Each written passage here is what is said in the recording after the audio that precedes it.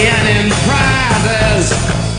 Wear my torture film, drive a GTO, wear a uniform, a line of government loan. I'm worth a million in prizes. Yeah, I'm through with sleeping on the sidewalk. No more beating my brains. No more beating my brains. With liquor and drugs. With liquor and drugs. Well, I'm just a modern guy. Of course, I had it in my ear before. Could have lost for life. Could have lost for life. I got love for life. I got love for life. Oh, love for life. Oh, love for life. Love for life. I got love for life. I got love for life. Well, I'm just a modern guy. Of course, I had it in my ear before. Love and lust for life. Love and lust for life. Well, here comes Johnny, yeah, again. With the liquor and drugs and a flesh machine. I know he's gonna do another striptease. Hey man, when you get that lotion, your skin starts itching once you buy the gear. With the box on love. Oh, love, love, love. Well, that's like hypnotizing chickens. Well, I'm just a modern guy. Of course, I had it in the ear before. Could have love for life. Could have love for life. Got love for life. Got love for life. I got love for life. Oh, love for life. I got love for life. Yeah, love for life. I got love for life. Love for life. Love for life. Love for life. Rock and roll. It's the Opie and Anthony Variety Hour. A brand new Opie and Anthony show just moments away.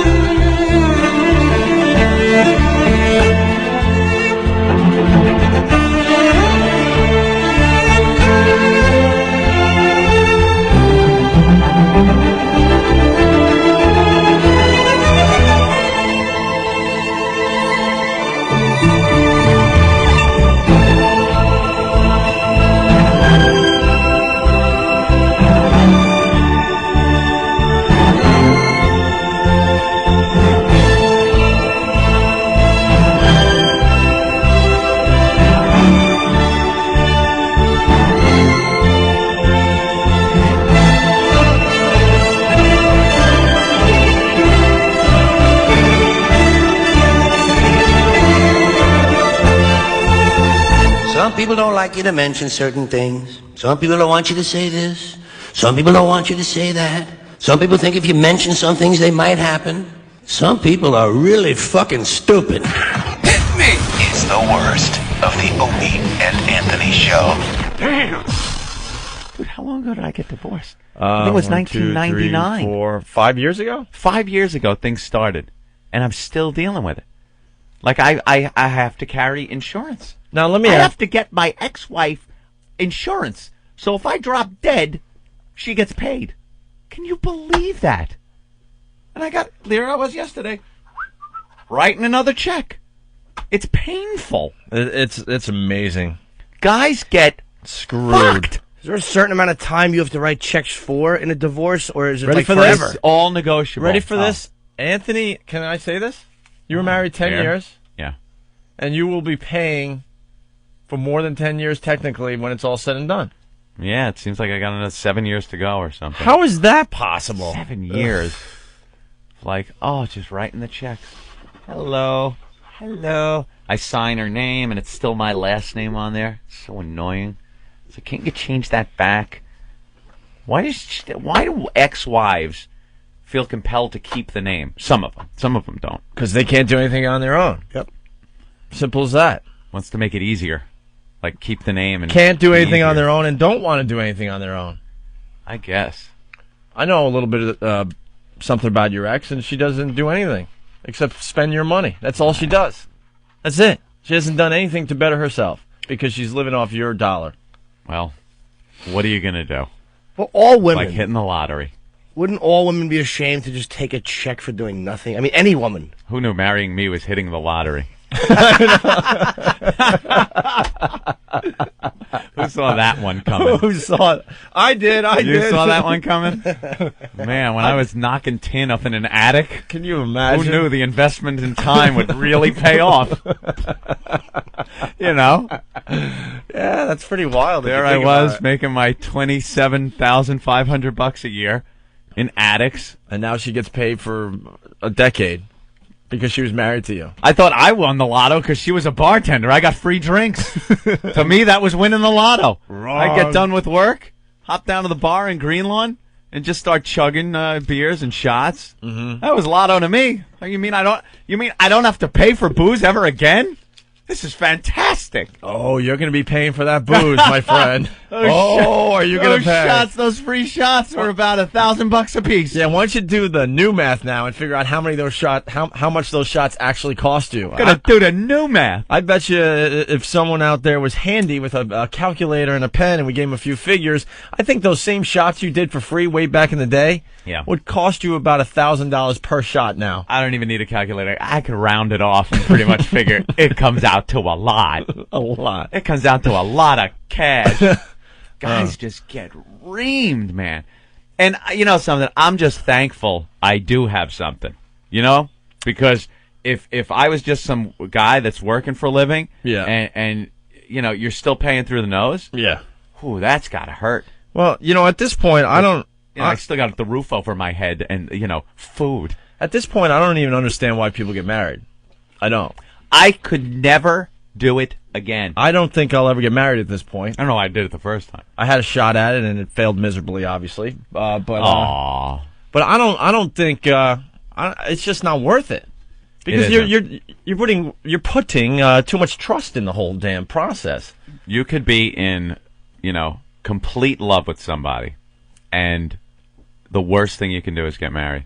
Why have the paperwork? Why have the legal binding contract that all it can ever do is bite you in the ass? Right, that's all it is. It's all it can do. If you're in love with each other and you're living together or, you know, sharing your life together, that's fine. All good could come from that. What's the paperwork for? Why do you need this friggin' document that will turn around and cost you money and pain? Right. Down the road. And no reason for it. And in most cases, the guy gets screwed, obviously. I mean, when we talk about divorce, you'll get a few a few guys call and say, no, I actually, made out in my divorce. Oh, you get ladies that call up and say, it was horrible. I got screwed. I was the one that bought the house. Right. Exception to the rule, ladies. But in general, it's, let's be honest, the guys get screwed. So you're getting married just to throw this contract in a drawer somewhere where someday it's going to haunt you. And a lot of guys end up staying in a marriage because they know they're going to get screwed if they try to get out of it. Mm-hmm. So then they have to, live and be miserable. Yep. Knowing that they really want to get out of the marriage, but they just can't afford to do it. Ben's smiling. We had a guy was just telling me the other day about some of his friends that are just getting screwed. His friends got married, and it's the typical story. You just change the names. It's awful. We had a guy, a sales guy at WNEW, who was making a really good living, good living, but he got divorced, and his wife got everything. Like the really nice house in Westchester. Oh, you get out of the house, and he had to take care of the children as well, which he had no problem with. When it was all said and done, he was living in a little box here in Manhattan. Yep, still making a ton of money for WNEW, but it was all going to his ex. The only thing he could afford was like a tiny 1-bedroom apartment. It's got to be great for a man to get married, work his ass off, buy that dream house for him and his bride, and for whatever reasons, guys or girls, could be their fault, either one, whatever, I'm not even getting into that, but whatever the reason is, he has to move out, get some shithole apartment somewhere, as his ex now lives in the house that his sweat and blood bought, as she's, maybe now banging some guy in his bedroom that he bought and paid for. It's just, there's no reason. Yeah, so why would you do that? Like, why would you do that to yourself? It doesn't make sense anymore. There probably was a time it really made a lot of sense until the lawyers got their greasy hands involved in this whole process, There should be no reason. You're just taking way too much for granted. You're just assuming that you're going to be in a really happy, loving relationship for the rest of your life. Mm-hmm. And in most cases, that's not going to be the case. So you're signing away your life as you know it. This was from the olden days when women were incapable of taking care of themselves in the world. What they did was they hooked up with a strong man who worked, and she raised the family. And if something happened to the guy and he wasn't insured, or they got a divorce, the woman was pretty much left out in the cold. So all kinds of laws were made, and divorce law was made, and now the women have to be supported by the guy. But it's 2004 now, people. And we're still living with this system that, the woman can go out and support herself as a human being. You don't need the guy paying for you to live now, but still happens. What about the guy? He's got to work and support himself. That's not easy. 99% of the people out there aren't, earning enough that they could pay for two people separately. And there he is, buying a little or renting a little shithole as the woman gets the house, the cars. You got to sell everything. Anything fun you might have had in your life, that boat that you had, the motorcycle, that all has to get sold. It's a disgrace. It's awful. Why would you do it? Why? If you're getting married, there are some guys right now listening going, oh my God, that have a wedding right around the corner. Right around the corner. Dude, and right now, cancel your wedding. Cancel it. I mean, in the end, you're going to lose. Simple as that. If you're what is the truly divorce in rate love, up to like you'll 70%? get over it. And trust me, God will understand. Yeah. If you're getting married because of the whole, you have to be married in God's eyes or whatever, he'll understand in the end. I'll tell you why people get married, especially guys. It's because of their families. They're getting married for their families. That's one reason. For the girl. That's another reason. It's her day. A lot of guys don't want to get married. They get pushed into it. Guys would rather live with the girl, and that's it. Send it right there. Girls want to get married. And the families want their children to be married. And that's why people do it. When you're walking down that aisle, when you're ready to give those vows, you're not thinking this is great. You're thinking, holy shit. What the hell is going on? I'm signing a legal binding document that can only hurt me. In the end. And most weddings just stink, let's be honest. They stink. Well, that whole tradition. You pick out a reading. You don't even know what it is. You just know it sounds good, and oh, that stupid letter to the Corinthians thing. Some sap gets up and starts reading it. Half those readings, what? You don't mean this. You just picked it from a book. Just so your aunt could start crying in the front row. And a love that will last forever. Shut up. She's up at the podium shaking. Right. Shaking, nervous, reading hands. Oh, and you're sitting there looking at your watch. You shouldn't look at your watch if this is an event people, put on, taking years to plan. Yeah, but everyone's looking at their watch because it's just boring as hell. It's the same crap you've been through 1,000 times. Oh, here they come. They're lighting the candles together. Oh, look at them light the candles. Take some pictures of that. Right. So we can tear them in half when they get the divorce. Here's something for the people getting married out there. Most people don't want to go to your wedding. Right.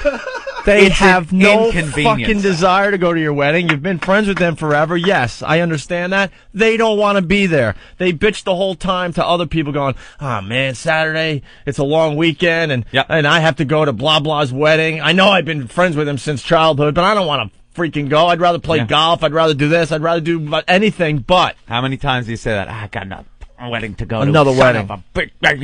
And then you go. I'm at the point now in my life, if I get invited to a wedding, it's got to be somebody really, close to me. And I don't go to the church. I refuse. I show up at the reception. Give me a couple of drinks. I'll come.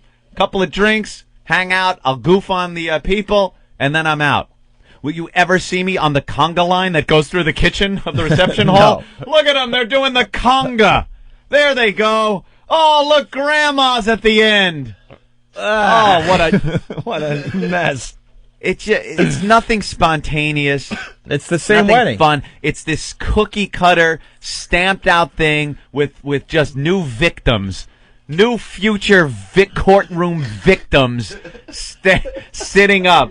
Cling, cling, cling, cling, cling, cling. Oh, look, they're kissing. Same music played. The same dopey DJ. Daddy's little girl. All right, we get it. Daddy's little girl. Oh, right. Everyone's crying. Now, if we could get everyone up to dance, no. I will not entertain you. Ladies and gentlemen, for the first time, let's hear for bring Mr. 'em out. and Mrs. Block. Oh, look, the bridal party's holding their arms up to make a little tunnel. Right. Here they come, running through. Get the picture. The photographer is taking all the pictures. We want to get the bridal party outside on the grass. It's a beautiful day. Now, guys, could you roll your pant leg up and kick? What the fuck is that? And What is that shot? And here's something else. Don't waste your time on getting the pictures done because you'll never look at them. You'll never look at them. You'll look at them, once, and then you'll throw them in a drawer Oh, they'll somewhere. just be, no one wants to see them. No one wants to see them. And you see the happy couple that just got married. Give them maybe a year, and then they're going to be just as miserable as all the other couples, looking on at the wedding. Because they're together? No. Because they're married. Because they're married. I think as soon as you get married, I don't know because I haven't done it, and that I'll give you any info you want on it. And at this point, I just don't see the point at all. But There's no upside. I think that if you're not married, you keep the excitement going. You do? I think so. You absolutely because do. I think there's always that thing like you're not really, the person. Excuse me, the person can leave the relationship at any given time, so it makes you work a little. Danger harder. factor Makes you work a little harder. Maybe you won't cut your hair and start looking like your buddy Phil all of a sudden. Maybe you won't gain those 15 pounds just because, we're married now. It don't matter anymore. Do you think Maybe you'll close the door instead of taking a shit in front of your husband. it's just over at that point? Right, but if you're still living with someone, I think the excitement's still there, and you got that in the back of your head. They can leave at any time. Do you think that bull dyke haircut is attractive? And hey, ladies, of course, there are millions of instances that girls could give of their guys getting out of shape and ridiculous. Oh, and you know what? It's fair to say it works both ways, is what I'm saying. Right. You live Works with a girl both or ways. something, I think the guys are working a little harder, too. Like, well, hey, she could be leaving for, someone tomorrow, Right. There's something about it, I think, that just makes you try a little harder. Try a keep little yourself harder. in shape, try to be a little more romantic. That friggin' mom haircut. Don't leave your streak stained underwear just laying around. There you go. You clean up a little bit better. Right. And when the moms cut that hair, when these wives, they reach a point and give that haircut where they look like their husband's friends that he plays cards with. You think that's good? Oh, they put on those clothes that try to cover up the world of hurt that's going on. For all the young guys out there thinking they want to get married, here's something. Take the Long Island Railroad from Huntington to Penn Station on matinee day. What is matinee day? Oh. I think it's Wednesday, right? Wednesday. Yeah. All these older ladies getting together to go to a Broadway show. They're all going to a Broadway show. We're going to the show. And a lot of these women aren't even that old yet. No, they're not. And I said to my husband, I'm going to matinee, and when I come home, this lawn had better be cut. Ugh. Dude, there are these women that you see on the Long Island Railroad going to matinees.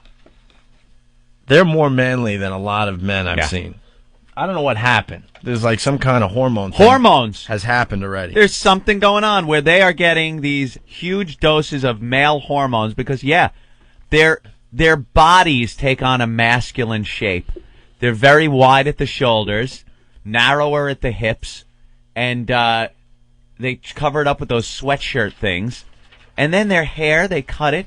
They get the Phil hairdo. Phil hair. The Phil haircut. And their faces and skin have this more manly look to it. They've just given up. Could be all the smoking they're doing. Smoking. Just drying out their faces. They just give up. I used to take that train when we were doing afternoon drive, and I'm like, I was horrified. Like, this is... Is this the future? This is... Is this the train to the future? This is what's going to happen. But if you're not married, and there's that out, like Opie said, both sides work a little harder. I think so. Both sides work a little harder to keep things going. They're not bound in a legal, binding, corporate relationship. My dream was always to kind of have a rock star-like relationship. What is that? Completely settled Rod with... Stewart drinking out of Mick Jagger's mule till he's got to get his stomach pumped? Settle with someone. Yeah. Know within both parties' hearts that you're not going anywhere, but you don't have to make it official. Right. I think that's a hell of a lot more exciting than doing the cookie-cutter wedding in front of your stupid family and friends. Oh. I got married at a bar. I didn't even do the whole wedding thing. I got married at the bar that my mother worked at. That was pretty much it. No one was affording anything. And you know what it is now? It's a strip club. Is it really? The place I got married is now a strip club in Comac, on Comac, New York, out on Long Island. That's it. Speaks volumes. And I actually went to Bill Brady, Habil, Cowbell Bill, went to his bachelor party at that very strip club. Really? The place you got married at? My wedding place, Opie. I was shoving dollar bills down Russian chicks' G-strings. That's so cool. You had a horrific wedding, I believe. Oh, it was the wedding, the marriage, everything. It's just a nightmare. I didn't know what I was doing. The engagement ring. Engagement ring. One of my favorite stories ever. I should have known then. I mean, it all adds up now. In hindsight, it all adds up.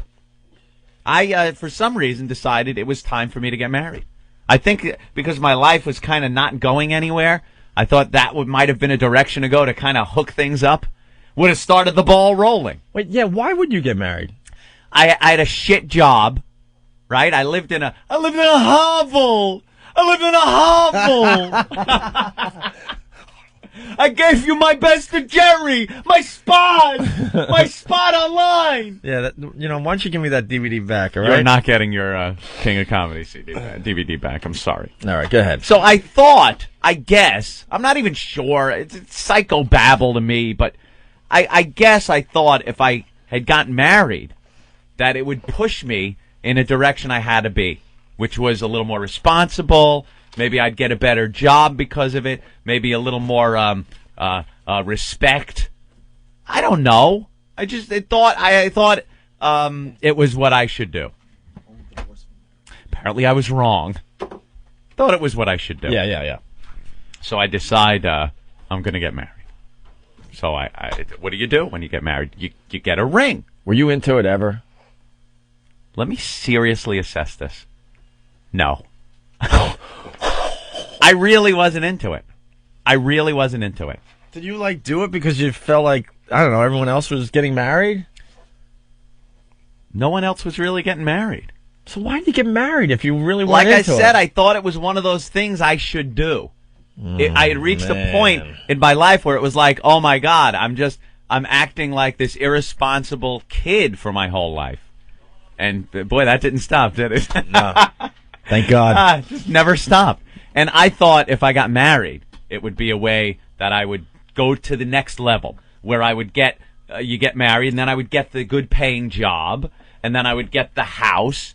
It was like a piece that of a puzzle that had to be there for the other pieces. You know? It was a rung on a ladder, Opie. It was time for me to do that. A stupid move. But what did I know? So you're ready to get married, you got to get the ring. That's the first step, right? I put this off, and it shows what was going through my head. I put things off. I put it off. I didn't put money away for a ring. I had no money. No offense to this day, you still do exactly that. Oh, I do. I put everything. things off. But the good thing is now, Infinity Broadcasting has afforded me the opportunity, by paying us for sitting and doing nothing, where I can put things off, and then just, like they say, you just throw money at a problem, it tends to go away. That's kind of what it is. I could pay for things, which is good. And that helps when you're irresponsible. At the time, I didn't have the proverbial pot to piss in or window to throw it out of. And I had to get a ring. So where do you go? Where do people go to buy wedding rings? Tiffany's, people go there. What was that place in Huntington on... Bailey Banks and Biddle. Wow. They go there. The place on... That's where Trump's son went. The place near the mall on Jericho Turnpike. Oh, the Diamond Exchange? No. Carrot Shop or something like that? Something like that? Whatever. Even if you wanted to get a maybe lower-end diamond, you would go to one of the lower-end jewelry stores, but you go to a jewelry store.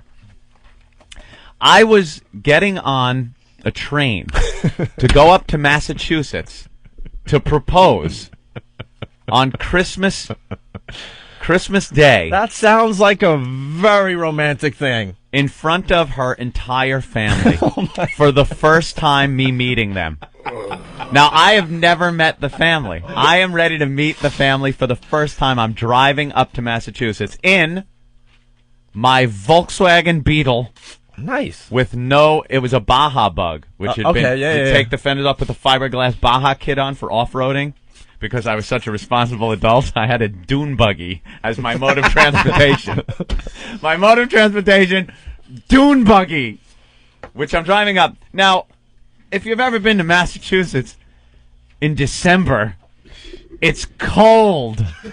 It's cold now in Massachusetts. December, I had no heat in this dune buggy, and the cold air just blew in. I had to cover myself and drive in blankets. Here's the prize that's coming up to the other prize that is going to, hook up. Wow. Here's the guy coming up saying, wow. I'm going to take your little girl. Right, wow. And were you excited? I had a link from the Mod Squad afro at the time, I know you did. Too. I mean, my hair was just... When I first met you, you still had the crazy hair. I looked like a walking mushroom. Yeah. Looked like you should be playing for the band Boston. Right. I looked like Sib the drummer. Yeah, from big time. Boston. Big time. If you got that old album laying around, that's Anthony's hairdo. Right up until I met him, matter of fact. Yeah. So I drive. That was when I went to propose, but I had to go to the when I drove up afterwards. But to propose, I took the train. I go to Penn Station, ready to get my ring. I don't have it yet. I don't have a ring, Opie. So what do? There's a jewelry store in Penn Station. Yeah. There's a jewelry store in Penn Station. Yeah. And I walked in, and I found something that resembled my impression of an engagement ring. It was, I don't even know what it was made out of. It could have been silver. I don't even know. It's supposed to be gold. And had this little alleged diamond. Oh, chip. This piece of glass Yeah. was in it. What are you supposed to pay for a diamond? It's supposed to be 3 months' salary. 3 months' salary. Yeah, well, For they a wedding ring or engagement? for an engagement ring. well they put that in the girls' heads. Right. 3 months' salary. The diamond world has they Now, if they I'm- all got together and said, look, if this lady's worth it, you need to I'm making put 3 months of your salary into a ring. $27,500 a year. What's 3 months' salary? Well, it's about- Let's say $30,000. Well, then that'd be about 6,000. Be about $6,000.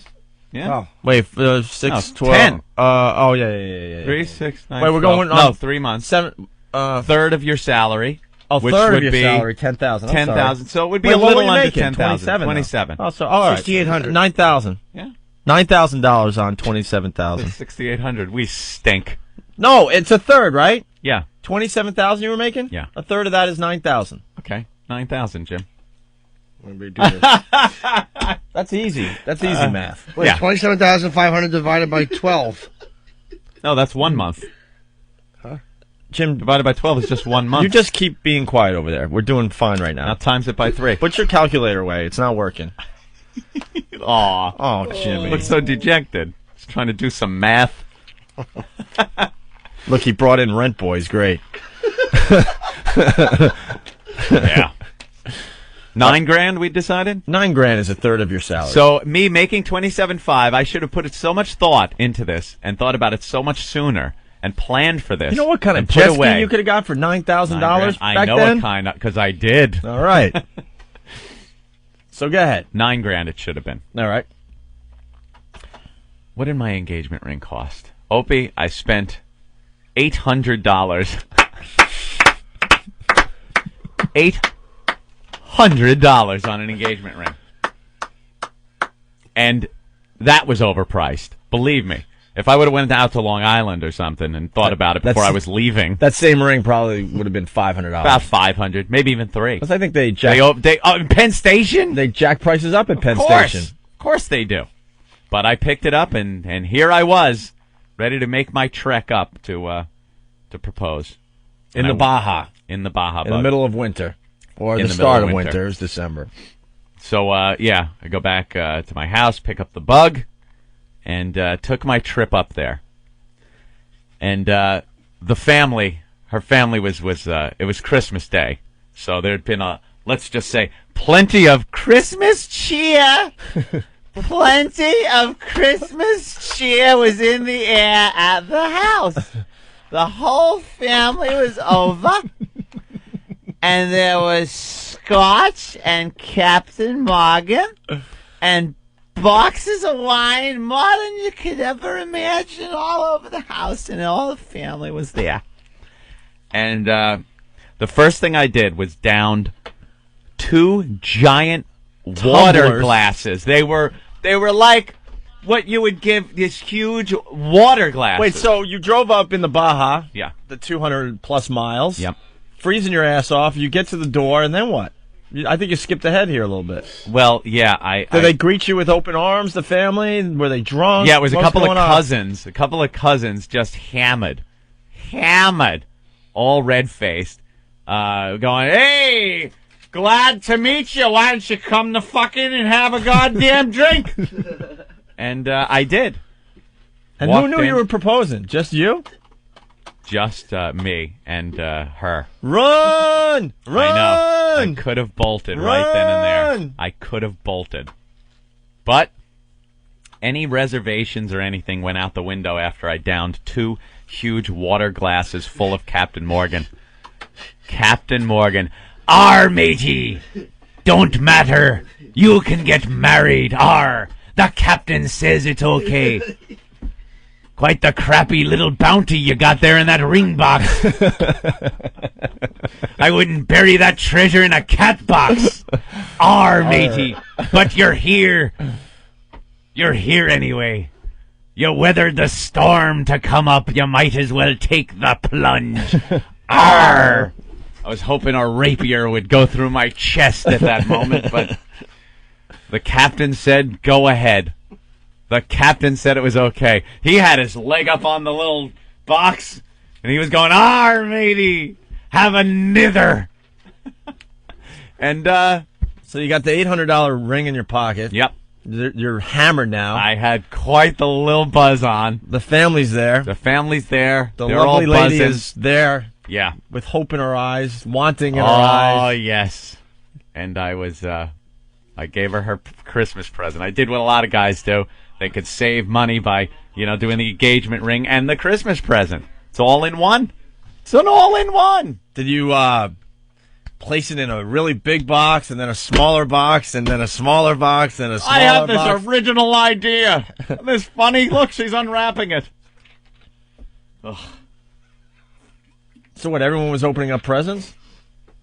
Everyone was opening up presents. And all of a sudden you just casually... Did you make everyone stop? No, which is red flag number 2. If I really wanted to do this, I would have wanted everyone around. If I was proud of my ring, I would have wanted everyone around. Believe me, I wanted to do this down at a drugstore down on the corner. You want to step out a minute here? You want to come down to the garage? Yeah, it was time. And I don't even remember exactly what I said. Oh, I know. Could I have another drink? That's what I said first. Keep 'em coming, matey. Arr. Yeah. Wow. I think I just did the standard, will you marry me? Was there tears? Will you marry me?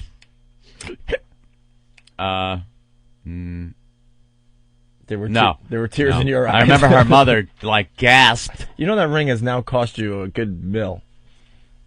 Probably. Oh, dude, that ring's very expensive. That's very expensive. That's the point we're trying to make to the guys out there. See, you think it makes sense at the time, Yeah. but you're still paying for that ring. That ring, very expensive. Don't you wish the Baja crashed on the way to Massachusetts? It might have been easier to deal with had it just spun out on the Mass Pike, rammed into an abutment. Burst into flames. Would have been warm. So then, did she run around the room showing everybody the ring? Yeah. And everyone was like, well, congratulations. Anyone give you the look like, you cheap bastard? I never saw that look. Maybe I just didn't want to see it. But that was probably the most pathetic engagement ring I've ever seen in my life. And then you get friends, that go, oh, look, and they show their engagement rings, and they're just these huge rocks. You can't even understand how anyone could afford it. And there was that little, what size was it? I'm trying to think of something that's that size, but I really can't. It was so small. A little grain of sand, like a little pebble. Wow. It was nothing. Oh, let me see. Is that, yeah. See, there's the Boston picture. We ought to put that up on the website. Right. Yeah, that's how Anthony's hair looked. Yeah. The first Boston album. Sib from Boston, Right. the drummer. And that was, that was the beginning. I had a little, for the wedding, I had a little party at the house that I was living at where everyone came over. Had it in the backyard. Talk about just white trash. One guy's screaming on the phone. It's a quarter of your it's a fourth of your salary, not a third, you tool. Hey, ass cock! I saw the commercial 8,000 times. It said 3 months salary, you jerk off. 3, 6, 9, 12. That is a quarter. Okay. That's It's a fraction, idiot. A quarter. 3, 6, 9, 12. Anthony you didn't come close to a tenth. No, all right? I didn't come close. That's the to point of this story. That's the point, John. Don't worry about fractions. We don't. Yes, it is a quarter. All right. So what was a fourth? You don't listen to us because we're math Jim majors. probably right. Let's then. relax, everybody. Jimmy was right. Jimmy knew he was right too. Wait, you were right the whole time? Yeah, and I told you to he shut knew. up, and that's why you He gave me told that Jimmy look to like you shut want to up. kill me? I'm sorry, Jimmy. I'm not reading out of your book, though. For your lack of math skills, he took my cock. Yeah, everyone's writing. It's 6,870. Isn't that what you said? Jesus. Yeah, exactly what Jimmy said. And I'm berating you like, you ass, shut up You and just eat your idiot. cereal. Put your calculator away, Mr. Calculator. And I'm all confident. I'm like, I know, man. It's coming through like a million Oh, times. people are just angry. Jimmy, I'm sorry. Will you accept my apology? Math wasn't the point of the story, people. You don't listen to the show because we're math majors. We stink at math and What many a- other things. But go ahead. Yeah, it was. You know, we had a little party, had the wedding at my mother's bar, and then it was, you know, we did the whole actual ceremony thing in front of a justice of the peace down there in Northport. Had to drive into Northport and go to the justice of the peace, and then it was it. Then it's like, holy shit, I'm married. And when did you realize you... I already know the answer Made to a it. mistake? Yeah. The night of the wedding. See, the story never changes. I'm always testing Oh, you. the night of the wedding. The night of the wedding, you knew you made a mistake, and then 10 years later, you finally got out. Yeah. Oh, my God. 10 years. I hung in there for 10 years. Nine and change. I don't know why. Why would I do that? Why would I torture myself? But I did. I hung in there thinking, maybe the better job's around the corner. And you know something? It was. The better job was around the corner. Maybe my plan was working. I had gotten married, and then, I guess, 5 years, 4 and a half, 5 years later, I got the better job. I was going up to Massachusetts to do radio. What a coincidence and what a convenience, Opie. Thank you so much that our first gig was a mile away from my mother-in-law's house. Could have been anywhere in the United States. Is it safe to assume that the Opie and Anthony show, in its birth, would have gone anywhere in the country had we gotten a good offer? Yeah, if you remember. From New York to L.A., from Montana to Texas, we would have gone anywhere to start the show. If you remember, I don't think we've ever talked about this on the air, but when we were working at BAB and I started sending out tapes when you and I started working together, we were getting hit. People were interested all over the country right away, which is crazy. Yeah. I'm going to bring in our first show someday. And that was after only working together for like 3 months. Uh-huh. And Dallas wanted us really bad. Dallas. You remember? Could have been Dallas. It was between Dallas, in the end, it was between Dallas and Worcester. Could have been Worcester / Boston. Let's say anywhere from Spokane, Washington to Miami. Yeah. Bangor, Maine to San Diego. Anywhere in between, we could have ended up, right? Mm-hmm. I'm a mile away from my mother-in-law. Yeah, the radio station was a mile away. A mile away. Mm-hmm. How did that happen? It was the better offer. And there I found myself in my Dodge Aries K car. Oh, yeah, I was stepping up. I'd gotten rid of the bug. I got a Dodge Aries K car. Driving back up. That was on blocks when I first came to your crib. Yeah. Your awful crib. Yeah. I remember turning on the air conditioner once and white smoke came out. I was in a James Bond movie. So you realized that you made a mistake the night of the wedding. Yeah. There you are on your wedding night, which is supposed to be a night full of romance, right? Well, hardcore sex. Night full of romance. Hardcore sex. Oh, yeah, sure. Those cute little panties that the women get at their bachelorette party and all that. Yeah, those are just torn off, and then you get down to just bumping uglies. Well, Opie, sometimes it doesn't work out that way.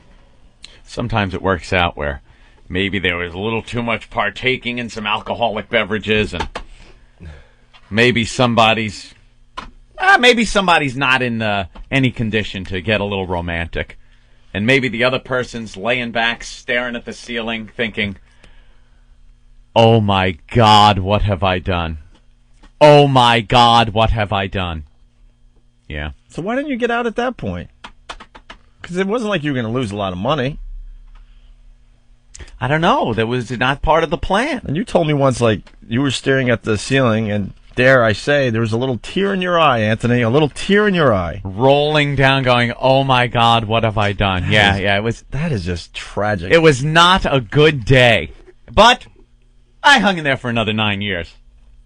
I hung in there. So you didn't have sex? Because it was not part of the plan. You didn't have sex on your wedding night? I have no recollection of that, sir. I have no recollection of that, sir. I'm not going to cross certain boundaries in this conversation. Oh, okay. That might get me into all right. More trouble? Problems. Yeah. You can't get in more trouble, can you? Hey, who knows, huh? All I'm saying is certain parties were, partook a little too much, and other parties were regretful. Wow. Wasn't there fights, too? Oh, there were plenty of fights. No, I know that. I know that personally. I used to get whatever. I used to get so freaking pissed off. But anyway, no, I'm talking about it during the wedding. Yeah, there was some kind of the reception. There was there was something going on. My brother was trying to pick up on my brand new wife's cousin or something, or just even talking to her. I don't even know what the story was. And well, your brother's here. She took offense to it. Yeah. My brand new bride took offense to it and started yelling at my mother, calling my brother an asshole. And I'm like, oh my God, oh my goodness, this is just not good. This is just not good. And, she's calling your brother an asshole to your mom on your wedding night or the reception, whatever? Yeah, my mother's just kind of staring back like, oh, this is good. This is great. Picked a good one there. Yeah. That's a good one. Yeah. 9 years I hung in there. 9 more years. No, you've hung in there longer because you've been paying for an extra 5 after Well, no, I don't want to remind you. I hung in there for 9 years, though. I hung in there for 9 years. So this nightmare has been going on 14 years. So for all the people out there thinking of getting married, take that with you today. Yeah. 14 years later, you're still dealing with that. I got the good job, though. Yes, you did. So the plan kind of worked. So she was responsible for your Could you go your down career. to Sears? Could you go down to Sears and get a garage door opener and put it in my garage? Sounds like a very easy thing to do. Okay. It's my Christmas vacation. This one, before I was in radio, I'd knocked in, and then I would have to go up every Christmas. We'd have to visit every Christmas. And there was a new thing for me to do. I need some. We don't get any heat at all down in the basement. Really? Not no hot air, and it's freezing down there. Really? Would you be able to run some ductwork from the furnace into the TV room in the basement? Okay. There I am, Mr. Okay. Mr. Okie Dokie. And during my Christmas vacation from knocking tin, I was knocking tin and hanging garage door openers. I'm so happy now. I'm in such a happy place now. I don't have to do anything anymore. It's very peaceful. No fighting. I bet you don't vacuum anymore. I don't remember the last time I pulled out a vacuum. And you know when it was? I don't remember when it was, but I know the situation. When I wanted to. I looked around and said, I think I'm going to push a goddamn vacuum around the house. Boo! There you go. Back in the closet with you. See you whenever. Yeah, that's what I do. That's what I do now. I don't have to do anything. Anything I don't want to do anymore. But during that time, I had to do it all. I was taking the garbage out all the time. A lot of guys take the garbage out. But it was just that yelling thing about it. That point made that it's my job. There was a lot of yelling. Oh, there was a lot of yelling. There was a time Anthony and I hung out a lot. A real lot. Mm-hmm. And I can't remember one time that didn't have yelling. Not you and I. Mm-hmm. There was always yelling. There's no more yelling now. And I hate yelling because I was brought up with yelling. There's no more yelling now. You yell at me, I don't even listen to you anymore. I don't even listen. My brain goes blank. I don't yell. No, you don't yell at all. I don't It had yell nothing anymore. to do with you. No. You would get yelled at over the stupidest things. And You know what it's like to get yelled at as a grown man? Do you understand what that is, ladies? You don't yell at your husband. Yelling. And you were a good. Oh. And this is what used to piss me off. She spilled my coffee. This is what used to piss me off. You Yeah. were a good guy, a really good guy. What a great guy I am. No, you were. I'm talking about even back in those days. And I'm very passive.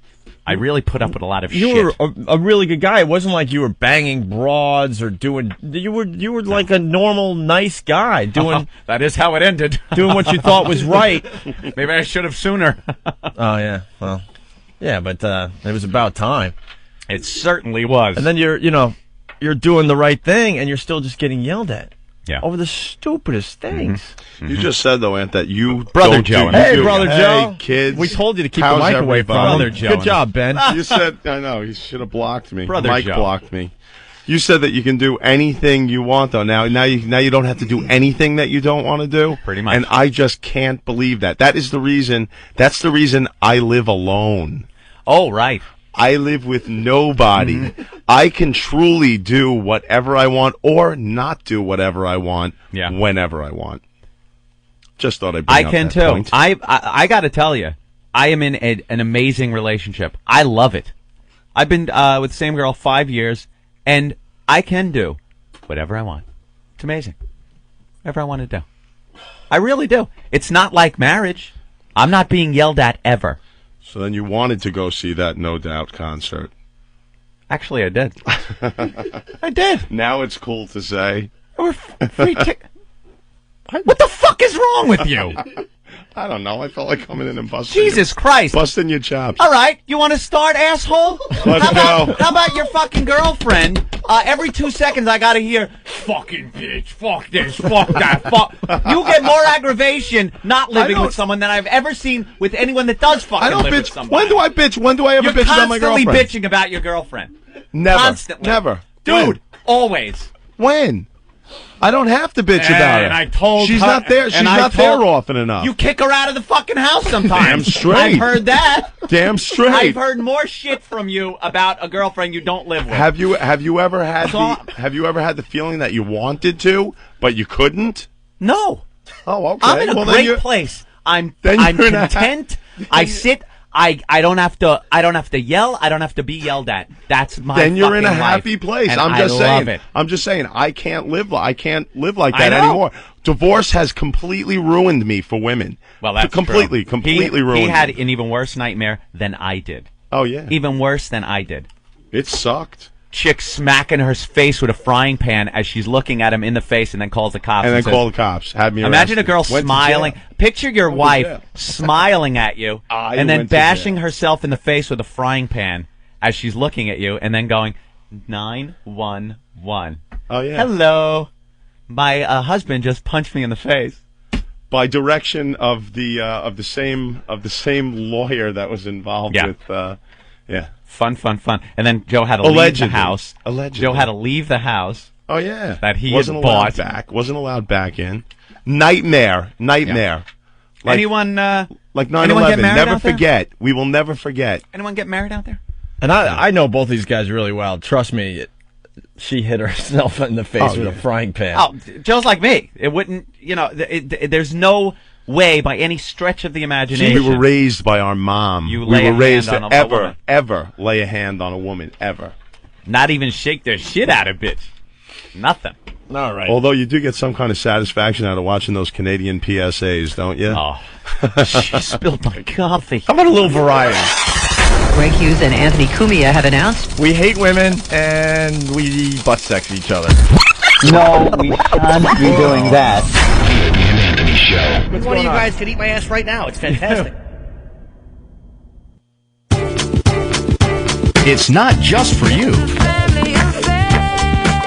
Add up to 4 additional XM radios for only $6.99 a month per radio with XM Family Plan.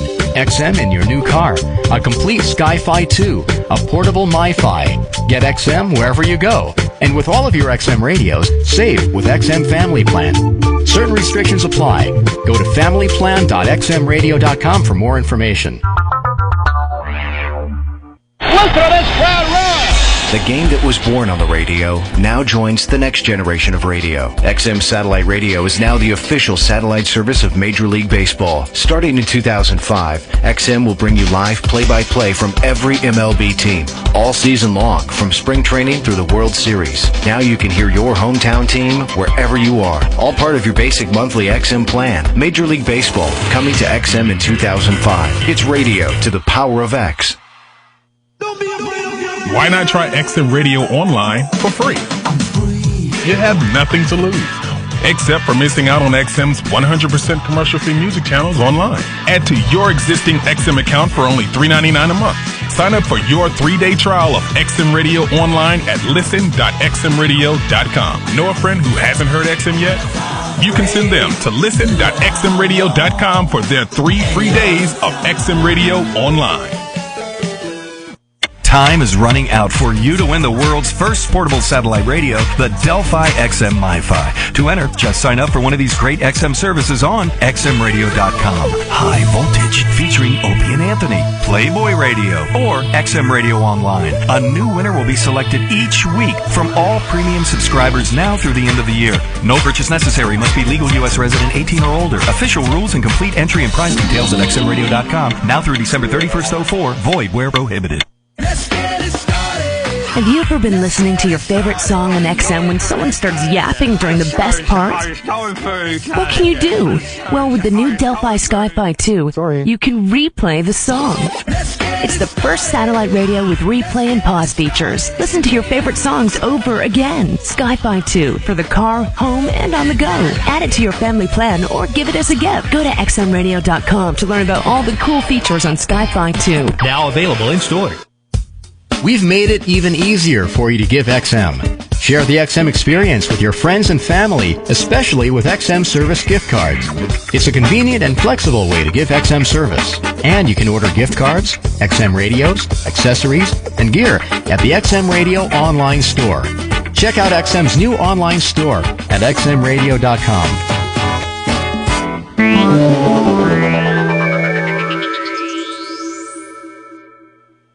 Did you get what you wanted this holiday? Maybe a Delphi XM Sky-Fi was in the mix along with those fruitcake-like objects. Well, here's an idea. Get the Delphi portable audio system for just $199. It's a dock for your Sky-Fi receiver, so it travels conveniently. It also plays CDs, MP3s, AM, and FM. And right now, it comes with a free charger and 6 free rechargeable batteries, a $60 value. Get it, and you've got XM to go. Just visit delphi.com/free. Limited time offer. Sky-Fi receiver sold separately. XM service required. Details online.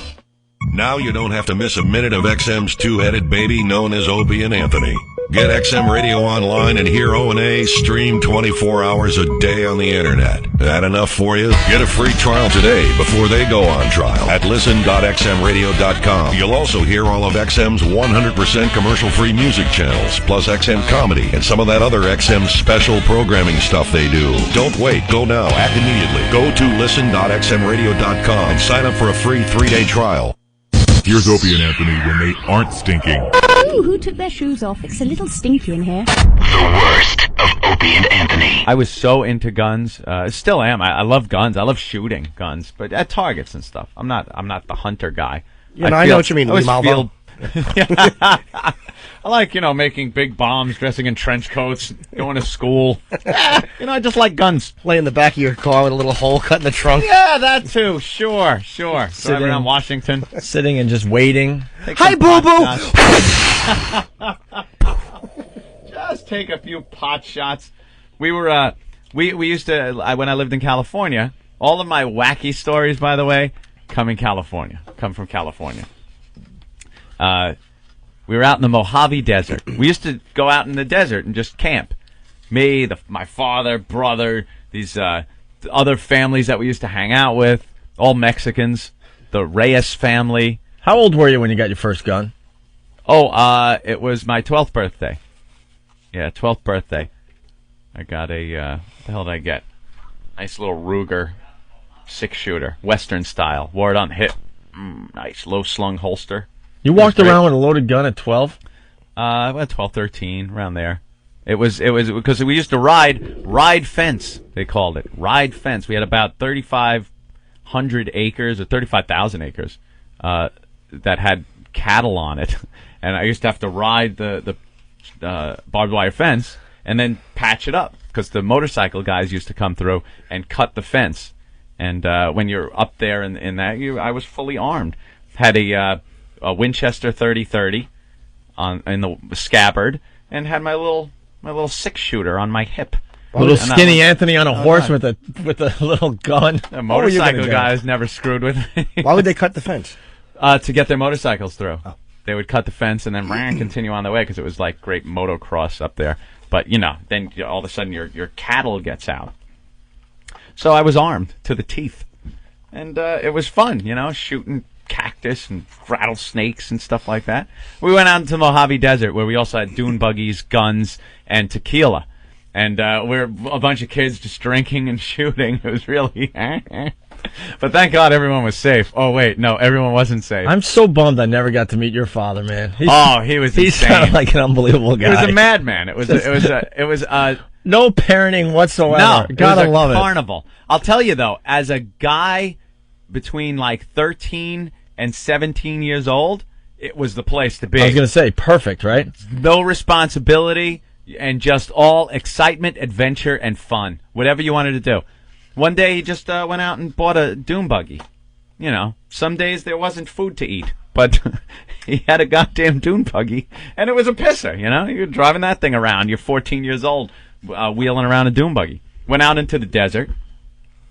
Guns everywhere. We're all wearing guns. And this one kid... Why would you go out to the desert? Just to party and ride the dune buggies? Just to spend about a week, shoot 10 at targets, days out. maybe? This guy, Juan Reyes, had a silver mine out there. It was an old, like from the 40s, a silver mine, but it had a little mining shack. And we used to just camp out there and shoot and drink and, hang out and drive the dune buggies around. And this guy, Juan Reyes, had this old 6-shooter. And it was the type that had no real safety on it. The firing pin was directly on the hammer that you cock back. Sure. And the new ones don't have that. The trigger has to be pulled and the hammer has to fall. The old ones, if the hammer fell and the trigger wasn't pulled, it still went off. And worse yet, you had to quarter cock it, which is kind of pull the hammer back to load it. Because you had to spin the cylinder around. So he's putting the bullets in. The thing's quarter cocked. You ever hear it go off half cocked? That's kind of what it means. Okay. Don't go off half cocked. Oh, He's wow. loading it up. He raises this thing. The hammer falls. It's pointing right at his 8-year-old son. Boom! Bullet goes right in his left shoulder, above his heart, and right out the back. I'm standing right there. I'm looking right at the kid when it hits him. How close were you to the kid? I was about as close as I am to you right now, about 4 feet away. Wow. So I'm and I happen to be looking at him when this happened. Hits him right there. He turns immediately white. This tube, it looked like a plastic tube of blood, came out. It was shaped perfectly round, like a water fountain. Came shooting out of his, what I thought, chest. I didn't even know it was his shoulder because it was close to his heart. Comes shooting out. He goes, uttered something and fell right down to his knees. I'm like, holy shit, I just saw his father kill his son right there. And the father just lost his mind. Meanwhile... Didn't you say the blood just kind of started... It did, like a tube. It came I'm pumping sorry, I was out. thinking of something. Just went like whoosh, whoosh, whoosh. So the father's like, oh my God! Everyone just freaked out. It was a hell of a scene to be part of. Was this in the woods now? Oh, let me tell you where we were. Grab a little map, people. This was between Barstow, California, and Needles, Arizona. There's a little old highway that runs between it, and we were 50 miles in on dirt roads off the highway. 50 miles in. Before you get to the highway that takes you another whatever it is to Barstow or Needles. They decided to go to Needles, Arizona, to go to the hospital there. But they just loaded them up in the pickup truck, packed ice on them, wrapped it up, and took off. And hours later, 10, 12 hours later, the cops came back to do a little investigation because it was a shooting.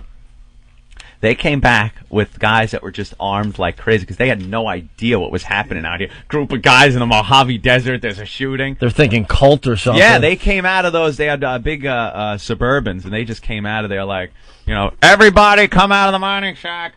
Everyone, please come out of the mining shack. We want to see everybody's hands. They did a little investigation. Little Charlie Reyes lived. It was in his shoulder, and that was that. But it was the first and only time I ever saw someone get shot. Thought he was dead too. That looked like just a heart shot. What'd you do His after whole that? shirt turned. Did you just run away and hide, cry? What'd you do? It was like we were all shaken, like freaked out. So we went in and just did massive shots of tequila. You're 12. Yeah. No, I think I was 13 or 14 or something. All right. But yeah, that makes it better. When did you lose touch with Charlie Reyes? When I came back to New York, probably about 17 years old. And you never saw him again? No, I saw him not since then. No, but he was fine. You know, they had a little brace on him, and it went in and right out. It was a 22, so it wasn't like a 38. Take his little 8-year-old arm off. But to see a little 8-year-old kid just like hit his knees and go, like he said something like, holy shit, that kid just got shot. If you slow it down, it was probably, hey, I'm shot, you dumb wetback. Holy shit. You ever see a fucking head come apart like that? Yeah, we worked him over with the butt of the shotgun. Made him hop around on one foot. That's how the gook laughs. Hey, go get that big, hairy, creepy crawler from the ammo dump and put it on his gunshot wound. And the cops came through, went through some paperwork, said, no, this is important. This is important. And then it blew up. Y'all love little Charlie Reyes. Charlie Reyes was a water walker. She's probably the one that did fucking Charlie Reyes. Let's do the whole mining camp for Charlie. And Sal. Oh, yeah. Evil and loving it. The Opie and Anthony Show. I almost broke my vagina. Drink until she's pretty. It's a freak show. The Opie and Anthony Show. See how they roll in late, motherfucker, cellular phone. That's how you know a motherfucker front. Let me see your phone, bro. You roll in with a cellular. The motherfucker ain't even on. That's how you know he fronting. Don't you hate when motherfuckers front with shit? If at least have it on, then you can say, damn, motherfucker might have just made a phone call. But brothers kill me fronting like a motherfucker walking the club. Yeah. Oh, yeah, then? What? Oh, y'all was down there? Hold on, yeah, the little girl just coming by. How you doing, Miss Lady?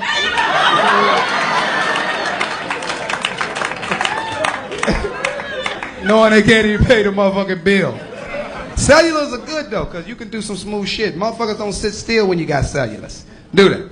Don't, because you feel the need to walk. Because it said, no, it's cordless. That means ain't nothing holding your ass there. But you see motherfuckers rolling all of, yeah. What up, man? Yeah. All right, well, I'm just down here, right. Living like a motherfucker on the cordless, yeah. What? Who was down there? They said that yesterday? What? Ain't nothing, just walking through my house and shit, you know. Yeah, talking on the phone. Yeah. Yeah, hold on a minute. Yeah. Okay. Hold on a second.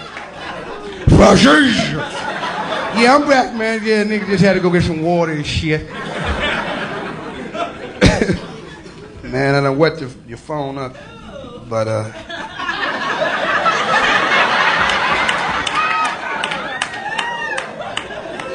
you sound like that shit just went in your mouth.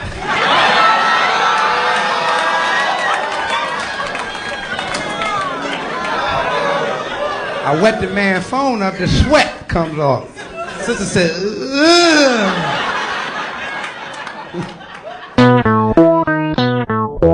This is a joke the airlines go through. You know, every time you get on a plane, they'll tell you about the flotation seat, where it's located, how to use it, then tell you that's in case we go down in the ocean.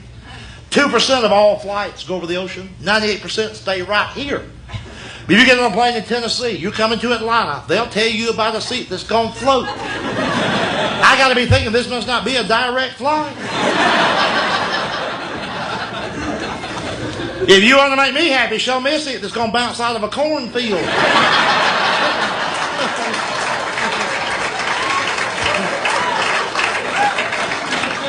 And get this, there's a sign over the airplane door. Do not open during flight. You know what that means? Sometime in the past. Some nut has said to his wife, honey, I'll be back in a minute.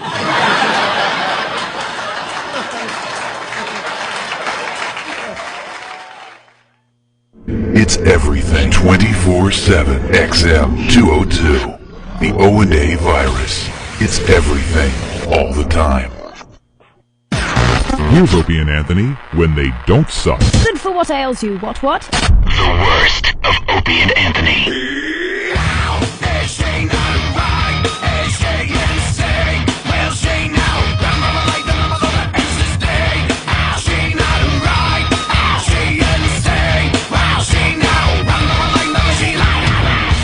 We're back with the Opie and Anthony Show.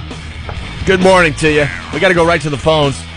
Talking about first time you jacked it, I guess. Yeah, we were kind of talking about that, weren't we? I don't know how we got on that subject because of the guy listening to the Sacramento couple yesterday. Right. Okay, gotcha. Let's say hi to Fred. Hey, Fred, where are you calling from, man? I'm calling from Augusta, Georgia right now. Okay, you got a story for us?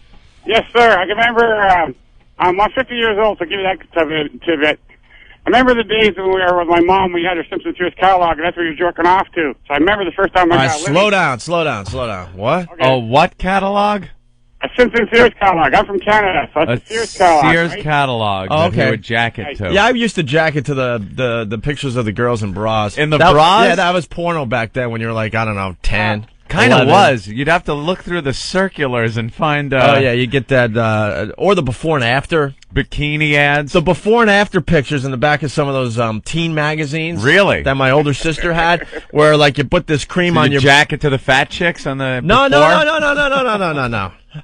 It's even better, actually. I mean, that would be a funny story, too. But they used to have in the back of these magazines a breast cream.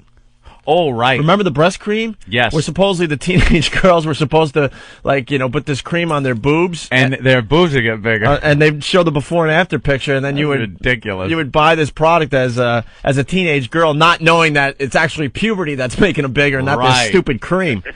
All right, so the Sears catalog, you used to jack it to that? Yeah, that gives you that type of idea. I remember when I was 12 years old, I was in grade 8. And I wanted to get laid so bad because I was jerking off, and I wanted to know how it felt like. So I finally found this girl in grade 8 who wanted to do it with me. So she was like wooden floor. So that was great. Of course she had a wooden floor. She was nothing was happening down there yet. That's right. So I thought all I had to do was stick it between her legs, and I was having sex with her. So we got on the floor in her bedroom, and then I stuck it between her legs. I remember it was too dry, and I just had to stick it between her legs. I told her to squeeze her legs tighter so I could get it in there, and it wouldn't go in, so I had to go down and spit in it, right? Oh, my God. Only in Georgia. Jesus. No surprise here. Wait, were you having sex with her, or were you having sex with her legs? No, I was having sex with her. Oh, okay. But the point was, I didn't know what I was doing. I thought I just had to stick it between her legs, but not in her hole. You see? Yeah, So all I did was I spit in the hole, and it got nice and greasy then. Then I got in there and I fucked her. All right, Jesus. Then our parents came home. And then I found out years later that it wasn't sex at all. I had to screw it between her legs. I didn't put it in the hole at all. All right, thank you, Fred. You scare me. That is a frightening All right, there man. goes Fred. You are frightening. We could salvage that call, though. There are things when you're a kid, that you think is sex. Misconceptions about sex that you so do to that have. guy, I think he wasn't sure you were supposed to, as he said, put it in the... I'm not even going to say it. I mean, come on. Let's keep it a little clean on this show. It sounded so nice and innocent the way he told the story, didn't it? But fuck her. Right. I think what he was trying to say, back then he thought having sex was just when you... Oh, no, he did know, but... He ended up having sex with her legs? Opie, I have no idea what that guy was talking about. I'm really trying to save Somehow that phone call. he had sex with the girl's legs and didn't actually do it, but he Okay. thought he was doing it. Mhm. But I don't know if he knew what actually doing it was. He wasn't very clear. He was laughing too hard at his memories. Right. Well, I talked about this in the past. I thought, I thought you had to do it in the back door, and that the other one, the front one was just used for what. And when'd you figure it out the real way? Last week? Pretty much, yeah. Like all the girlfriends are like, ow! No, it was after the film, obviously. I'm like, oh, that's used for two things. Well, you're not too clear on the female's parts because you don't have them. Right. So you're not sure. Right. You have the the back, Right. so you kind of know what that's about. So you assume. You know what? I think we're going to would- just do a sex show today. I decided. Is it completely a sex show? Because you guys try to tell us what you want to hear on this program. Now we're going to just do sex all day long. Sexual discussion, and then we have sex on the couch. Didn't you have with the girls? something similar? What you thought Yeah. was sex when you were a lot younger? Yeah, I thought it was backdoor when I was a kid. I guess I was about maybe 7, and I thought it was backdoor. And then when I learned that it was front door. All right, so you thought it was backdoor as well. Yeah, yeah. All right, I'm 'Cause not you're alone. you're not sure of the anatomy, so you don't even know that there's anything different up there in a girl. Well, when you're really young and you see the front one, yeah, it's intimidating and quite scary. Very intimidating indeed. And when you and I were growing up, women weren't really taking care of that area. No, it was So a you couldn't big even jungly imagine. mess. You couldn't even imagine that was the way to go. Yeah. You know? Mm-hmm. You just couldn't imagine. Oh no, it was very frightening. It was very frightening. I was brought into it. Mom, turn the radio off, okay? Don't listen, because it's because we need Anthony to not have to worry about his mom listening. It's embarrassing talking about My stories. mom. It's hilarious. I was listening today. I had to turn you guys off. Well, I'm like, oh, that's good. what mine says too. That's fine. She called last night. She's like, yeah, I listen, but there are times I just have to turn it off. It's like, oh boy, whatever, 65-year-old woman is really the demo we're looking for. So no, turn it off. That's what of course you're not going to like some of the stuff we're doing, especially when you consider it's me telling the stories. What didn't she like yesterday? The poker chips? No, she actually didn't listen yesterday. But there have been things Oh, okay. that All right. whenever we talk about things like this, she doesn't like to listen, which is good. Don't listen. When I was a kid and kind of got hooked up through my father in California, my father kind of hooked me up with this girl. He hooked you up with a lot of girls. On my, I guess it was my 13th birthday or something like that. Yeah. Is this the Buzz story? Yeah, Buzz. Old Buzz. She was a friend of the family. She was like 19 years old. I guess she had banged everybody that we even knew. Everybody in the town? Yeah. She was like the town whore. Was she really? The town You never whore. said that before. Yeah, she banged everybody. Was she just a local She chick was in the banging bar? all my father's horse friends, that would go riding with him and stuff. Yeah. Yeah, your dad was a cowboy after he left Long Island. He was a cowboy. Said, Moved screw out to Long Southern Island. California. I'm going to California and I'm going to be a cowboy. Bought a bunch of baby. horses. I went out there, lived out there with him. He bought me a horse. I had the horse, the whole deal, Opie. I was a Western guy. I wore cowboy boots and the cowboy hat. I was a cowboy. It was pretty funny. Had a 6-gun. Sure. A real one? Real one. Bought it for me for, also, I guess, my 12th birthday. Got me that. Got me a rifle. How long did you live out there? I was thought out you there were for, just I guess, visiting. 13, 14, 15, maybe 3 or 4 years. Oh, you did 3 or 4 years out there. Yeah, 3 or 4 I years. thought you just used to visit. My formative years. Because I know your mom threw you and your brother on the bus one day. No, that was actually coming home. I moved out there because I wanted to move out there. I wanted to hang out with my father and ride horses. It's a kid's dream to be a cowboy. My brother got thrown out there by my mother because she didn't want to deal with his pot smoking. My brother's pot smoking, stealing and lying, stealing my mommy's quarters out of the quarter jar to buy joints and lying about it. So mommy threw him out. And so he went first. No, I went first. Oh, okay, and then he joined you. And then he joined me out Gotcha. there. Yeah, he wasn't really into the whole cowboy thing, so he just smoked pot out there. It was pretty much doing the same thing, only out there. And but you got into the cowboy lifestyle. Oh, I was totally into it. I used to listen to the like stuff you'd hear on Hank's Place. I love Hank's Place. I would listen to that. That was my music. If you guys haven't checked out Hank's Place yet on XM Satellite Radio, I forgot what channel it is, but it's definitely worth checking out. It's like either 10, 11, 12, or 13. Oh, it's hysterical. It's way up there, but yeah. Hank's Place rocks. Yeah. It's scary that people think like this in the country. Oh, it's amazing. In the country, but it's Red State station. Exactly. Anyway, go ahead. I was one of them. I love that music. So I was a cowboy, and she was like the town whore, Buzz. And one night, my father and his girlfriend at the time were going out, and just kind of left Buzz there, and kind of were smiling, like winking or something when they left. I didn't know what was happening. And you were 13, 12? Yeah, I guess I was 13. Yeah.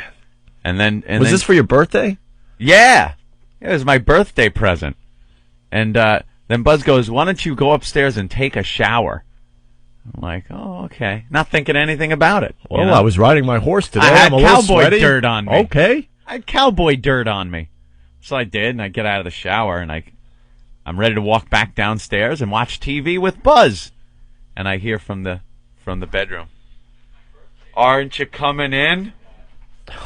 Like, and no, it didn't even hit me at that point. Yeah. I'm just thinking, now what's the voice coming from in the bedroom?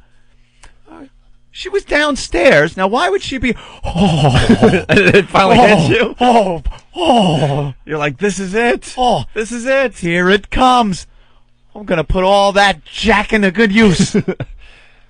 Yeah, so I heard. Did you get an immediate boner? Oh, yeah. What are you kidding? You get that whoosh feeling all over? Well, that's the blood just rushing. Here it comes. Here comes that sex stuff. And then I kind of peer around the corner, and I look in the bed, and this vision is just etched in my head. It's Buzz. Is it still a really hot vision for you? It's one of those nice little memories you have as a kid. I remember seeing Buzz sitting in my bed. Yeah. But she's sitting up with her head and torso against the headboard. Was she hot? Be honest. No, she was. I've heard the story a couple times. You know what it was? She wasn't fat at all, but she was a big girl, like tall and not skinny, but not fat. And she had huge cans. How much bigger was she than you? It must have looked ridiculous. Oh, okay. Let's just put I've it never that heard way. this part of the story, because you're 12, 13. I was 13. 13. Yeah. You couldn't have weighed more than, what, 110, 120 pounds? I don't know. I was a little more than that. But, it just must have looked ridiculous. All right. And she was sitting up in the bed with the blanket, like, in her lap. It just came up to her lap, so her huge cans were sitting there, all milky white. They were huge? Oh, they were huge. They were huge. With nice blue veins. They were just Where huge. you see the blood just pumping. Boom, boom, translucent. Pumping boom, to boom, the nipple. Boom, boom, boom, boom. She was Milky sitting there, white. and I looked in, and it was pretty much the first time I ever saw him real live. I've seen a lot of porno. Yeah. I had seen a lot of porno at that point. And they sat up nice? Yeah, because she was 19, Oh, okay. She was 19. She was the older woman to me. I know, when you tell the story, I keep thinking like she was a 30-year-old woman. No, but she was no. 19 and you were 13. 19. All right. Yeah. And, she goes, well, why don't you come in? It's like, all right, I went in, and the rest is my history. It happened. Oh, you want to stop the story right there? Well, I knew what to do, so there's no real details. How long did you last? It wasn't that long. How long? Be honest. I don't know. A couple pumps? I honestly would tell you, I really don't remember, but Dude, no, I remember kind of getting into it. The It wasn't first time like, you do it, come on. You know what, though? You were drunk? I had jacked it in the shower that I had just taken. I had jacked it in the shower. You were a jacking machine, A man. monkey! I was like a monkey. I swear to you, a monkey. So did you just do regular sex? Yeah, but the point is, and how this got brought up, with the intimidation factor of the vag when you first see it. It's quite scary the first time you see it. And, dude, this was... And there's a lot of parts down there, and you're like, wow, what does all that do? Oh, my God, I'm going to need a chart. Right, give me a map. We had continued to have sex for months afterwards. Like I was going to. She would show up at the house after my father and his girlfriend would leave in the mornings before school. So I'm getting ready to go to school, and she would pop into my bed, and we'd have sex, and off I'd go to school. Now what's messed up? If it was a 19-year-old guy and a 13-year-old girl. Yeah, I did get in trouble for that. What? Kidding. Oh, okay. People wouldn't think that's cool. Like a guy hearing that, hearing you tell the story that you're 13 banging a 19-year-old, that is a really cool story. Uh-huh. Every guy dreamt that could happen to them when they were growing up. I told people at school, and they didn't believe me. They thought I was just another one of their friends lying to them. They're like, get out of here. I'm like, no, really, I just had sex. Were you the first one? Smell my finger. Were you the first one to have sex? Yeah. In your group of friends? Oh, yeah. Must have. That's like really young. Uh-huh.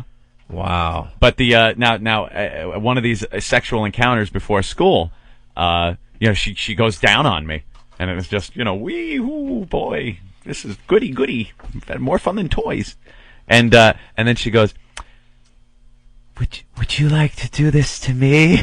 Oh no! And dude, I am talking. She wasn't that old. Crank this up, baby. Oh, she wasn't that old. 19. Still had teen in the name. Still a teen. Not a nasty Mrs. Robinson.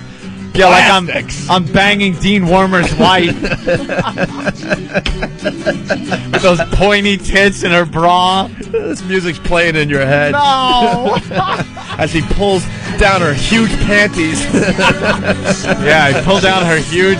She did have big 70s panties. Like, the ones that just are not cut at all up the legs? Yeah. Just big bloomers? Those were the ones. Let me step out of my bloomers. Yeah. And it had to be a mess, because this was like the 70s, right? Kick the, late 70s, maybe? Kicks the bloomers over the lamp, and the whole room goes dark. Her big bloomers. So she goes, would you like to do this to me? Would you like to do this to me? And the only vision I had was the vision I saw of it before I, put it in. So I remembered what it looked like very vividly. What did it look like? Come on. Dude, it was as if you had punched Fidel Castro in the mouth and his lips swelled up. Knocked out all his teeth. Yeah, that's what it looked like. It looked like Albert Einstein with a head wound.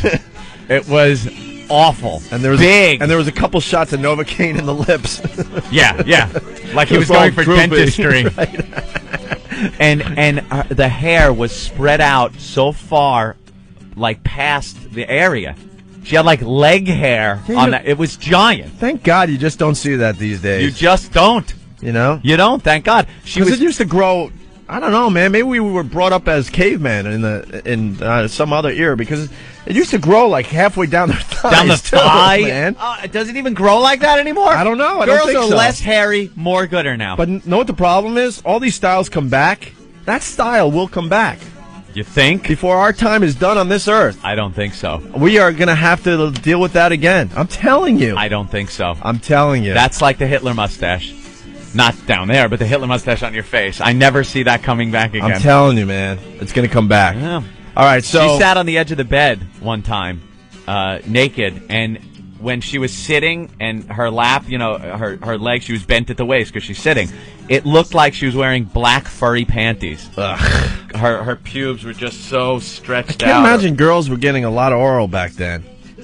Yeah, I can't know. imagine, because now today, most of the girls are completely shaved. But just think of the hairy mess when easier. they did. Big Burt Reynolds mustache and pork chop sideburns going down on a chick with a rug in her lap. Just a big hairy mess all around. God. Oh, cavemen. Yeah, that went on for years. So did you do it? Until I left back to... No. I went... How'd you get out of it? She goes, would you mind doing this to me? And I just went... I don't think so.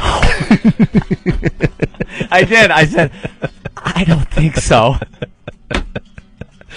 She knew I was a rookie. So then what I'm happened? not ready to go for the big league. So what happened then? We just continued having regular sex. Yeah. She didn't cut me off from it. That's great, man. I guess she understood. You're going to 8th grade getting banged every morning. That's it was amazing. Odd. It was pretty That's odd. amazing, man. And then girls my own age, I was like, geez, this chick don't know shit. And she doesn't Could even you help a brother out? She doesn't even have boobs yet. I'm like, hey, would you, mind doing this to me? And they go, I don't think so. Yeah, exactly. Exactly. Wow, that's funny, man. Yeah. Oh, Yeah. Hank's Place is Channel 13. Good. Channel 13. Let me see if Ozzy could... that's a great story, by the way, Anthony. Oh, More details. It was greater to live, Opie. More details. And then the next day, yeah. I got in the truck with my dad. He was driving me to school, and he kind of just looks over and goes, so, how was last night? That's a cool dad, man. For my 13th birthday, I got a 10-speed bike. Wouldn't it be fun to know what you know got now? a hooker. You basically got a hooker. Yeah, well, it wasn't a money thing. Did your She was dad a bang her friend. too? Probably. Who knows? Probably compare notes. Yeah, Dad, I snatch. What It were was, you gonna say? yeah, now it kind Sorry, I of threw me. Yes. How was last night? Oh, if you knew what you know now, like I could have come back with, it's like, so how was last night? And go, oh, Dad, I don't like girls, you know. Thanks for the effort and stuff, but I really don't like girls. Yeah. Man, that's freak him out. Yeah, that's it was like, wow, no, it was it was cool. It's good. You had the coolest dad in school. Right. Let me see if Ozzy could hold on through the break. Ozzy. Hi guys, how are you guys? Very good, Ozzy. How you doing? We have a bunch of listeners very concerned about you and your relationship with your wife. Could you hold on for a few minutes? Sure, man. We'll go right to you, I promise, in like 3 or 4 minutes. That's fine, All right, I'm sorry we woke you up this morning. I have nothing to do, man. You know that. Well, it's 4 a.m. in California. Yeah, he sounds a little groggy. All right, hold on, Ozzy. Oh, that's just the way he sounds. Yeah, we got a very tired Ozzy on the phone. Opie and Anthony. XM 202. Your brother wants in on the conversation. Oh, yeah? About you and Buzz when you were a kid, Anthony. Oh, out there in California. Let's see what Joe's going to add. Brother Joe, Anthony's brother, of course. Joey! Joe! Yo. Hey, what's up, man? You're on the air. Yeah. What the hell happened? What's up? What the hell's wrong with you? Nothing, man. I was just getting gas. I'm on my way back from Atlantic City. Oh, you're getting gas? Okay. Yeah, I'm coming back from Atlantic City. I just saw Tom Jones. Oh, how was that? It was cool, man. Did he do dry vagina? A bunch of old ladies, though. It was hysterical, man. They're like throwing these big old bloomers up at him. Do they still throw their underwear at that guy? Oh, it's hysterical, man. Oh, I love Joe. You have a great life now, man. You don't have to get up early to do that. Oh, Joe just cruises around the world. He's just doing his band thing and going to see Tom Jones see concerts. Tom Jones because he can now. How does Tom Jones sound, Joe? Things are good. You guys have made it that way for me. Thank you very much. What's Tom Jones sound like? Any good? Dry.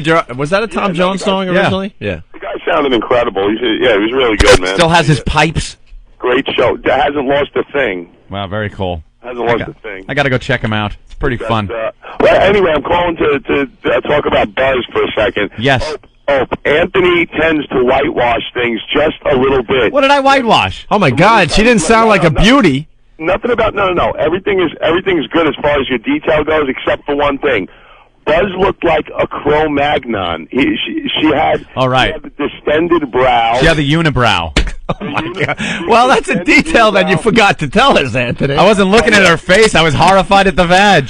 What was hairier, her vag or her head? It looked the same. Or The her face, I eyebrow. should say. She had a univag and a unibrow. Wow. You were talking about the hair thing. I mean, that was directly due to the fact that she was like a Neanderthal.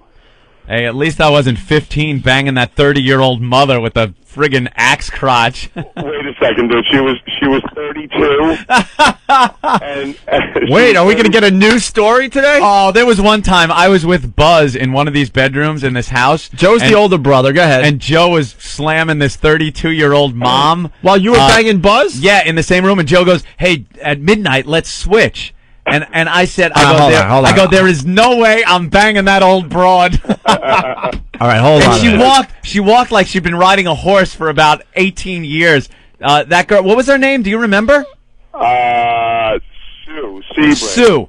This girl, Sue, woman, Sue, her legs were so spread apart, and she had the gap, like where her vag was supposed to be, was a gap like a hatchet wound.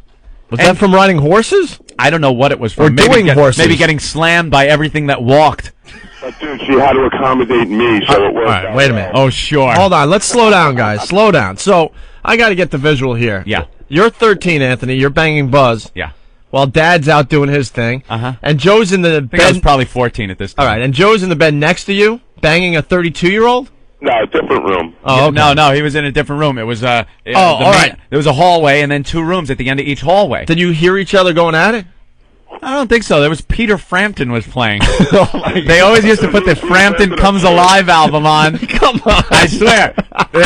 Sue would always put the Frampton Comes Alive album on blasting. And all we heard was, wow, wow, wow, wow, wow, wow.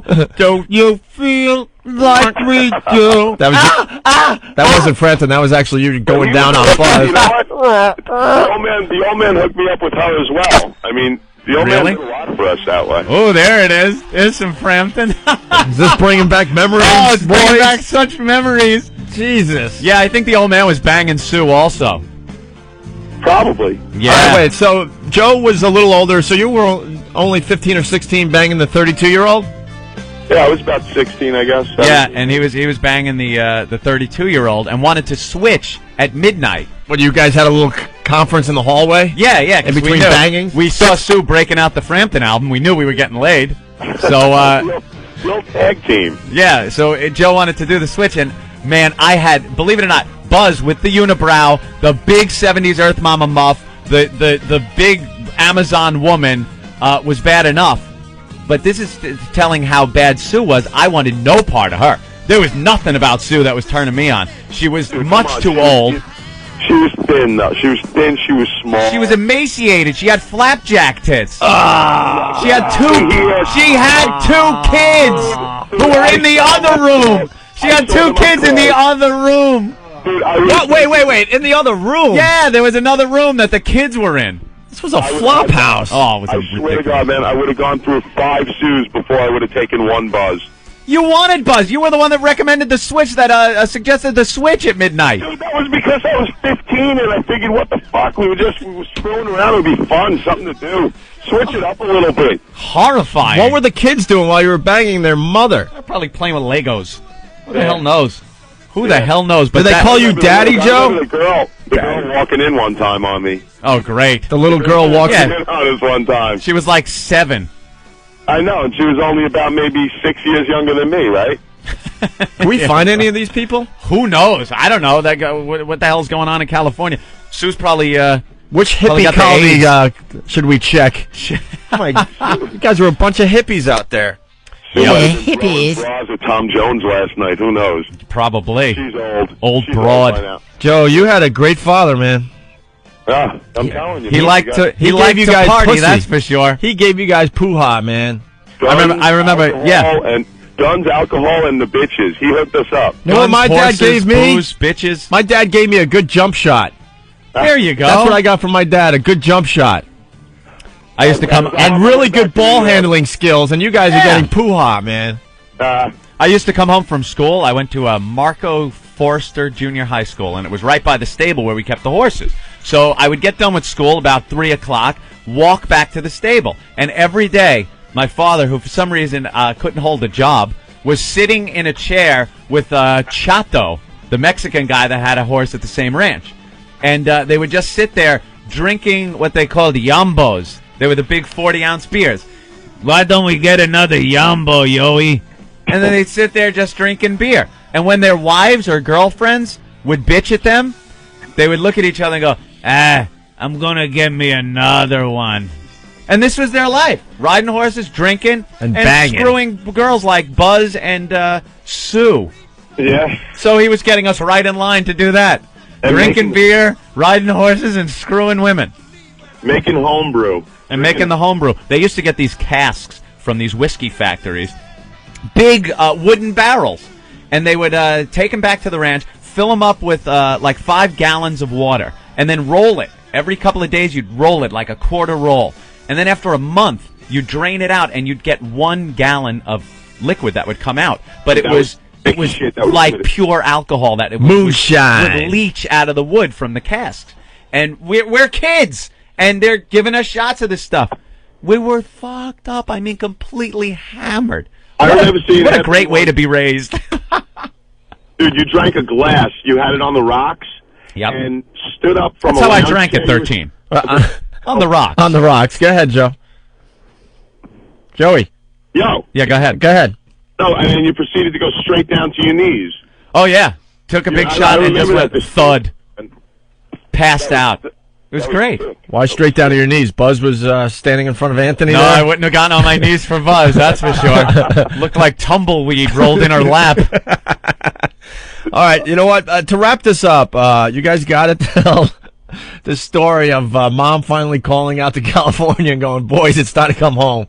I think she was a little concerned for your safety. Oh, that was when we had decided it was time to come back east. and maybe get civilized for a little while. I was just coming back to visit. Joe, of course, was coming back to live there. But after I visited with my family here in New York for a while, I realized I was kind of programmed in California, and they kind of deprogrammed me here in New York, and I decided I better stay because I really was heading on the road to ruin out there. But it's funny how you guys got back home. You had to take the bus trip, Yeah, right? well, my mother had sent out 2 airline tickets for me and my brother to fly us from California to New York.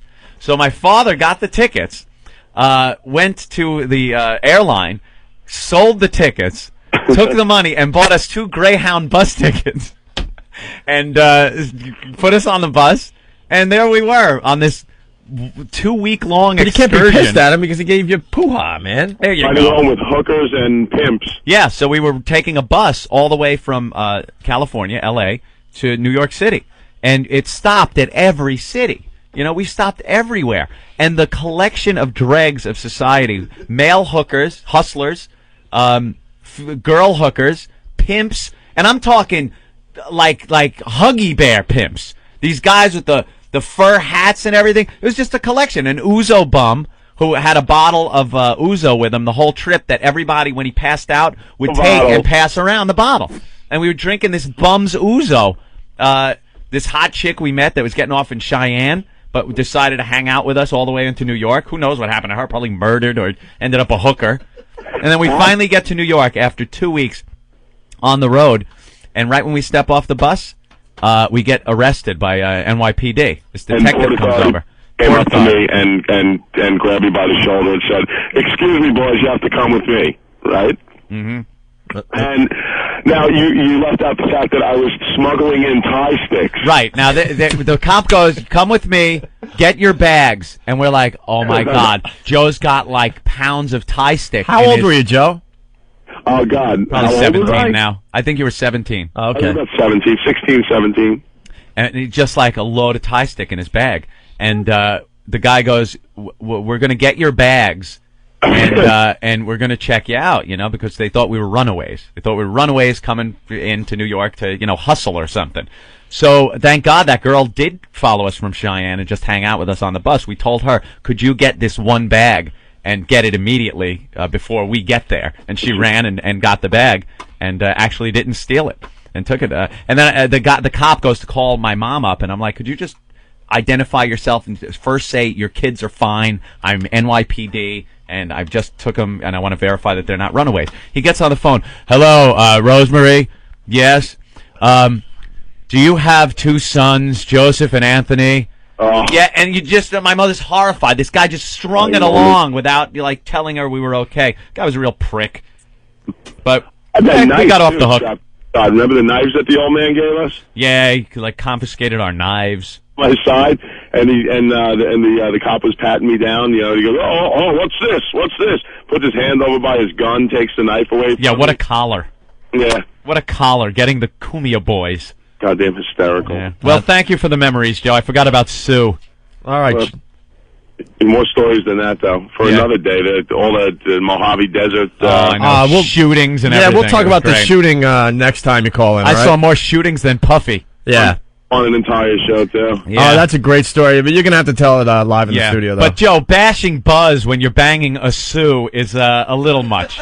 Come on. They were both. She was this mousy woman with these big glasses. Remember Sue's big dopey? She looked like Tweety Bird. You know, these big glasses. "Hi, Joe. I got my glasses, and I'm going to bang you to Peter Frampton." "Ow, my ass hurts from last night." Oh, that's funny. So don't bang my Cro-Magnon woman. No, man. Who would you rather fuck, Tweety Bird or Mike Tyson? I was screwing Sasquatch. No shit. That's great. All right, Brother Joe. Chubby gals need love, too. That's quite possibly the filthiest vagina I have ever seen. The Opie and Anthony Show. We know you've been talking about getting another XM radio. Why not try out the XM Delphi Roadie 2? It's a total system in one simple package. Roadie 2's built-in wireless FM modulator makes it easy to enjoy XM in any car with a radio. Plus, you can add up to 4 additional XM radios for only $6.99 a month per radio with family plan. Go to xmradio.com to check out the latest products and to find out more details on Roadie 2 and XM Family Plan. We're jealous of women sexually. Women have that superior endurance. What's the biggest difference sexually? It's the energy levels right after sex. Girls get all energetic. My girlfriend wants to cook stuff. She's got a cake in the oven. She's roasting a pig on a spit that she killed with her own bare hands. You know, she's painting the house, raking leaves. Meanwhile, I'm at the hospital. My blood pressure's 3/1. I'm on life support systems. The doctor's like, he came 3 times? That means irreversible brain damage for the body. Guys have no energy after sex, do they? I'm surprised rapists don't get caught every time.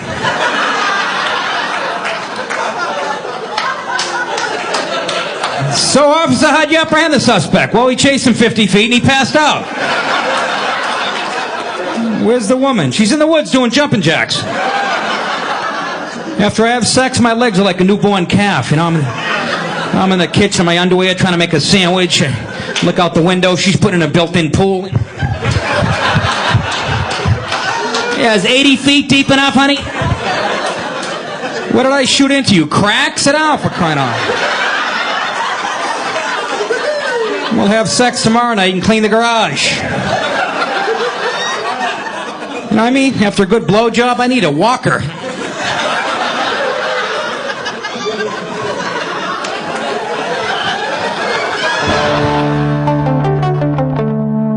Only one thing kept me out of college, high school. And high school was tough, and grammar school, I couldn't spell at all. I used to miss words like posse.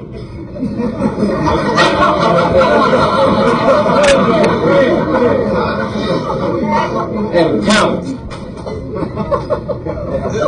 I always left the U out. Teacher gave me 100, though. He said it could have been worse. It's the XM Radio Ski and Snowboard Report. Hi, I'm John Davis, brought to you by Smuggler's Notch, Vermont, the #1 family resort in North America, where family fun is always guaranteed. Visit smugs.com today.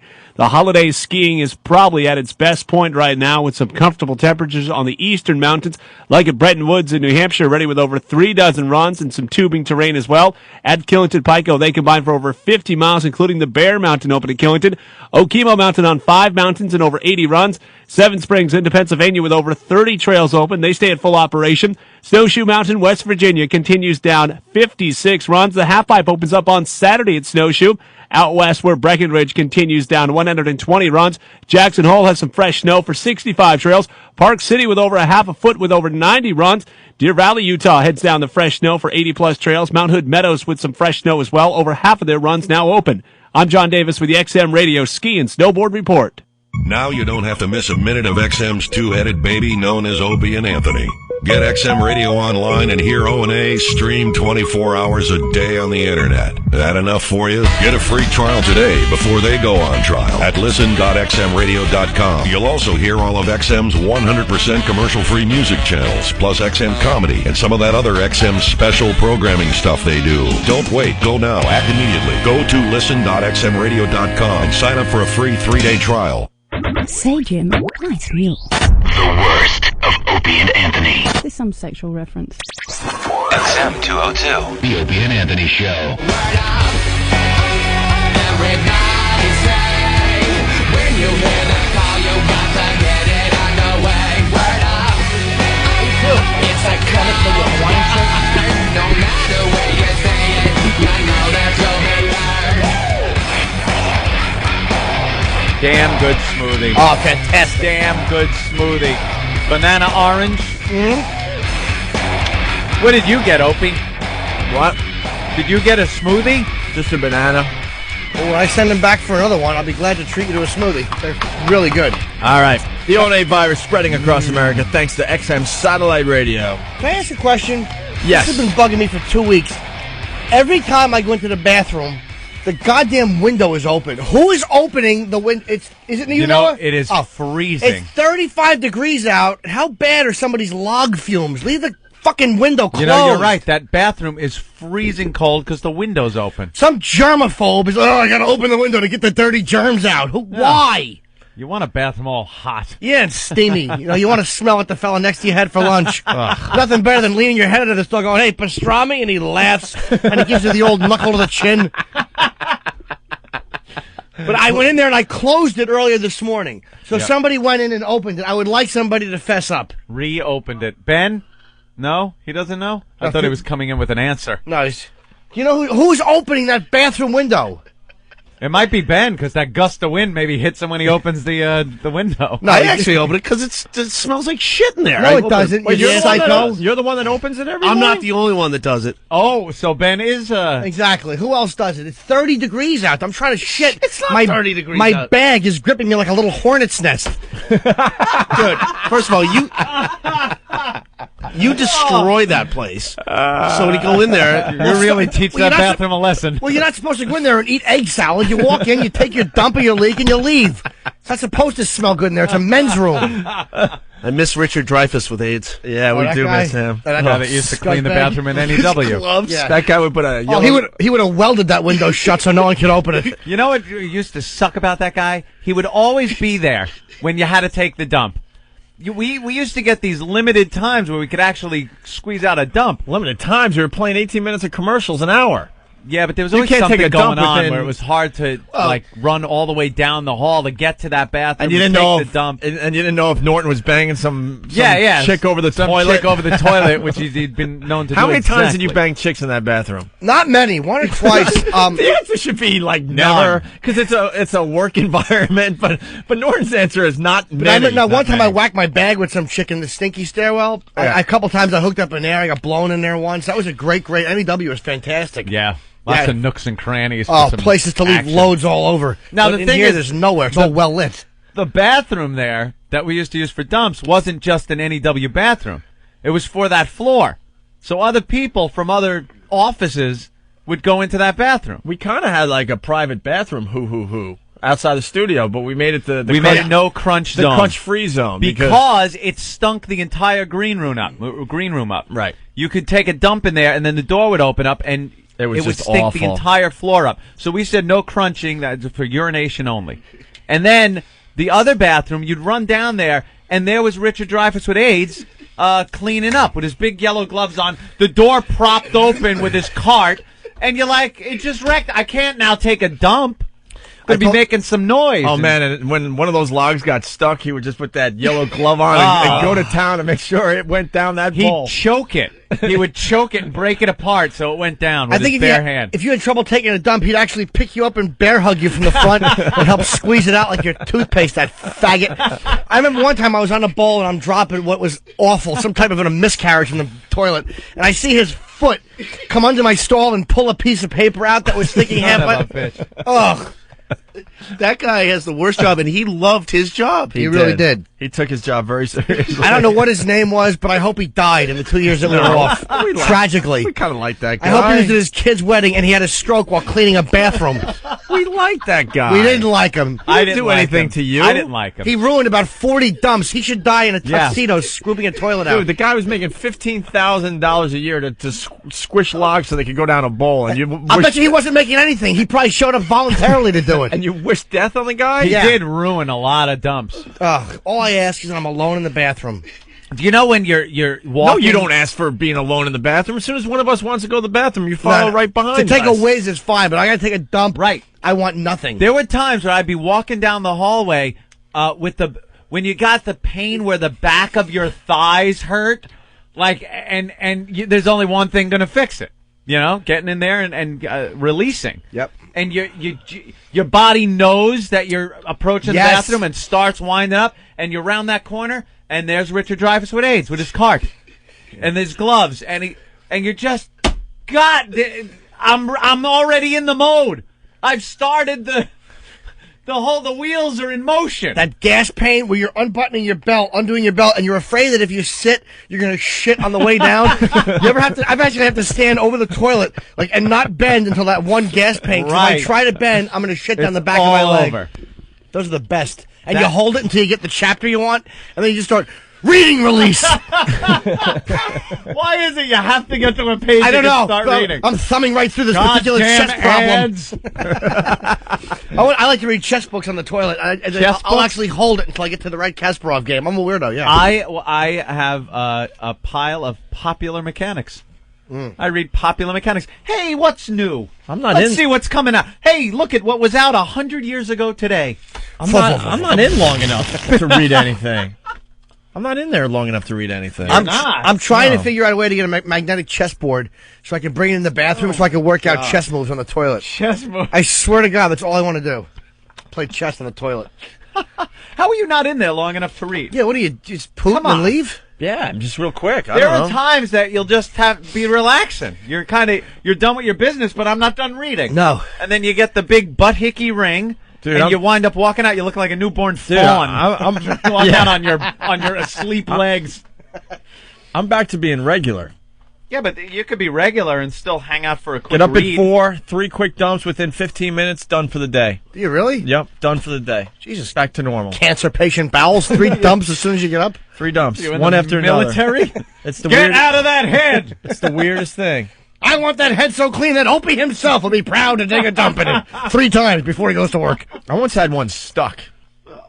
So you eat all this oatmeal and crap. Right. I was on the train, and I was in there for a long time, and it was still attached. And I know it was and you know the bowls and the trains and stuff that there's a lot of room before it hits water. Yeah. So it's just kind of hanging there. Oh God! A bungee log. But the best part, I knew there was a lot more in me attached to this particular log. And I'm sitting there and I'm waiting. I'm like, what the F I'm going to do? So I start doing the dump exercises. Like I stand up and I start like jumping, just trying to release the thing from my body. No one's I swear to God, down. I really thought I would have to go in there with whatever. It probably would have had to be my fingers or something. I don't know. It turns sideways halfway out sometimes and just jams, and it's awful. Turns sideways. But when you go to wipe it, if you have to finish it, if you're like, this is not going to happen, you go through 50 pieces of paper, and it's still a problem. No. I have to stay in there until it's all out. Do you? That's why you gotta hang out for a while. But I was like pushing my stomach. I was jumping up and down a little bit, and this damn thing was still attached. I can't stand how gross these conversations get, but I guess everyone goes through it. Yeah. Now when you're not done, and you know, like the final chapter hasn't happened, the final drop hasn't been done. It's hanging, and I know I got right. at least another 4 to 5 inches. What about the surprise though? You think it came off. You're sitting there reading, and after a while, it's like, what? You feel that, and then whoop! It's like, I didn't even know that was there. Or you stand up and it's gotten a little cooler because your body temperature isn't with it, and you feel it brush against the back of your cheek, and you're like, oh, come on! You know what I'm talking about? There's that little piece that's still You stuck. wipe? No. When you stand up, I stand up to wipe. I don't wipe I don't sit and wipe. I'm not a girl. I stand up and put one foot on the bowl. And one Wait, foot. No. Always.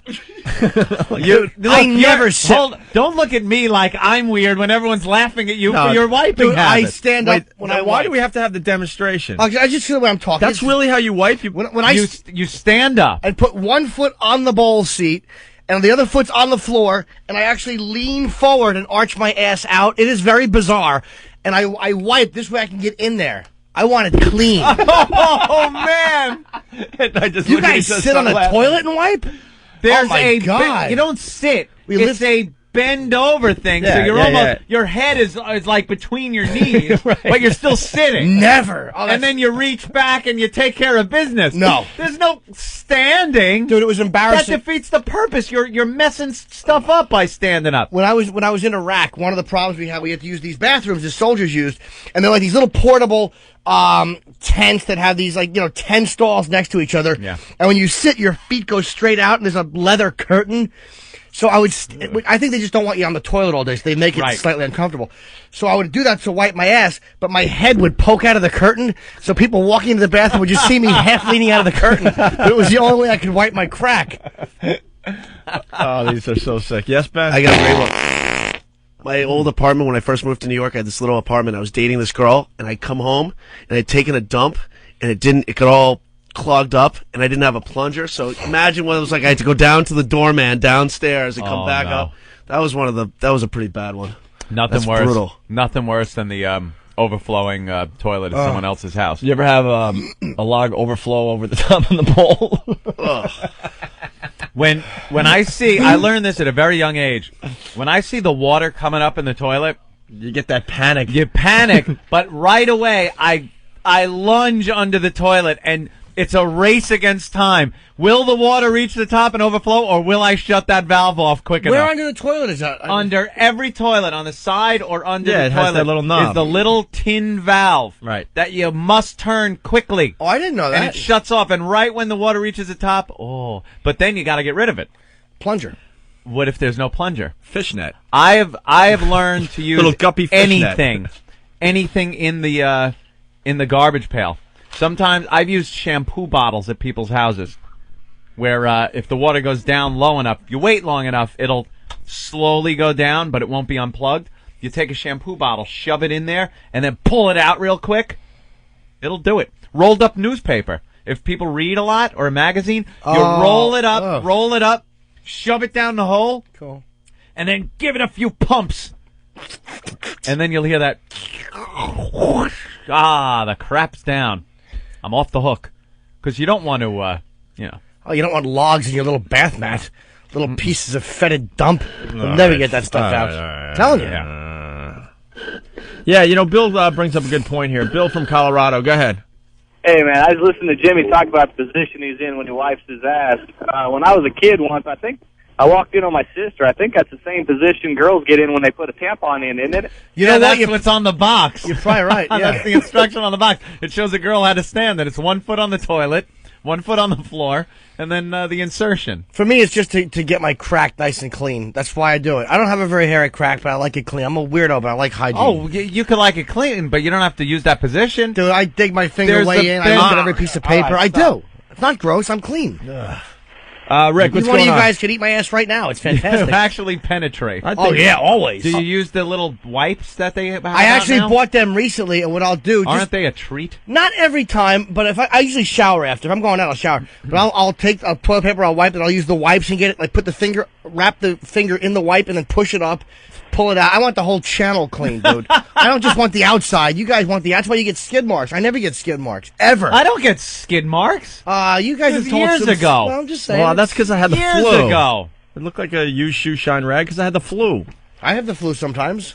As long as you have a nice airtight seal, there's no need to clear beyond the doorway to clean it up, Sorry, guys. You don't have to penetrate the seal. Always.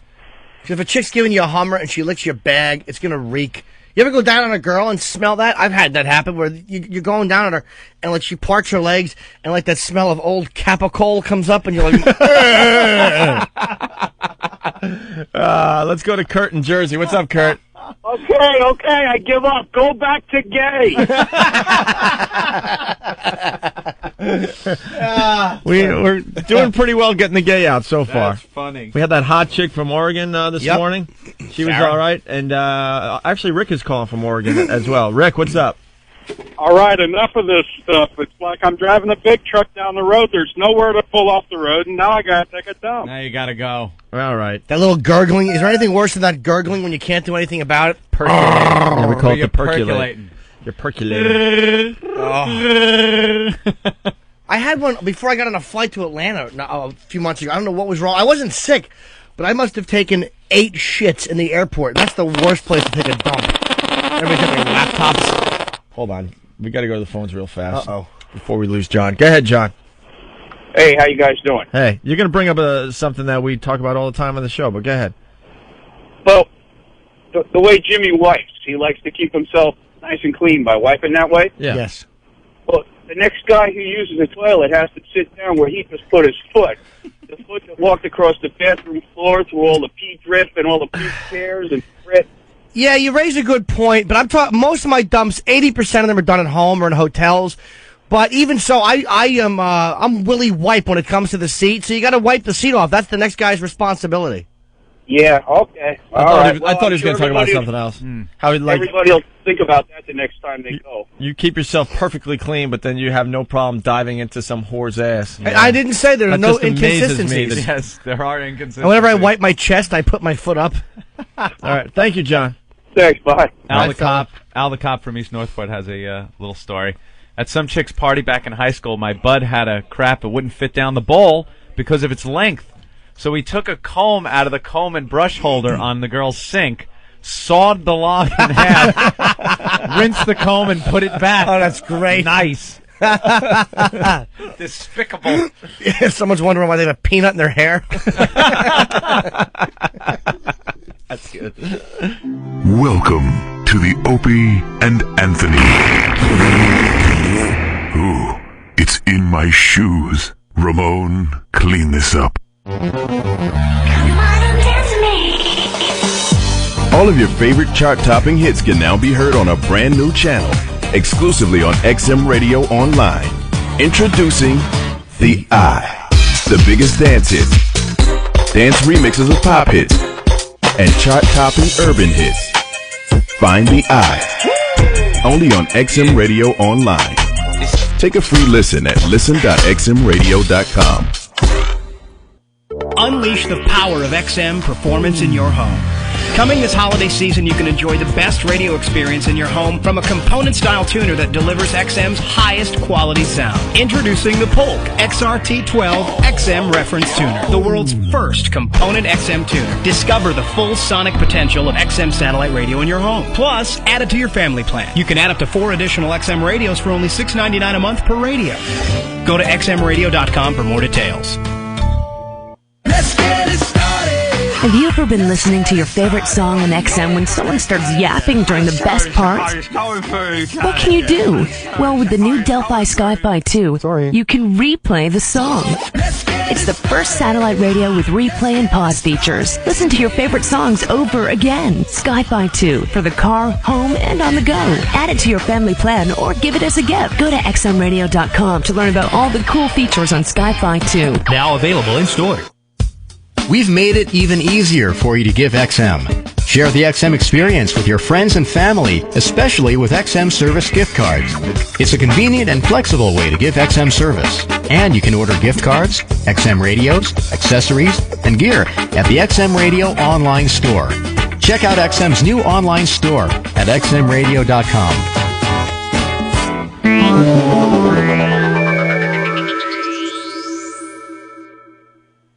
Just when you had time to take a breather, XM Satellite Radio brings you right off the bench.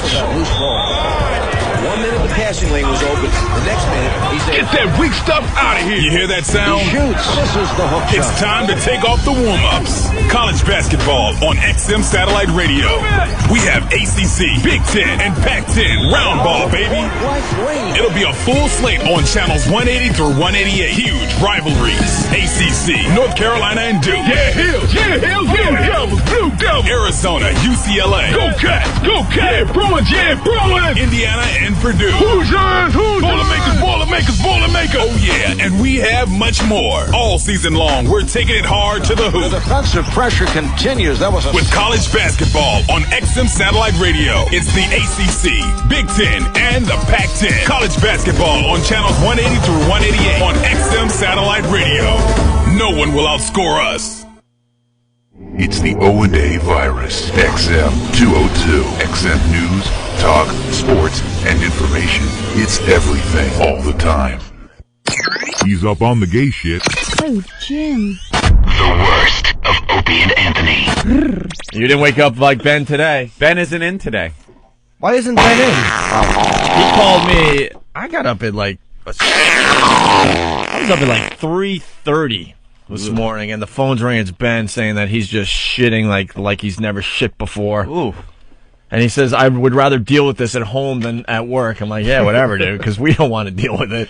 Is he flinging his windows open in his bathroom? It's frigid cold in there. He's sweating more than usual. His head's sweaty. He's on the toilet. His legs are shaking. Stupid glasses are askew. Poor Ben. Awful Boston dumps. This big hog is resting in the toilet water. Lazily hanging in there. Takes a nice chowder shit. The bottom of his balls are just brushing up against the water. Yeah, but, I don't know why, and I'll admit it, but Jim and I are obsessed with Ben's hog. We're trying to figure out what the hell's going on in the front of his pants. We don't. We've said this many times, but for the new listeners, we don't know if he has just really big balls or he's got just an enormous hog. It really is. You can't not look at it when he bobbles in the studio with his messy hair. Well, he's a very hairy guy. Perhaps it's just a lot of hair. All in a disarray, like on his head. Ben's a mess. Now he's crapping. What's the update with Ben? He still won't come on the phone? God, he's gonna be in bad shape today. Anyway, he won't come to the phone? He'll talk to Steve, but he won't come on the air. Ben is very, very sick. I just got done talking to him. I explained to him that you'd like to get him on the air, but he said, I can't even get out of bed. He said it's bad sushi, he thinks. So. Oh, really? Never good. Yeah. He had some sushi last night. He can't move. He's bad sushi. Yeah, he's running to the bathroom every 10 minutes. And Ben never gets sick, to be honest with you. Yeah. Ben never gets sick. So if he's out, it's bad. Is he puking or dumping? I think it's both. Ugh. All right. That's why I'm always paranoid about sushi, but everybody thinks I'm nuts. Yeah, see? I know everyone I know has had bad sushi at one time or another. I eat sushi all the time. I got sick once, and it was because I went to one of these stupid lunch places that advertise, half price sushi. Oh, which dude. is it was years ago. I learned my lesson. Yeah. And I brought the sushi home, and it tasted bad right away, so I stopped eating it. So I didn't get that sick, not like a Ben. And then I decided to try to feed it to my cats at the time, and the cats wouldn't eat it. I'm like, if the cats won't eat sushi, I'm like, bad sign. I am in deep S. Oh. Deep S. And were you? Oh yeah. And that was just from I think I ate one piece. Ben probably shoveled it in, laughing and giggling, not thinking. Oh, I'm fucking gossiping and having a great time. I was with Bono, hanging out with Bono, and dude, shoving it down his gullet. My worst experience. I was going to the beach, Robert Moses or something, out there on Long Island, and went to one of the delis, got myself a nice ham and Swiss on a roll with mustard. Nice, right? Yeah. And then a side order of potato salad. Potato salad. Nice little whatever, quarter ounce or First half of all, ounce, let whatever. me chastise you for potato salad on the beach. Well, that's what I'm getting at. You don't take it to the beach. Took it to the beach. I remember it was about 100 degrees. Yeah, nice baking in the sun, mayonnaise, egg. Maybe an hour or two later, I finally decide to get to my potato salad. Good choice. That was very, very mayonnaise-y. Mm-hmm. And I ate the thing. And then I had to go out east to have dinner with my brother. And to make a long story short, it got so bad, the diarrhea, that I was dry heaving from my butt. Nothing else would come out, but I was still contracting. Like it was just opening up and puckering. It was like look like a horse after they're done. When a horse is finished, but it's still like the muscles are still going. It must have been so bad that my body was saying, "Look, we don't know what's still left in here, but we're gonna still try to get it out." You don't think Ben has the flu, do you? I don't think so. He probably just ate bad sushi. There you go. go. Something to be paranoid about. Great. I'm just making sure. Looks like Grandma's lips. Come kiss Grandma.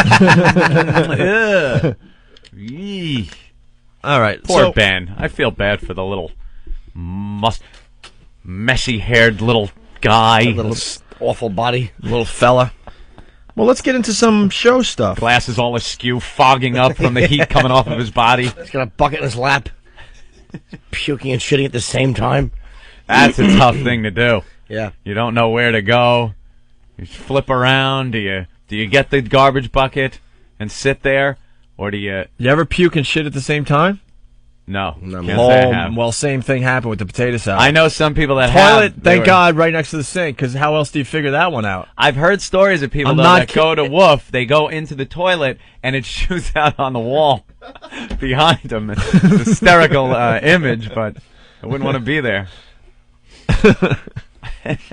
You just brought back a memory, man. Gee, really? Sorry to hear that. From the frat house, we had this disgusting pig of a guy. He was a fat guy. I don't want to say his name. The guy would get so hammered, and then he would have explosive diarrhea, and for some reason he needed to sleep naked in the TV room with a blanket. Jesus. And I guess why didn't you tell the guy? Knock it off. Whatever. He's, you're in your room, whatever. I mean, these guys would come home at 4 or 5 in the morning, whatever they want to do. And he I guess he would be so drunk he would just take his clothes off. Like, he had no idea what was going on. He's one of these guys. Yeah. And we actually found crap on the walls, all over the couch. Like, he had explosive, his ass exploded, like, all over the TV room. And instead of, like, the rest of us getting pissed off, we were just amazed. Like, how the F... Just crapped all over the walls. What position do you have to be in to get crap, like, I don't know, 5 feet up on a wall? And then the guy's apologizing because he doesn't remember anything. Of course not. How you doing? This is Club Soda Kenny, and you're listening to the worst of Opie and Anthony, which ain't that bad. Do we have an update on poor Ben? Ben's very sick. Both phones are off and dumping both into voicemail. Is he sleeping, you think? Oh, wow. I think so. I think he's in a lot of pain. I wish he was in here. We should have spun him in a circle. Oh. He's puking and crapping his brains out because he ate bad sushi. Yeah. That's what he's we're saying. hearing. Yeah. The reports are in. Hopefully we'll get an update tomorrow. Usually that's a 24-hour thing, right? If you get the bad sushi. Dude, I fucking... I bet you can't even be herky-jerky today. He's probably like, dude. The second he herks or jerks, he craps himself. He's only herkying. Like a doll that's running out of batteries. He's just... His messy hair is all matted down with sweat over his eyes. Tippy Tom underwear. The poor guy. Oh, he's a mess. He's more of a mess than usual. Our poor little Ben. Poor Ben. His little hedgehog body all curled up in a ball as he shivers. And he can't get the sheet to cover his big cock. Keeps flopping over the side of the bed. Hits the floor. Yeah. All that body hair shedding on his bed sheet. As he shivers. Making a little hole in his mattress like a den for him to just lay in, sweating in it. Leaning over the bed, just vomiting into his bucket. Every time he sneezes, he has to change the sheets because he's shitting onto his nice bed. Shoo, flirt. I bet you when he's in the bathroom, he looks like toothpaste being squeezed from the middle, just both ends shooting some type of vile, smelly liquid. We now go inside Ben's bathroom.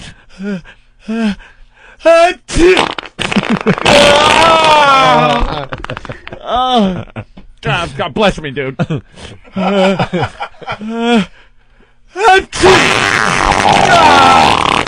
That's insane. It's nuts. It's crazy. It's insane. Call back to yesterday's show.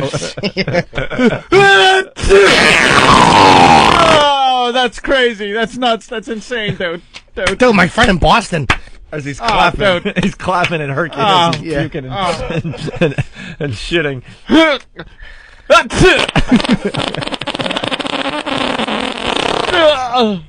Go Sox.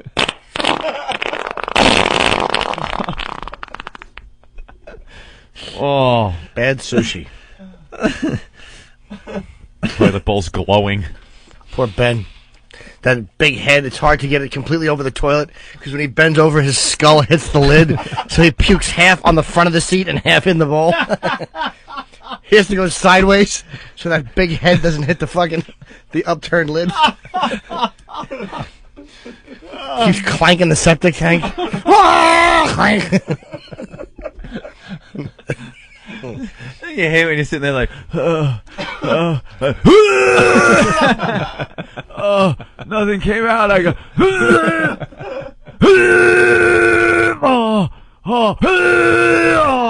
and you prepare for your abs to hurt. oh, and it just is aching. That poor Ben. He's been wiping his ass since 4 o'clock in the morning. It probably feels like a nice raw, like he rubbed a piece of a potato chip in between, like a sour cream and onion potato chip in between his tender ass cheeks.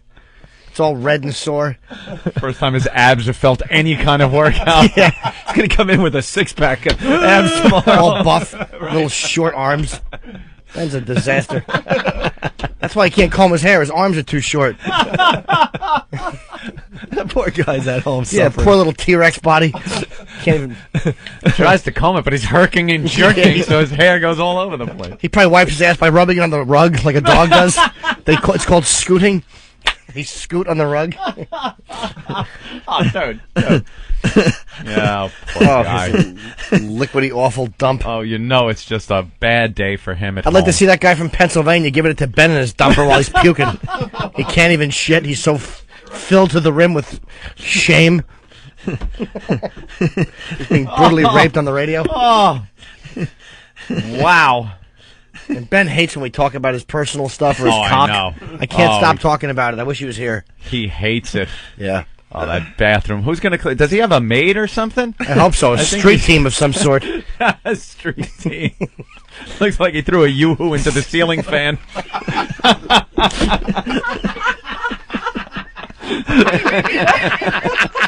Someone's got to clean that up. Oh, that's fucking hilarious. My second chocolate beverage joke of the day. And they're both gems. Thank you, sir. Oh, that's funny. It's dripping onto his rug. Oh, I hope his whole apartment is ruined with his shit and vomit. I hope he puked into every electronic component he has. Dude, I got shit in my cell phone.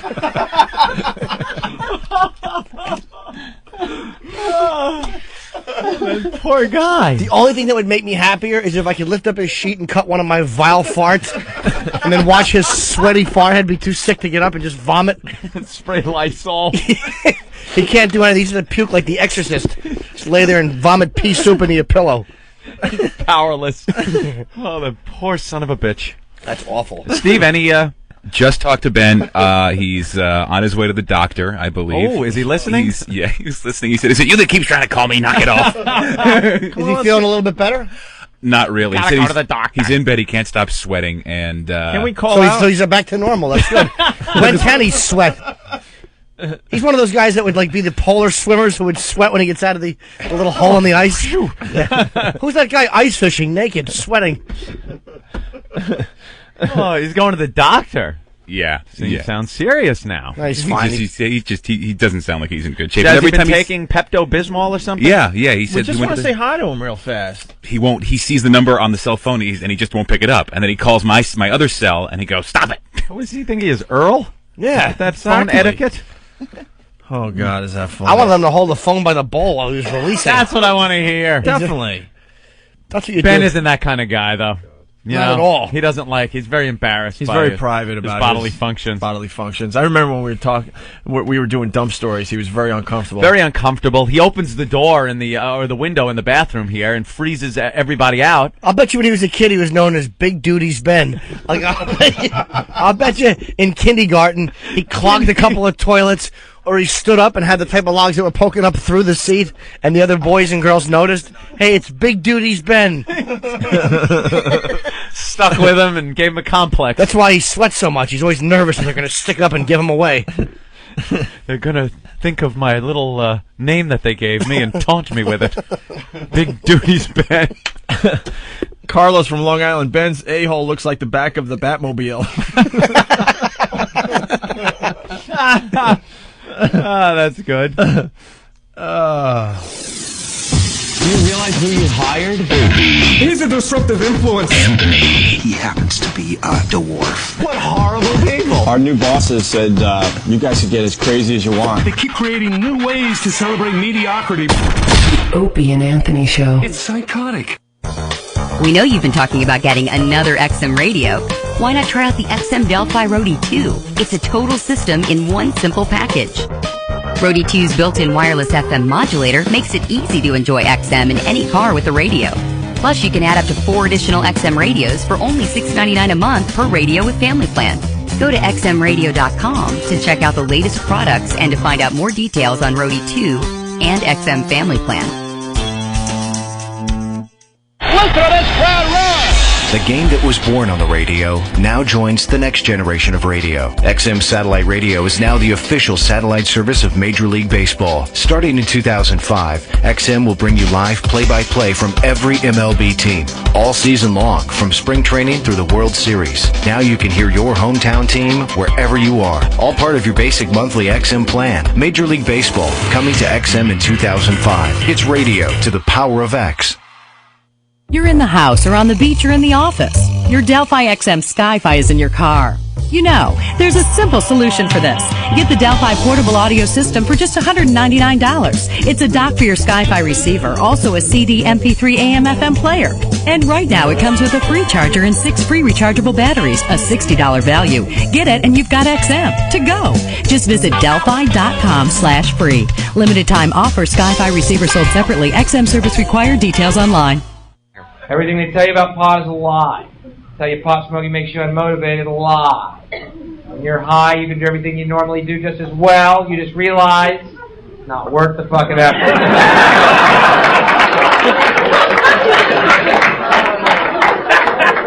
Sure, I could get up at dawn, get in traffic, go to a job I hate that does not inspire me creatively whatsoever for the rest of my life. I could do that. Sure. Or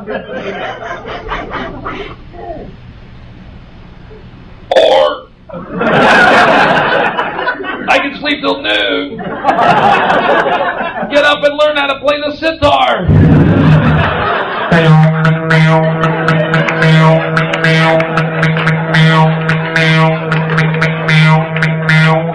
What is it, one string? How fucking hard is this instrument?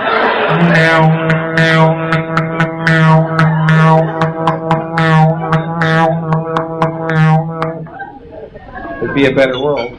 The world of sitar players calling the fucking aliens from the fifth dimension to join us.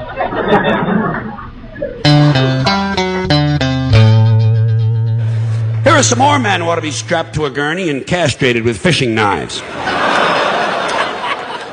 White guys who shave their heads completely bald.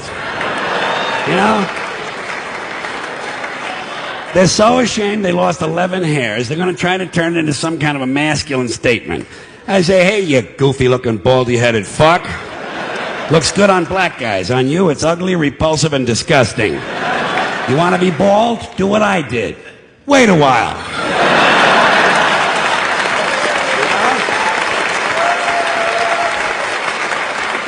Yeah. Meantime, there's no excuse for running around looking like a freshly circumcised dick. Now you don't have to miss a minute of XM's two-headed baby known as Opie and Anthony. Get XM Radio Online and hear O&A stream 24 hours a day on the internet. That enough for you? Get a free trial today before they go on trial at listen.xmradio.com. You'll also hear all of XM's 100% commercial-free music channels, plus XM Comedy and some of that other XM special programming stuff they do. Don't wait. Go now. Act immediately. Go to listen.xmradio.com and sign up for a free 3-day trial. Here's Opie and Anthony when they're not awful. Okay, terrific. The worst of Opie and Anthony. No more of that. It's bad for you. Ben's busy trying to book guests for our show. I love that. I've read all the emails from corporate. I've seen everything. I just don't comment. You know what I do with email? I email the staff of this program only. I don't email corporate. And it's just like, hey, did you see this story in the news? Perhaps we should print it out for tomorrow. Mm-hmm. I see emails that are CC'd with like 20 people. And it's all of us from the show. It's management. It's sub-management. It's all these corporate people.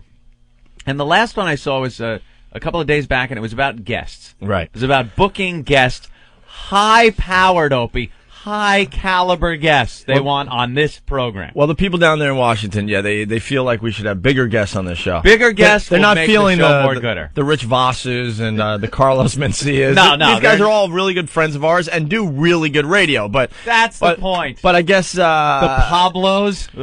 We do know a collection of asses. We certainly do. But they do good radio. But I guess it's all about having that big guest on the show. And they'll sit there and say nothing. But you can tell everyone, hey, we had George Clooney on the show.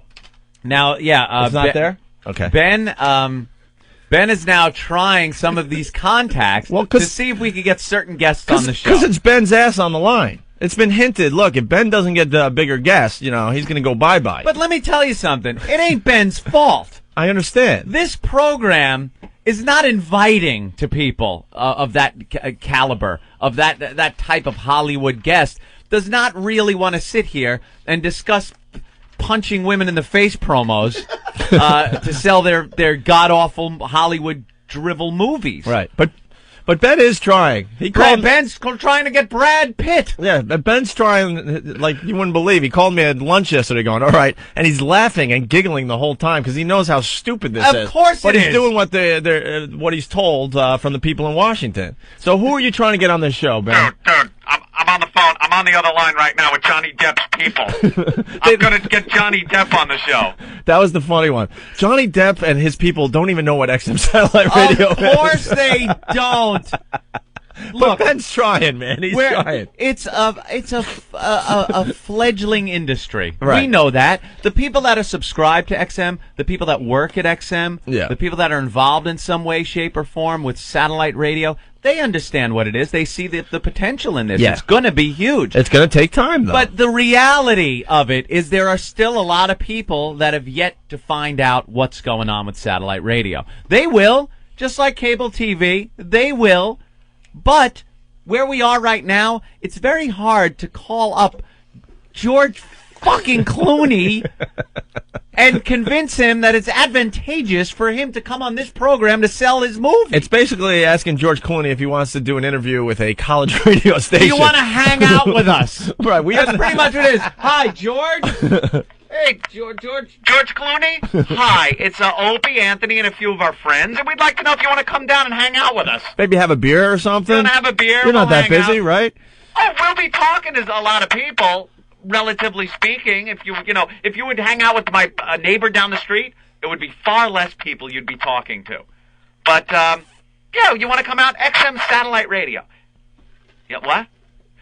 Satellite. Yeah, it's up there in space. No, XM. No, yeah, like FM, only with an X in front and the F is gone. No, you don't have to put a spacesuit on. No, it's on Earth. It's on George. Earth, right. It's on Earth. Yeah. We just want you to come down, and we can talk about Ocean's 12 that's coming out, and, all that. What? No, it's not CB. It's XM Satellite Radio. No, you won't have to key down the mic when you talk. No, it's not accurate about that little bit you just did. Why? You would never have George Clooney on the Right, phone. how did I get George Clooney on you my would have fake George phone? Clooney's people's people. I took it way out of... I was talking to George. A little out of control there. Thinking you're that big that you would actually get him on the phone. I actually almost had him, I thought he was coming in. So, Ben, who are we working to get on the show in the near future? Who are we working? Watch Ben start giggling. We better not say it. Someone might block us. No one's blocking us because we have 4 times the influence other people do. Exactly. All right. Who are we working on, Ben? You really want to know some of the ones You that bet we do. absolutely These are wanna actual know. phone calls that Ben has made just to try to save his job. George Clooney. Yeah, That's we a know. possibility. Brad Pitt, Johnny Depp. Yeah. Easy. Yeah, those. Yeah. What did Colin Farrell? What did Johnny Depp's people really say? Yeah, they were like whatever. Whatever. That's great. Well, we have a definite whatever from Johnny Depp's I'm people. sure that's exactly what they say to Good Morning America too. Whatever. Didn't you tell them about the little MiFi Walkman? Yeah. That's a great invention. By the Hey, way. I know it is. Ben. Yes. We're clearing out the cubicles and stuff. You too can set up right in that room. Wow, I was think we thinking should that. call up yeah. Bono Yeah. and see if we can't get him down here. Hello. Well, what the fuck is XM? Will you have some fucking Guinness? I'll be right there. So there's actually We're some working other on ones. them, huh? There's actually some other ones that I don't want to mention that look pretty Secrets. We might have a shot at someone that No, actually we has well, you know name what it is? recognition. Dude, we can't even get Lewis Black anymore. Yeah, Lewis Black is Lewis even blowing Black us is off. blowing us off. How are we going to get anybody? If anyone holds Ben responsible for not getting guests for this show, I will personally put them in a bucket and ship them out because because it's not anyone's fault. It's just the people don't want to come on this show right now. Not yet. I mean, it's a slow build, people. It's a very slow build. We understood what we were getting into, but we believe in this technology. We believe this is the future of radio, but it's going to take some time. Our biggest interview so far has been John McEnroe. That's not too And it's bad. because we were going to be on his show that night. Oh, yeah. It's not bad. He talked about Tatum O'Neal. We also had Ozzy on. And, right, on the phone. I'm talking about coming in. McEnroe didn't come in here. Oh, that's right. But Lewis Black will come on, though. You guys, I read the guest email. has been Pablo. In the spring, when there's a book to promote, they said that he will be coming on. We had Kevin Smith on the phone, too. We're finding out who in our... the spring, Lewis is... You know something? We're finding out who our real friends are. A lot of people blew us off after our demise. I'm a little pissed off at Lewis. I never wanted to be pissed at Lewis. I like the man. He's very funny. And now we're getting the blow-off from Lewis Black. Yeah, he said... Those Daily Show people are a bunch of assholes. I love the show, but they have gotten so, self-important. Well, in the early Comedy days... Central, slow down. The early days at AW, Jon Stewart was on the show all the time. Yeah, we had Jon Stewart on the show. And now he won't come on this show. No way. And it's harder now than it was at NEW. That's all right. All right, well, so we're working on big guests for the Mario Cantone lined up. The new Opie and Anthony show. Oh. Now we got Britney, Eminem, and U2. We'll have them all playing out here on top of all at the same time. It'll be great. And then Steve could come in and punch Britney in the vagina. Never say no, but there's a reality to this whole thing. Yeah. You know? Yeah, famous people want nothing to do with us. Right. Stop hiding us on the premium tier, and then maybe we could get even bigger guests. We're not like Hollywood Howie, where we can have these guests on. And to tell you the truth, I don't necessarily want them on. Yeah, we never really wanted the high-profile guests on our show. This show isn't about getting... What are we... It's are you about... going to sit Johnny Depp down there, too cool for the room, and start talking to him? I'd like to. Just smell his finger. Get a picture? For a while, but get a picture, of course. It's about the funny on this show. Yeah. A lot of people feel like you're not doing a really good radio show unless you have that A-list celebrity sitting there saying nothing. You know what it's like? And the bigger the celebrity, a little insight to this whole thing. Like we had Carmen Electra on a few times. We had What a whole bitch. We had a bunch of almost A-list celebrities, we'll call them. But Carmen Electra, when she was on our show, she was definitely happening. Okay, This is what happens. They sit down, and then a whole entourage of people come in. Their publicist, the publicist, which is the scum of the earth, the publicist will sit there and look at you like you're a piece of shit and question everything you're asking their client with those faces. They make the face, and they'll shake the head like, no. And they're constantly looking at their watch and doing the cut-off sign with their finger on the neck. They give you the wrap it up thing, sign. The pointing at their watch. You want to lean over and smack them. And you ask them a question that's a little off-kilter, something that they're not asked every friggin' time they do an interview. And the publicist looks at you,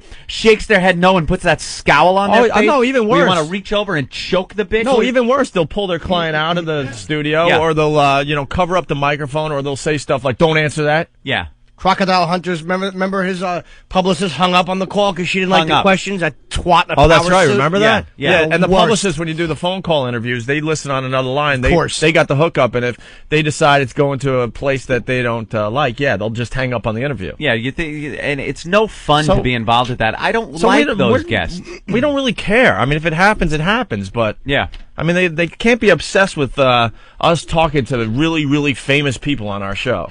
If people want to come in and hang out. It's usually very boring radio. Yeah. If they want to come in, and hang out and be part of the show, that's fine. But to sit there and try to do an interview and ask them the same questions they've been asked 1,000 times, it sucks. Well, I think that we could ask some original questions. Like, I'd love to get Ozzy in the studio because I want to ask him, like, what made you want to get into music? Yeah, that's a good question. I'm Yeah. sure he's never been asked before. Yeah.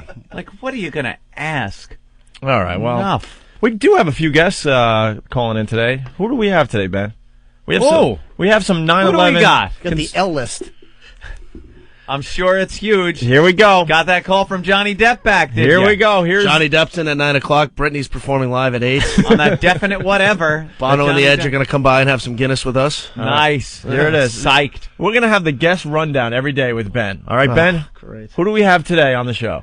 We have Jonathan Gold, who wants to talk about he has some theories on 9/11. Okay. It's going to be very interesting. Ah. And Dom Morena. Is that how you say his last name? Dom Morena. We don't. Dom Morena? I'm sorry. Guests so good we don't even know their names. What did I say? Dom Morena? When I say Morena. Dom Morena, you said. Dom Morena. Who the hell is he? I think that was the guy that Vito Corleone stabbed. Rich Vass. Antonio Andolini. Dom Morena. Sorry. All right, I can't wait to slow talk to down. Dom Morena. Wasn't that a dance a few years ago? Hey, Dom Morena. He was the quarterback for the Miami Dolphins. You remember him? Yeah. Dom Morena. Maybe that's why he can't get guests. He's asking for Johnny Dupe. They're like, who? I want Frank Clooney, and I want him now. I could get Rich Vass. That's as good as I could get. Dude, I want Pete Osborne in this studio. Well, this is going to be hell. Oh, I love that George Clowney. Sure. He's good. I didn't know what Ben was doing yesterday. Ben's like, look, I just want to black sky this.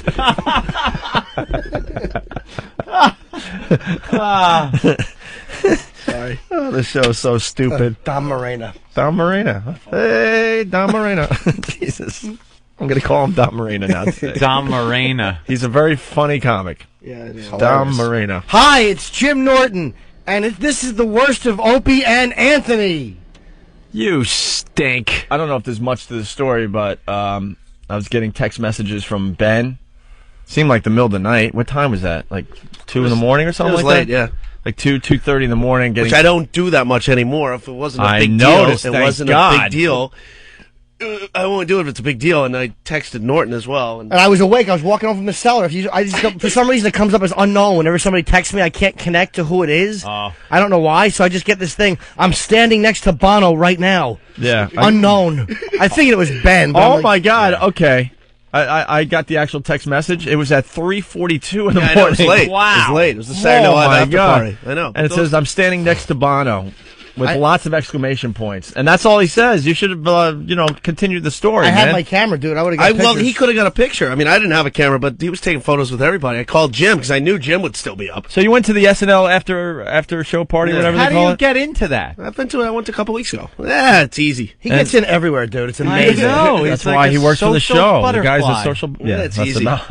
It's easy. It was cool. But so I walk in, I see, like, holy shit, there's Bono walking through, and, so I went over and talked to him. He's a nice guy. I've sat and actually had a What conversation did you with say him. to Bono? Nothing really. He was hammered. And I was like, what's up, Bono? He's like, and his poor wife, because he's so famous that he can't go more than, 2 feet. Everybody. It was just like, everybody's pulling on him, and he's got his purple glasses on. He's such a little midget, too. He's about this tall. He's so small. I've heard he's really short. He's tiny. Like 5'4" tops. Tiny. I'd But love he's- to get a picture with him. I knew you would, and you could have done it. I could have got you in. I was You like, would have wanted one, too. I would have Bono? done that. Yeah, Of course. Yeah. I would have wanted that picture bad. Yeah, I would get one with Bono. Who else goes to the Saturday Night Live after Yeah, party? the cast. The cast? Bunch of fucking. It's the same people. You know how it all works. It's the same. No, I don't. I absolutely don't know what it's like to go to a Saturday Night Live after party. I'd like to one time. We don't do that type of thing. So would I. Because we're not invited. I would like to sit in a corner and look out of place like I do at every one of these stupid parties. Remember the magazine party we went to like a few weeks back? Sync? Yeah, Sync. And that it was like VIP. And that was a low-key one. But it was one of those types of parties.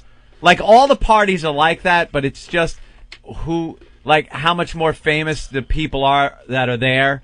That's the only difference to any of the parties. It's loud music from a DJ. Know what was wrong with that party? What? We were the most famous people there, which... Yeah, that's a problem right there. No, I'm not even kidding, because you go to these things going, wow, I can't wait to meet people, famous people. Yeah. Famous people. We were the star attraction. They whisked us into the VIP. And we couldn't get out of there fast enough. Yeah. They whisked us into the VIP section. I sat down in a chair, or on one of those couch things, with the little 1 inch by 1 inch table in front of you. Like everything's too cool and completely impractical.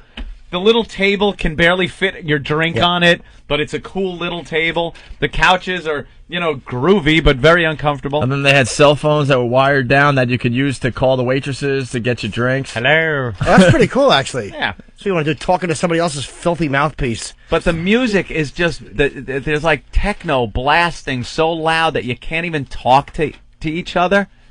Like Opie's right next to me, and I'm just like, hey, Opie. See, this would have been a great opportunity to actually have some loud techno music. Too late. Don't even try. Look at him in the booth. He's all flustered. Well, he should be. He missed a cue. I know. That was kind of like, He was bummed. He was trying to. Yeah, I know. That's okay. That kid works hard. He's great. He's a good kid. He's a good boy. Yeah, but, the only reason we were there was for the free stuff. So. Yeah. But free stuff. No, we hate those things. Yeah, it's not like... We were in the magazine, so we had to go. Like, I would want to go to one with, like, a bunch of famous people. Well, then yeah. you could sit around and go, oh, look at that. There's, what's his name? You could do a little stargazing.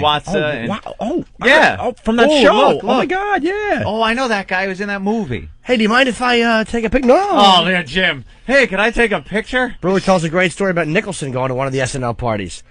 Jim Brewer tells, I don't know the story, but I mean, you don't know the story, but bring it up. No, I just figured I'd say that. You're right, I really stink. I'm a turkey through the windshield of fun. I heard Belushi used to have a lot of fun at those things. Oh, recovery night. Yeah. So nothing else on Bono? No, not really, I thought it was funny. I knew Jim would want to get a photo, too. How many people did you have to text message that? Probably 10. Yeah. 10, at least. I'm so mad that I didn't... I knew you would be on. I was like... I had a feeling it was you, too, but you got to call me on those. Just leave me a message. Yeah. Who else would text you with that at that hour? You don't know. It could be anybody. Bono. I mean, if anybody I know was... So why wouldn't you check it anyway? You didn't check the text message? So I wound up seeing a friend of mine. No, I did.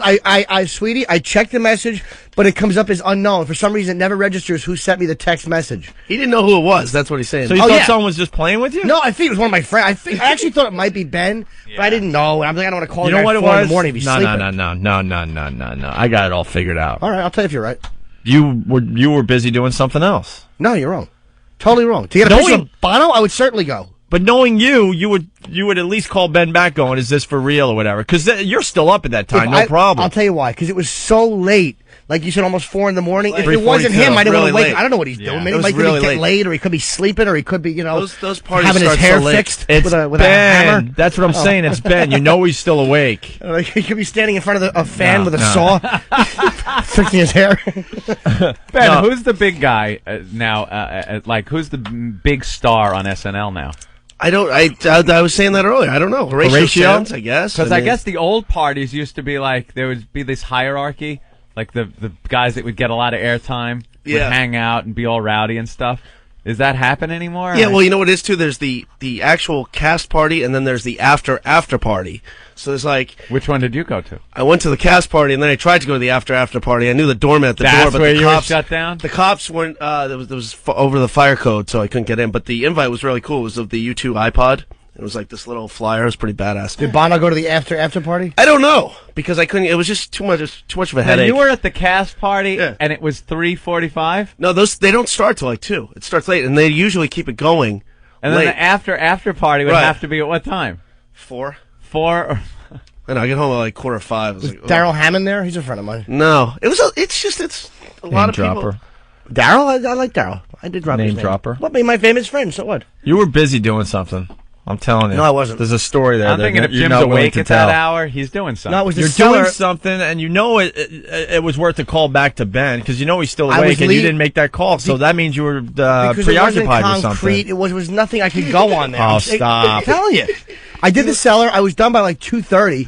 I wound up eating. I was just walking back to my car to go home, and I got the message. You see that text message, and you're not calling Ben?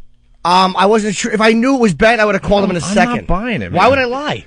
Why would I? What, I was getting a hooker. I wouldn't tell you. I don't know.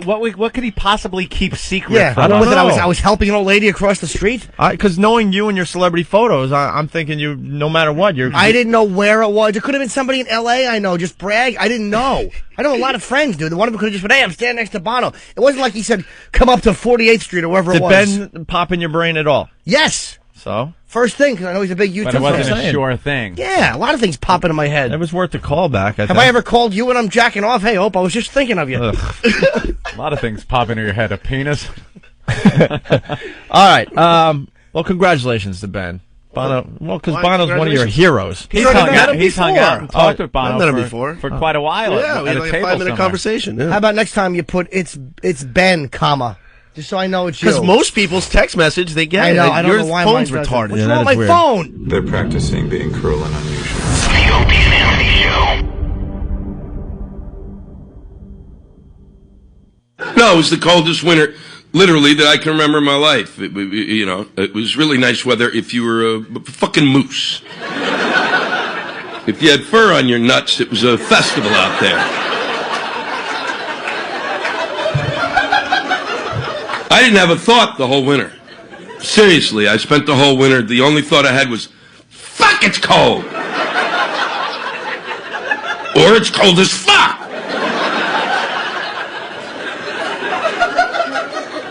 Halfway through the winter, I decided I didn't want to be a comic anymore.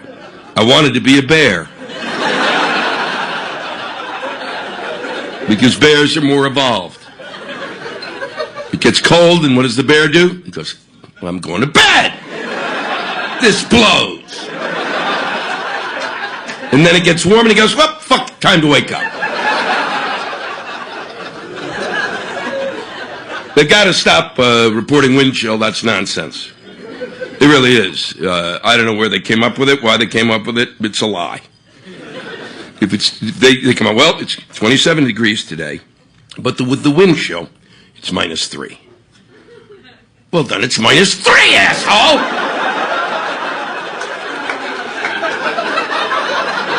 I don't need to know what the weather was like if conditions were perfect. It was too goddamn cold. And there's no reason for that. You shouldn't have to live under these kind of conditions during the winter. We had a huge surplus a few years ago.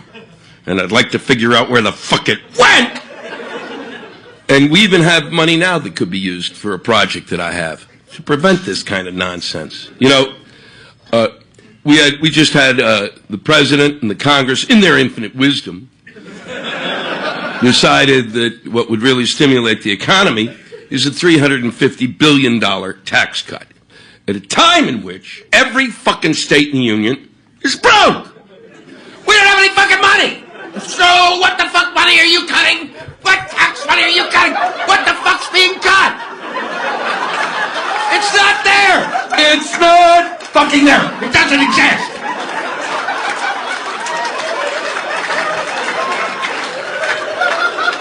You're not going to stimulate anything if you have nothing to fucking... You just made the money up, you fucking assholes!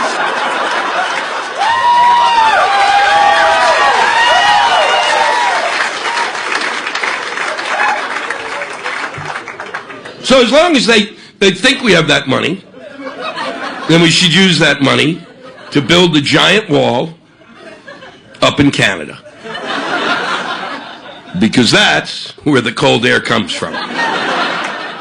100 channels of crystal clear digital audio. XM satellite radio. Radio to the power of X. It's everything 24/7 XM202. The O&A virus. It's everything, all the time. Opie and Anthony, XM202. Well, Anthony, this is a twisted story. Pledge tells a vicious beating. Vicious beating. A pledge. Fraternity hazing. It's been in the news off and on the past, 10 years or so. What happens to you if you just want to go to college and not be in a fraternity? Is there a downside to that? Because I don't see an upside of being in a fraternity at all. It depends where you go. I went to Geneseo. Back in the day, it was all about being in a fraternity or sorority. Back in the day? You kind of felt like you didn't really belong if you weren't part of a group back then. Really? Yeah. Oh yeah, you had all the fraternities walking around campus, the sororities. It was and then the fraternities would it really bother anybody if they had to walk around not being part of a fraternity? No, there was plenty of people that didn't. Like, I don't get But the parties were unbelievable. You hook up with a sorority and instant party with girls that like to drink and get laid. If you weren't in a fraternity, you weren't allowed to go to the sorority party? You would let outsiders in a little bit here and there. All right. Yeah. So I am not getting it. But you would feel kind of out of place. Yeah? Yeah, definitely. It was an instant party. I mean, if you're in a dorm and you want to get one of these, crazy parties going, you got to know a lot of people. You have to, if you're in a fraternity, there's a lot of guys you hate, even though you're in the same fraternity. But it's instant party. You got 100 guys, and then you got a sorority with 100 girls right there. Boom. So it's pretty much just for the parties. I would say so. If people say it's for more, I would laugh at you. I just don't understand the whole fraternity sorority thing. I got some good friends out of the fraternity I joined, but Do you have a secret handshake? No, nothing stupid Were like you in that. Lambda? The black fraternity. The Tri-Lambs. The Tri-Lambs, yes. It was all about partying. I made some good friends out of it. I hated it. I hated being in a fraternity. I try to be an individual. I try not to follow the trends of what's going on, but I don't know. I thought it was a good idea at the time, and then I tried to leave halfway through pledging, and I got a little visit from some brothers, and basically they said in a very nice way, just stick it out. And I'm what like, if you why? just said, I don't want to? They're like, trust me, just stick it out. It's not good if you quit in the middle. And what happens if you just said no? They pretty much made it clear that my life would be miserable. So I got through it, and then I saw the other guys that did drop out, and they would get the shit beat out of them, basically. So that if you drop out, you were beaten? And guys would get, guys would transfer and stuff. Yeah, they were scared. I heard they would put a blanket on you and beat you with their soap and then say, remember, it's just a bad dream, fat boy. And you'd lay there going, ow, ow, Oh, the other guy would cover his ears and that chilling music playing. Then you'd pass out because your candidate lost the election. Wow, this guy. Why is Private Pile saying African American? We haven't even gotten into this, and the phones are just lit. Jake from Plattsburgh, what's up? Hey, what's up, O&A? What's going on? Yeah, I'm still up here in Plattsburgh right now. I live about 10 feet from the college, and when I used to go there, they killed my friend, one of the frats. Well, by accident, obviously, right? Well, yeah, you can call it an accident, but all this hazing shit is bullshit. They were making him do the water treatment. They just kept having him drink gallons and gallons of water. Oh, yeah, water poisoning. I read that story. Yeah, and that's what happened. He was one of my best friends. There was like 6 of us, and we were all going to pledge this frat. He was pledging in the first semester, and ever since then, like, I don't go to the college anymore. I now go to a different one. But What's the water thing? They make you. I don't understand. Well, you just drink water. You could drink. I didn't even know this. I remember this story. You could drink so much water that you could die. You die. Too much water gets in your system. It starts leaking out of your blood vessels into your brain. What are there any signs that it's happening? You just keep doing it? You have to drink a ridiculous amount of water. Mike, should I Relax. finish this or no? Yeah, of course you can. Yeah, I wouldn't worry. I don't even know. Maybe a doctor could tell us or whatever, but no, it's got to be a ridiculous amount. Over a very short period of time, also. Yeah, you just got to keep forcing it in. Yeah. So really nasty. Wow. Yeah, I remember that story. Yeah, it was in a lot of papers. Right. Okay. But Fat, drunk, and my killing vehicle pledges is no way to go traveling through O&A life. sticker. He stepped on everything. Damn it. I tried to get in there. I'm doing an Animal House thing, and he's fucking talking. Glad your friend's dead. Holy yes. Ruined my line. You had enough good ones. Very important You to had me. enough good ones today. You The could have show is very important to me. You had enough good lines today. You could have freaking let this guy slide. Jesus. You didn't get enough sleep last night.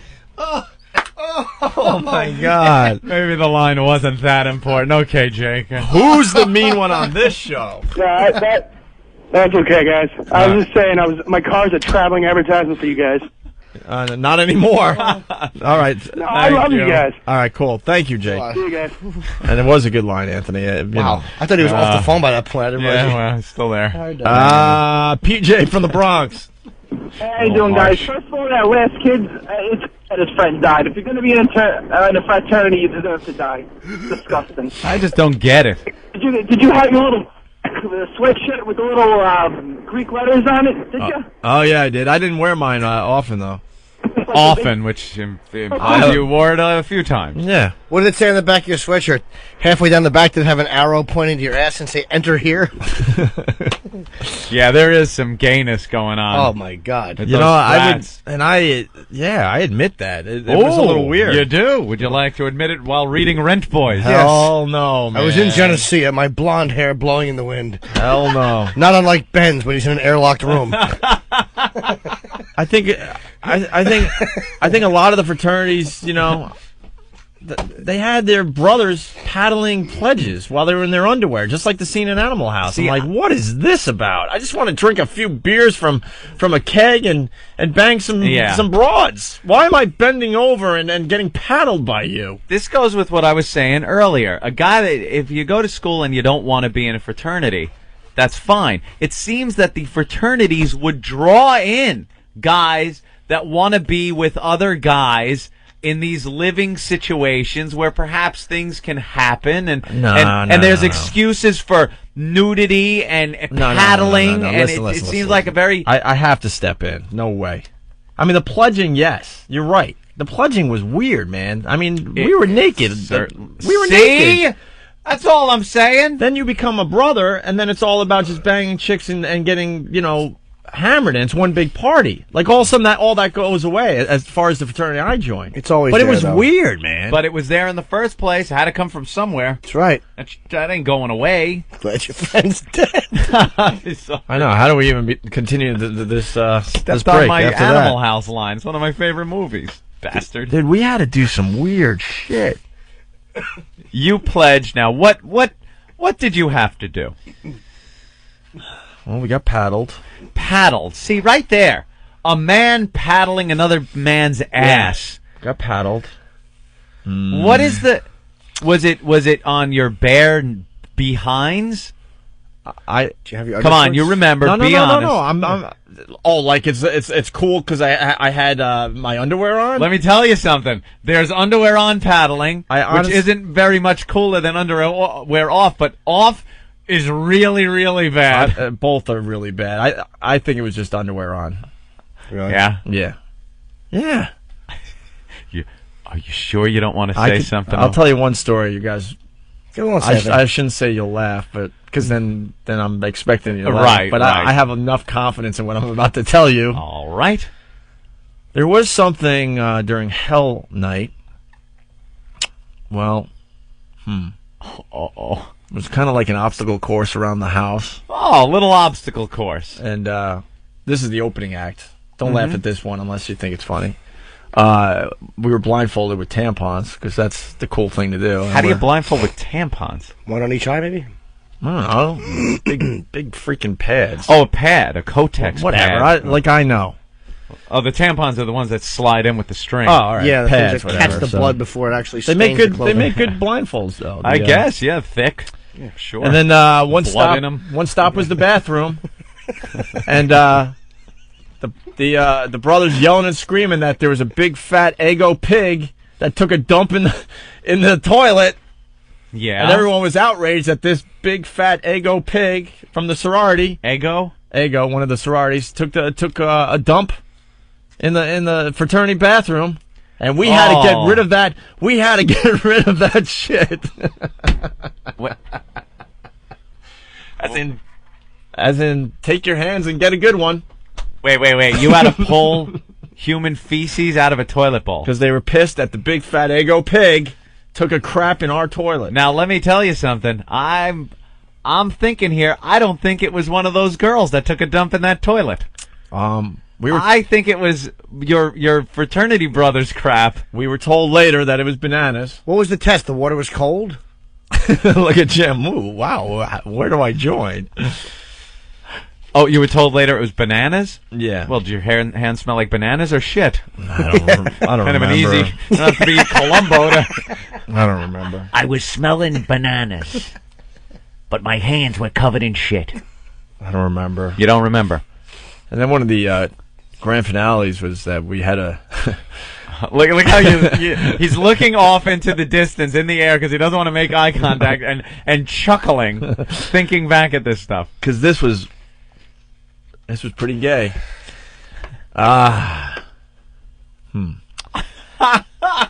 We had a play. Yeah. Was there a porch involved? By the way, if I tell the story, yeah, I get the slide from reading out of that book the first time I mess up, or I don't tell the story. I thought you were reading out of the book. I know. I'm making a deal right now with you. First time you mess up? Yeah. Okay. You All get right. the slide. Yeah, because this is brutal. All right. You can tell by how. Fair enough. Fair enough, sir. So we're in our underwear doing the obstacle course around the house with the grand finale that waited for us in the basement, which was I can't give that away because I'll get killed. So they say. Oh wait, is it a secret fraternity? You're not allowed to speak at thing? Well, it's the grand finale, yeah. We had to play Bomb the DK House, our rival fraternity. Bomb the DK House. Which we hated. Of course. Rumor has it that this fine fraternity did some crazy things themselves. Well, DK was dick kissers, so they sound like a wild bunch. Well, one of the rumors, I don't know for sure, was that the pledges had to put, and this isn't my fraternity, put wax lips on and give oral treats to the brothers. That's the rumor that was going around when I went to college. How do you give oral with the wax I lips have on? no idea. Yeah, it's got to be a rumor. Aren't That they couldn't be connected? true. Well, some kind of Maybe you just whatever. rub the lips against the side of the... Maybe you grab a hold of that thing, you just grab Right. it like it's nobody's business, and you rub the And wax go. lips. So, On the side, yeah. Bomb the DK house, I guess they had a little house set up. I don't know, because we were blindfolded, a doll house. And we had to pick up the bombs, not using our hands. Oh no! Oh my goodness! What were the bombs made out of?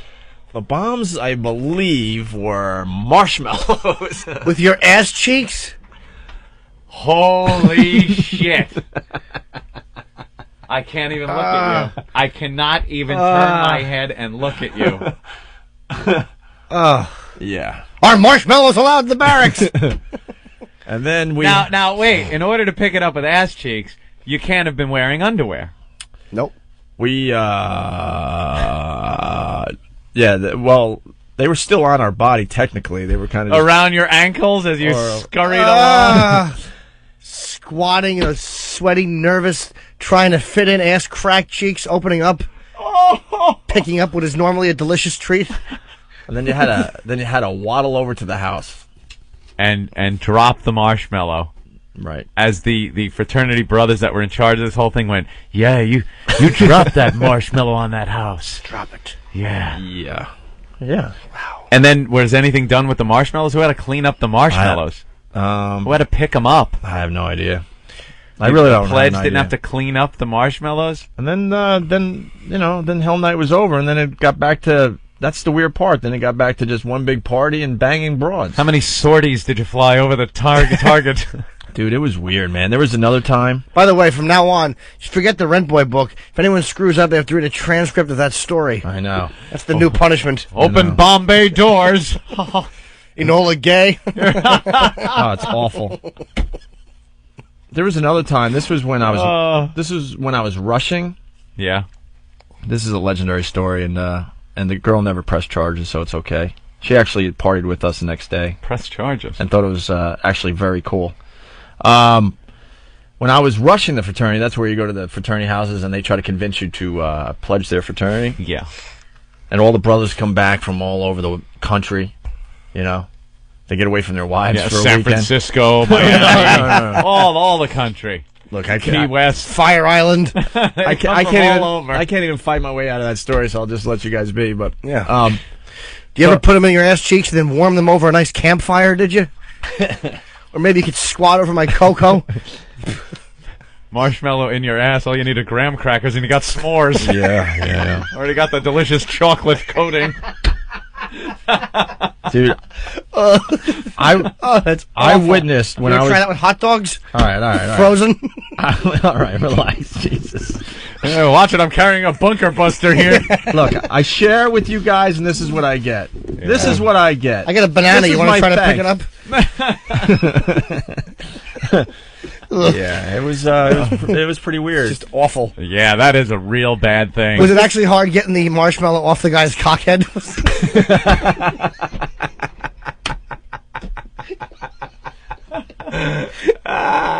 He'd bury it in his pubes. You have to go all the way down, grab it, and come back up. Oh, what an yeah. Very funny. Wow. Got to remember though, I try to get out of all this too. Anyway, so when I was rushing, there was a girl. They bring the sorority over, and we were having a huge party. And this girl decided that she wanted some bukkake, I guess. Greg, where are the marshmallows, Greg? Cindy, I need those marshmallows, Cindy. Oh no, Dad! There's a lima bean skin on the marshmallow.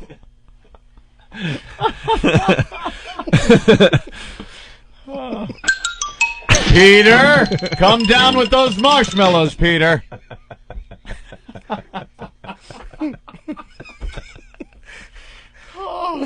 That is just an awful thing to have to go through. It really was. Hey, Alice, did you go shopping this weekend? Hope you picked up plenty of marshmallows. Got the guys coming over. We're gonna bomb the card house we just built with marshmallows. Yes, I hope you picked up some of those little hot cocoa marshmallows for Bobby's tight little ass.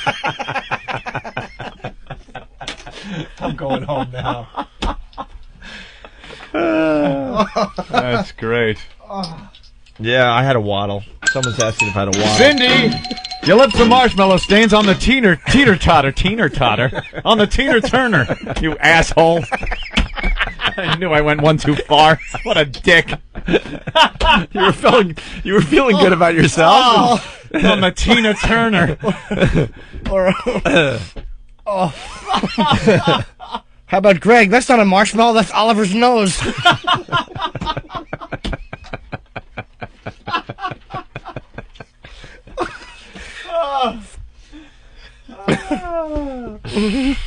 Very good. Okay. Yeah. Marshmallows. You bomb a house. What's the big deal? Pick it up Yeah, and then kids having you fun. waddle across the. Can I ask you a question? You waddle. It looks funny. You're walking funny. I understand. Do you ever get a rod watching the end of Ghostbusters? This is coming from the Monster Ring guy. Yes. Who cares? You're dropping marshmallows, dropping T-cells, whatever. Marshmallow rain.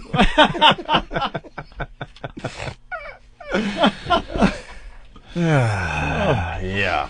Wow. Yeah. Well, anyway, the other story's not as good. Well, it is good, but no one's going to remember the other story when they're thinking about this show later. But this girl had no problem being trained by the whole fraternity. Not the whole Trained? fraternity.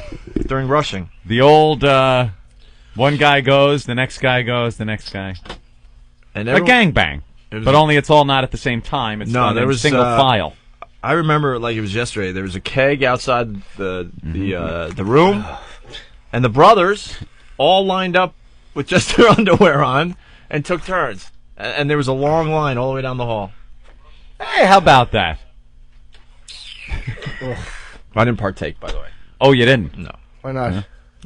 Were there any condoms being used? Were you on your stomach with a line at your door? No. Shut up, you ass.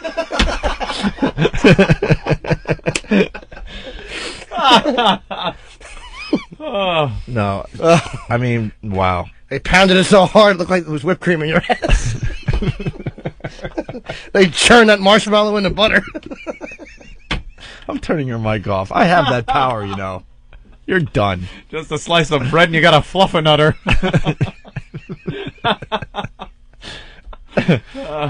You're done. My mic's off. I'm turning you off. I can't take any more. Jimmy's very entertaining today. All right. All right, well. No, there was so much splooge on her, it wasn't even funny. I guess. Because they weren't nice about it either. No. Someone sent in, hey, who was the president of your fraternity? Jim McGreevy? That was Fat Philbin from New Jersey. Oh, I mean, here's a... I'm a proud marshmallow-carrying American.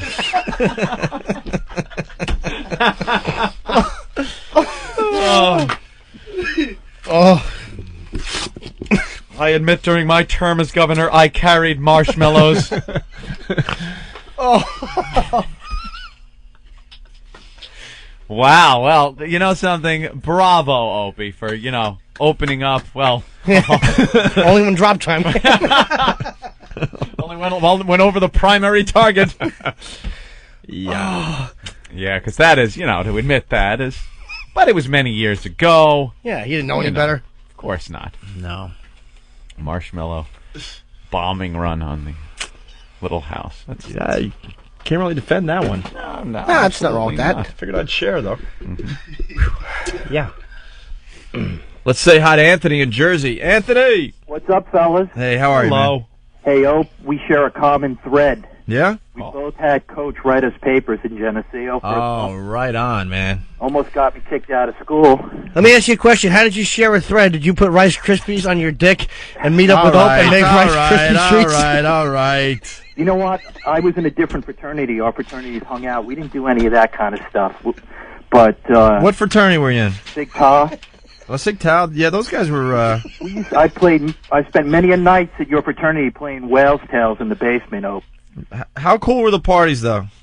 Oh, the parties were. I tell you what, pledging was the worst thing I've ever done over a span of 5 weeks. But goes in a marshmallow, comes out a Malamar.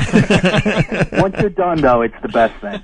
And then the parties are rocking. Parties are rocking. It was just, I'm not going to lie, it was like really strange. It was bizarre that you go down that road just so you could. The old dirt road. Yeah, no shit. Get on that highway. Opie's fraternity, at least when I was there a couple years after you, was certainly not a drug-free fraternity. No, man, we were They were smoking poles. No, these guys were hardcore. Those guys had connections to South America out of there. No, there was Wow. there was major Drug fiends, huh? major cocaine going through that fraternity. I had a friend that. Well, sure, they're also good at smuggling it.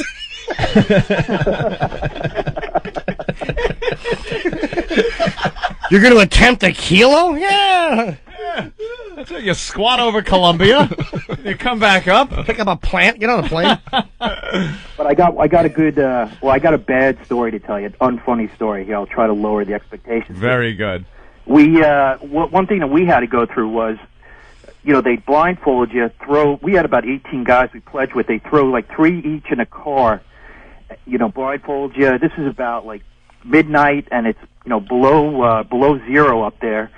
And they drop you off like 30 miles away from Oh, wait a minute. I got to jump in. That was another thing we did. They would get you really wasted, making believe, you were taking a break from pledging. And now you're one of the guys hanging out. Oh, yeah. Well, that's what it was. It's all about that. It's like, they abuse you like crazy, and then also when you think there's more abuse, then they throw you a party. Mm-hmm. And sometimes they invite the sororities, but then sometimes these parties were a setup. And then what they do is they get you really wasted, man, and you're smoking pot and you're drinking. Next thing you know, they completely attack you, tie you up, put a blindfold on you, and throw you in cars. Ooh. And depending on how much they liked you or didn't like you, they would drop you off in the middle of nowhere. In Geneseo, man, it's all farms, I mean, you can't figure it out. And they would just drop you off in the middle of a field. You're I'm telling you. Were you naked or? No. Oh, okay. You're completely hammered. To the point you can't really even stand some of these guys. Mm-hmm. And they would drop you off with another guy or maybe 2 other guys, and then you had to find your way home. Only a marshmallow to eat for the whole way back. Right. No money, nothing. And some of these guys would be dropped off in Canada. Really? Yeah, because this guy's saying 30 miles. Our fraternity, no, there was some pledges that the brothers just hated, and they would drop them off over the border in Canada. Which, do the math, I don't know, at least a couple 100 miles, right? Oh, yeah, at least 100 miles. At least 100 miles away. And then, all night long, they're trying to get back to, the school. Brother Flounder and Brother Pinto.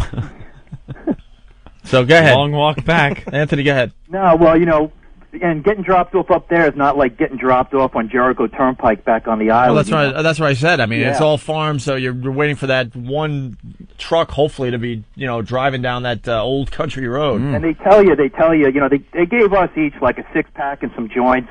And the deal is, you're supposed to bond and use each other to find your way back. They're like, you're not supposed to ask for any help. It's about 2 a.m, and I say, enough is enough. I'm going and I'm knocking on this door. It was a big farm, but it was a house. So I go and knock on the door about 2 a.m. The dogs start barking. The lights come on. The kids, so the guy finally comes downstairs. Apologize for waking him up and all, but I go, I just need directions back to Geneseo. He looks at me and the 2 guys standing in the street, and he goes, well, where's your car? And I said, we're on foot. He just shook his head. He knew it was a fraternity thing and just said, boy, there's no way you're going to make it back. So we made it back finally about 7 a.m, but I would say at least 3 or 4 guys had to go to the infirmary with frostbite and things like that. So nice. There you go, frostbite. Good stuff. Good stuff you can laugh about now. All right. Thank you, Anthony. Let's say hi to Chris in New York. Hey, Chris. Hey, what's going on, boys? What's up? Opie, the grand finale. Yeah. Was it the cum cookie? Oof. No.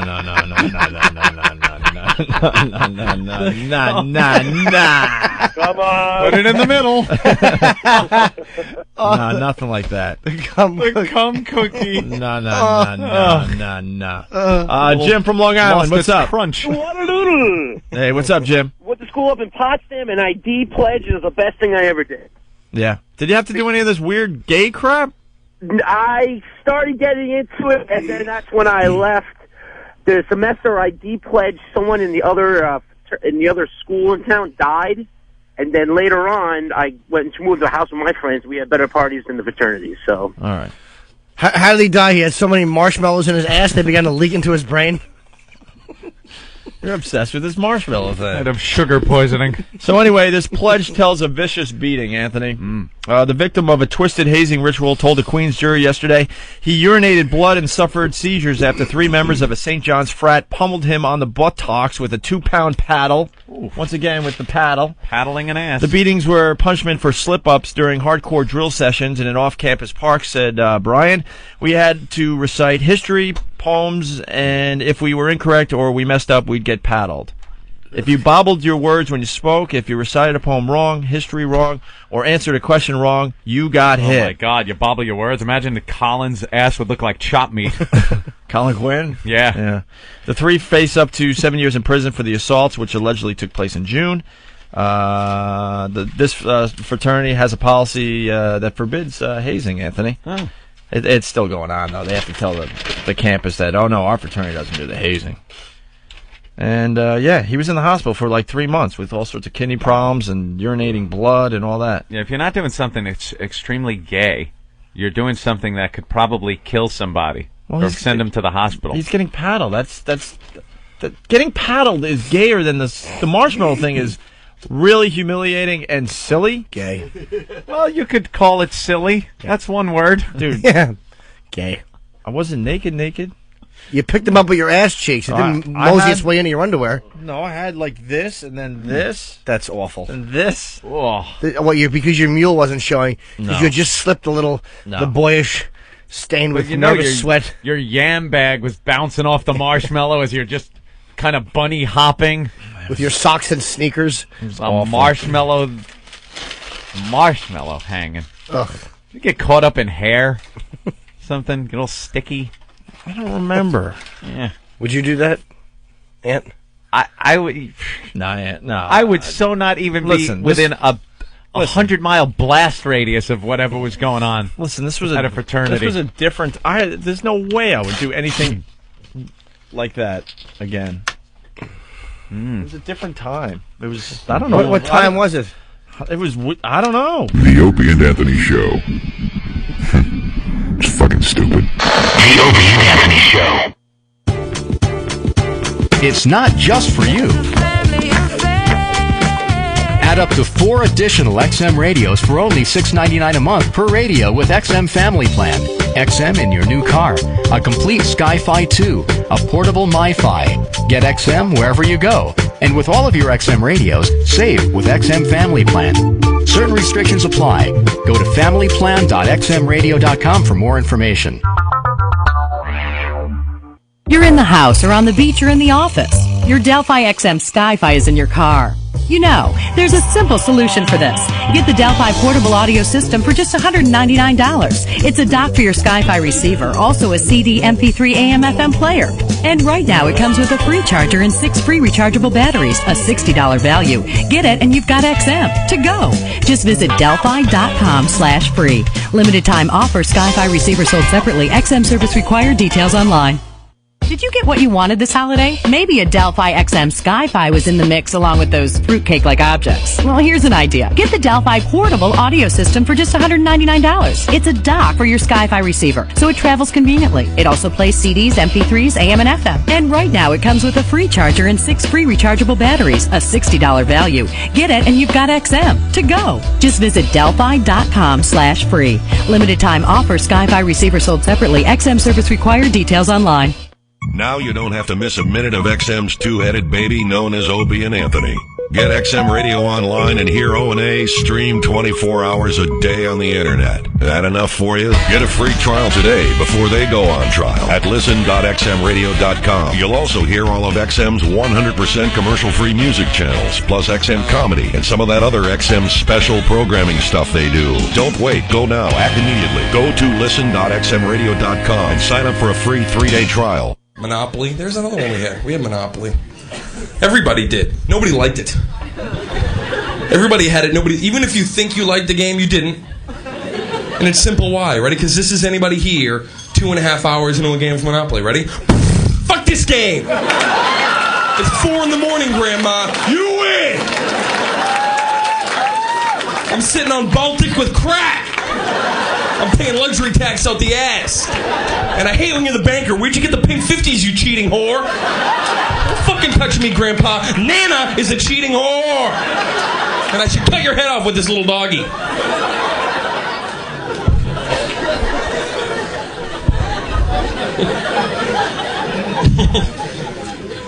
We were so poor growing up, that little iron, we had to actually use that little iron. It's not funny. It takes a long time to iron a shirt with that tiny little iron.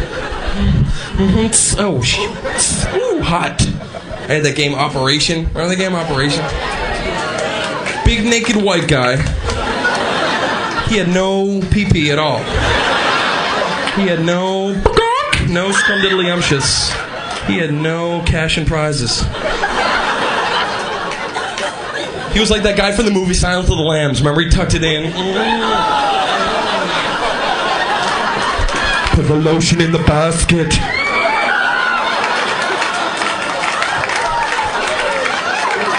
Put the lotion in the basket. You're laughing because you've done it, you freak. You're a freak. You're a freak. I used to do it. I used to come out of my girlfriend's bathroom naked. I'd be like, look, I'm just like you. I was always afraid, like, one time she'd be like, oh, yeah? I'm just like you. I'm just like you.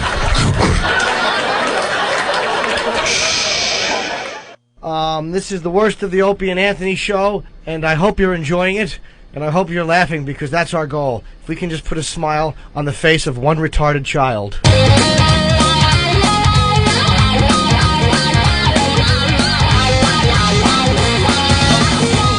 Go.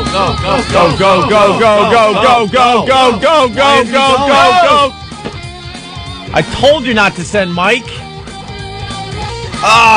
We're back with the O&A virus spreading across America. Why didn't he go? We had a perfect opportunity for another assault on the media. Why didn't you go? You're the guy, dude. You're the guy. I was on the phone. Otherwise, I would have went. Steve sent him out. I turn around and he's already gone. It was a live shot. Why didn't he go in front of the camera? What do you mean you're on the phone?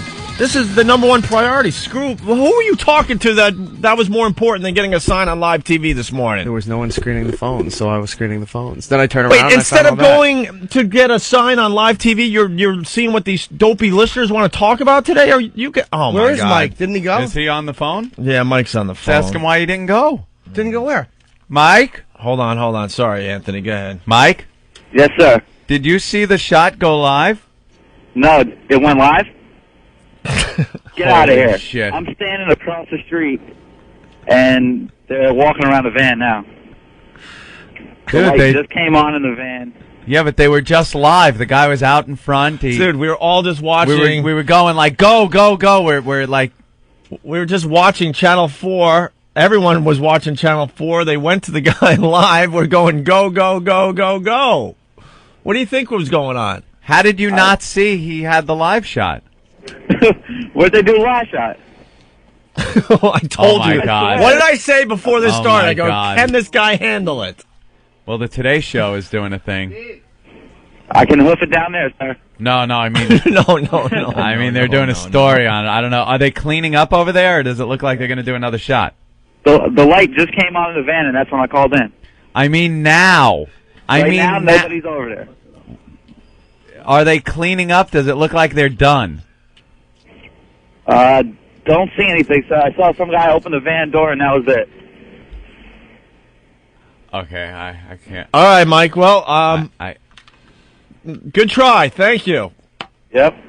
All right. We'll see you in a few minutes. You know, I have to be a little more understanding. I got to understand that some people have it. Dude, and what some did I people say don't. before? I said, could this guy handle it? I knew he couldn't handle it. No. And these dummies that work for us, why are you sending him out? Because he's eager, and he... Dude, that was a great opportunity for us. You guys got to wake the fuck up. He doesn't Why are you have sending it. the kid that no one has talked to since he's been here? That's right, prison yard hat. Thank you, Jim. No. It's really a prison yard hat? Yeah, it's awful. Okay, thanks. Why, Eric, why didn't you go? That was a perfect opportunity. It was a block away. We had a live film crew. Yeah. You get the job done. I was screening calls before I heard everything go on. And then when I turned around, Mike was already going. So I just went, okay, Mike's going with the signs. Oh, boy. And he walked out. I will go next time. He didn't even know that there was a live shot. He didn't even know that they went live. Yeah, the lights were on. Completely. He didn't see It was anything. on. It was there. We're going go go go go go. Either that or he panicked and just got nervous. I think he panicked. I think he panicked. I think he panicked and didn't want to be the guy. Some people have it. Some people don't. I told you guys, can this guy handle it? I knew that the guy couldn't handle it, and I'm waiting for you guys to step up and take care of business. No, you know what it is? The kid's been going out for the past 3 days doing this stuff, so I'm assuming that he's eager Doing to do what it. stuff, Steve? He was outside of the Today Show yesterday. And did he get on TV? He said they panned to him. I don't know if they... What? I don't know. No, they probably... If he got on the Today Show with one of our signs, I think we would have heard Right. by now. Usually when something like that happens, our email explodes. Hundreds of emails. right. Holy shit, did you see the Today Show this morning, guys? Just in case you didn't. Jesus. Dude, All right, well, we don't send him out anymore. Eric, you should I want his DOR. Why didn't you go, Eric? You're the man. Okay, I'll go next time. No, there is no next time. That's right, Hawk. Yeah, there's going to be a next time where a news crew is going to be a block It's a away block from where away. we're broadcasting from. Yeah, there'll be a next time. A block away. Someone right killed there. a homeless person outside the studio, so they'll be right in front of the station next time. There you go. We could start making news. God. That was a great opportunity. Missed. He was there. He had the signs. They went live. What happened? We're screaming, go, go, go, go, go, go. And Was he on a cell phone or no? He was on hold. He could hear us. Oh, brother. They went live? They went live. They went live for a while, But he too. missed the fact that they even went live. I know. I think he How did saw you it and miss just that? got too nervous. I think he just hid shivering with his signs across the street. And he goes, I'm across the street. Across the street. You got to be right there, waiting to just run into the camera. Why he didn't want to jaywalk? Someone that works for the show has horrendous judgment. Who is that? I don't know, but it seems like it's one of these three. Could it be Ben? Could it be Steve? Could it be Eric? Or could it be all three? Yes. I knew he was the wrong kid to send. I don't know why you'd want to send him. 1 block away, live shot right there. He was there with the signs. Dude, somehow it didn't get on. He's the shyest kid in the whole building. Yeah. He barely talks. He might be a good kid and works hard, but he's really... Dude, what happened? What happened? I was across the street. I guess I didn't have the right vantage point. I missed them. The right vantage point? What I think I can't know. even look at him. I drove past that news truck on my way in. Yeah. If you were across the street, wasn't the truck itself blocking the view of the guy? No. You saw the guy. I was across the street still on 57th. I think the guy was in front of Pick a Bagel or one of those little bagel stands. No. That's across the street. Yeah, he was like in front right in front of Dwayne Reed. You know, I was on the other drugstore. side, but I guess he was in my blind spot. Your blind spot? Were you speeding by him? I was standing on the subway. Mirrors grate. on your hat. Oh my God. Yeah, because he went live for. There was plenty of time to get. Did you hear us yelling, go, go, go? Yeah, but I didn't know what that was. If that What was a that reference meant? to me. No, they told me to hold on, so I was holding. I didn't know he was going You live. heard us saying go, go, Yeah, go. Opie screaming over the song, but I didn't know that was to me. Who else are we yelling go, go? Yeah, we're not fucking each other. You are a pisser. I love this. I'm not even mad anymore because this is so stupid. What do you think I was referring to with go, go, go? I didn't have my MiFi, Anthony was- so I couldn't hear. What? I didn't have my MiFi on, so I didn't know what the show was doing. Well, the show, what the show was doing was going to you live so you could be on live TV. Jesus. Yeah, go, go, go. If you're, It wasn't- let's say you're standing in front of a news shot and you have signs and you're waiting for the live shot and you're on hold on the phone and you hear the hosts of the program yell, go, go, go. You could probably assume we're talking to you. Well, all right. I was standing across from the van. I did not see the cameraman come out of the van, and I was watching the van completely. I Yeah. saw the light come on in the van. That's when I called in the show. And then I hear go, go, go. Well, it wasn't me looking at Anthony as he's deep-throating his huge banana. Ooh, go, go. Right. Suck it. Suck that banana down. No. I thought you were saying no, no, no. Or slow.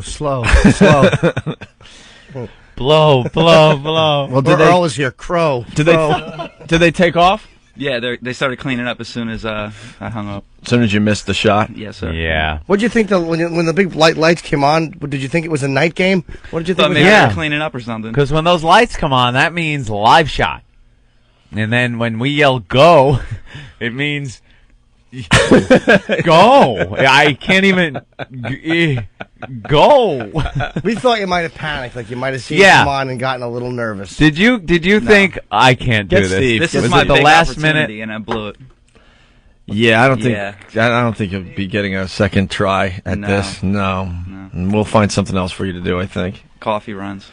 Pretty much, yeah. Yeah. Wow. But Steve is saying that you've been out there for 3 days with signs? Yeah, I went down to Rockefeller yesterday. They didn't go to my section of the crowd, though. Well, wouldn't you, move yourself to I was where only they're down going? there for, one segment, so... Oh. They only went to the crowd once when I was there. Steve's here, Opie. Yeah, Steve has a lot of confidence in you, though. Not anymore. Oh. Nah, I'm sorry. Why would you, you did have confidence in him, though? I did. He seemed, he said he was on at the Today Show yesterday, and sounded like it went well. What? I can't hear you. Wow. I had hat and no headphones. Oh, all right. So you have no confidence in the guy now? Sorry, Mike. You're back to getting coffee. Why wouldn't you guys send Eric? I don't get it. Yeah, why not send a proven guy? It's Martini Steve. Martini Steve. It's Martini Steve. Martini Steve. It's Martini Steve. Martini Steve. It's Martini Steve. Martini Steve. Oh. I want to play too, Anthony. Of course you do. I dig this. Martini Steve. Martini Steve. Yeah, Steve. So, who made that? I don't know. I actually think it was Drew Boogie. Oh, Drew. Thanks, Drew. He does a great job for the radio program. Thanks, Drew. Another thing to be thrown at me while I'm trying to speak. Yeah, great. All right, from now on, Eric will go to these things. These opportunities don't come along. I understand that. Well, look, there's going to be a bunch today. How far away do we want to send young Eric? Why would there be a bunch today? Is something going on? There's Giant Stadium. Not Giant. There's Yankee Stadium. There's something going on at 27th and Broadway. Yeah, I saw that shot. But they're there for a while. How far away do we want to send this guy? 27th is like 30 blocks. How far do we want to send him? A block. Yeah, that block. was a great opportunity. Now that the block opportunity has gone, do we want to send him that far away? I don't even want to send him to Starbucks across the street. Why at don't we this point. do this? Can we afford to send two people out with two different locations? We do have two lovely signs, although you'd have to cover them somehow. You couldn't put them face to face like he had them. Yeah. I don't know. That's kind of depressing that we missed that one, man. It was right there. It was right there. That was the one. You don't get the pitch like that every time. All right. Yeah. Oh, there he goes. Skulking. Man, you guys got to figure it out. I don't know why you would send him. It was when you have Eric and other people. You know. Honestly, it seemed. What about Danny? It seems so painfully brain dead. I took for granted the fact that the kid might get scared. He might not know what was up. So, all right. Opie and Anthony, XM202. We're in break, and Norton just casually mentions that him and Mike Tyson once made out with the same trainee. Tranny. No. Jack Crawford sent a tranny to me. A tranny. Trainee. Yeah. How did that happen? At the Porn Awards last year. That would wear it. I was at the expo. Well, we were talking about Tyson because there's a story in the paper, and we asked Norton if you ever got a picture with Tyson, and you said yes. I met him twice. He's been very nice to me both times. And then you got video of him. Well, yeah, I have to get it from Yo. She's got it. I think I may have sent it to me. Oh, yeah, video of me and Tyson talking, and then this transsexual named Vanity, who's a porn star, was going to be my date it was a goof. And, it's a goof. Yeah, there's a little Vanity kissed me, and whatever. It was on film. Oh. It was in front of 50 people. What kind of kiss? Like a nice, friendly one. Was it an open mouth? I don't think so, but stop what do you mean you don't think so? That means it was. No, I'll tell you the truth. If I get the video, I don't remember. But then I don't think so means I think they got on videotape, so I better just... No, okay. And you knew it was a tranny. No, I kind of suspected. No, not kind of. No, I didn't have confirmation. You knew, and it was a French kiss. No, I didn't have confirmation until after. No, I didn't do that. No. But Tyson the next day was mugging with Vanity as well. Really? Yeah, and it's on video. So you kissed it first. He basically kissed my girl. Aw. Hey, you. Take your goddamn hands off her. Unhand that parental disappointment. When you got video of Tyson doing this? Yeah, I think Yoshi has it. I'm almost positive. Yeah. Wow. Yeah, 'cause I remember him telling me about it, and I think I've seen the video. I'll call him today and ask him. But that would be very nice for. And Mike was talking to you on the video. He's actually speaking. Well, dude, the energy this guy walks around with it's a whirlwind. I was in the Evil Angel booth with like Joey Silvera and all those guys, and Buttman. Buttman. Oh, yeah. Buttman, wow, buddy. And Tyson walks in, and him and 50 Cent were at the expo, and so there was a massive mob of people. Yoshi actually called my room. He's like, dude, Mike Tyson's around. So I came down. Grabbed your camera and ran out. You bet I did. And I don't know how Yoshi gets near these people, but he did, and he got Mike Tyson to come into the little area we were hanging out in. So Tyson comes in, and he's spanking chicks in front of everybody. It's on that film. Big mitt. He was like just talking, and Yoshi somehow said, "This is Jim Norton. He's from Comedy Central. He's co-hosting the award show." So Tyson puts his arm around me. And he's like, yeah, I'm with Jim Norton from Comedy Central. And he's just talking, and he keeps telling me to talk about him at the award show. I'm going to ass rape you, you little man. Oh, I thought of you guys the whole time. I'm like, how fucking great would this be on the air? Unfortunately, we're off. I'm going to titty screw you. Come here. This might hurt when I flop it out on your chest because it's merely huge. It's merely gigantic. You're going to love it. You're used to having logs on your chest. Try this one. It's a whole tree trunk. Wow. Put his arm around you. Was it heavy? He's just he's a fucking man's man. Yeah, he's got an energy with him, man, that is just really intimidating. He's a very intimidating guy, obviously. What, did you find him to be bright or?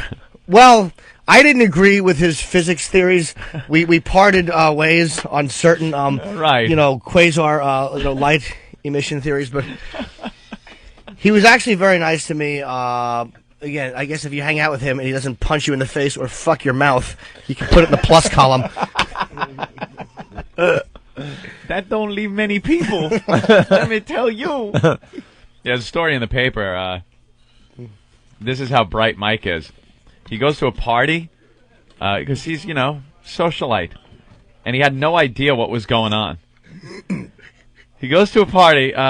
The boxer told organizers that Carmen Electra had said to meet her at the museum, but she stood him up. Didn't show up. The burly boxer paid a surprise visit to the Guggenheim while the glamorous Christian Dior Artists Ball was in full swing. Imagine you're having your Christian Dior artist ball at the Guggenheim, and this animal walks through the door. My God! Somebody's opened the gate to the zoo.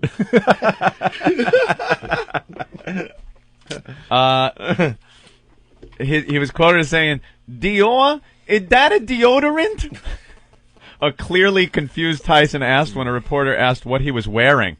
Once the reporter explained it was a fashion house, Tyson said, "Oh, I'm wearing Versace," when his clothes were clearly labeled Rocawear. How do you spell Versace? Rocawear. Versace. But the elegant Dior-clad socialites were thrilled to see Tyson, no matter what. Posing for pictures. That's what happens. These people are like, oh, it's like when all the photographers came and, I want to get a picture of Kong. Let me get up there. Put the girl in front of Kong. All the socialites like that kind of thing. Take a picture of me with this beast. And they did. Heather Graham was there, I guess. Roller Girl. Josh Lucas. Yes. Christina Ricci and her head. Her huge forehead. I'd like to punch her in the forehead. It's as big as my fist. So he didn't even know where he was. Christian Dior. Let's go to the phones, talk to Chris in New York. Hey, Chris, what's up? Yo, guys. Hey. How much longer you going to put up with this fucking homo you're sitting next to here? Every day, Oh. Every day, Norton gets fucking more faggy. What kind of language is that to use on the radio show, sir? Bro, what's up, man? Every day you're doing something more gay. Sir, that was a year ago. Dude. He's not gay. He's not gay because it was a year ago. That's right. Go suck another second grade dick, Norton. I'm out of here. Wait, sir. Ouch. Wait, mister. It was uncalled for. That certainly was harsh talk. Jimmy, you do have a lot of faggy stories, I gotta admit. Well, who doesn't? But you knew the guy was a guy. That's a chick, man. That's a little odd. Dude, you look at her, she's like, she's a chick. No. But she has a dick. But I didn't see that. It's a chick. When you see, I'll show you a picture of her, and you go, oh, okay. You know something? There is not one tranny that I've ever looked at and not known it was a tranny. I've never seen one that didn't have that telltale little, how you doing? Or the big Adam's voice, apple. the Adam's apple, or the dead giveaway, the hands. I was so paranoid in Brazil about that, because that's where the operations are very good. Oh, yeah? That I passed up. Patrice told me I was crazy. He's like, that's not an ex-guy. But I was so paranoid about it that there was a lot of hot ones I actually walked away from. There were certain qualities they had. And I'm like, that's a post-op. I'm not... Remember Tula? Tula? Oh, was yeah, the famous sex change operation. Turned out she was was a Bond girl in James Bond movie. One of the, like a helicopter pilot or something. And hot. Turned out, used to be a guy. Went through the operation, did a spread in Playboy, and it turned out it looked kind of like a real vag down there. They did the operation, and that's like the only one I've ever seen that used to be a guy that kind of looked like a girl. Everything else, you're like, ugh. So man hands. So is it gay if it used to be a guy, but it now has a vag, and you have sex? I think so. No, it's all where your heart is. I think it's kind of gay. You just don't, and especially, like she would have to explain it to you before anything happened, because afterwards there's a chance somebody would kill her. How do you go through that? Like, oh wow, I'm really digging this chick. You know, have great sex. We need a lot of KY for some reason, but you know, her vag feels great. It feels exactly like an inside-out penis. I guess that's what they do, right? Yeah, they gut your schlong and turn it inside out. They don't just lop it off. They remove the testes, and then they use the scrot to fashion some kind of labia, and then they gut your schween, reroute your urethra. How do you know all this? I read a lot. And then they pack Got it ourselves inside a you. reader. Got ourselves a reader. And they pack it inside you. And all of a sudden you got a vag. But meanwhile, if a guy is with this person, what you're really doing is just rubbing schlongs.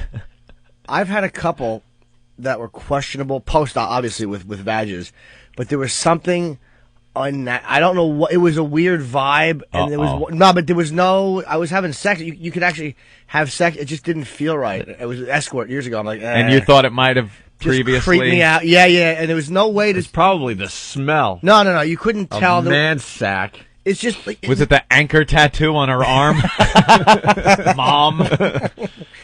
It was, I don't know what it was. It's maybe some things I think are instinct. Yeah. I think sometimes you just intuition, or it just didn't feel right. It was like, oh, I had a bag on creepy. too. It was like, but I just like, ugh. So you're not gay because you had a bag on, so there was no real contact. No, but I mean, I couldn't tell. So obviously you didn't with the guy finish. that's now a woman. No, I actually didn't. It was like, You didn't? No. Oh, I thought you disgusted me. Definitely not gay if you don't finish, right, Anthony? Right, That's the right. keys. Let's say hi to Keith in Philly. What's up, Keith?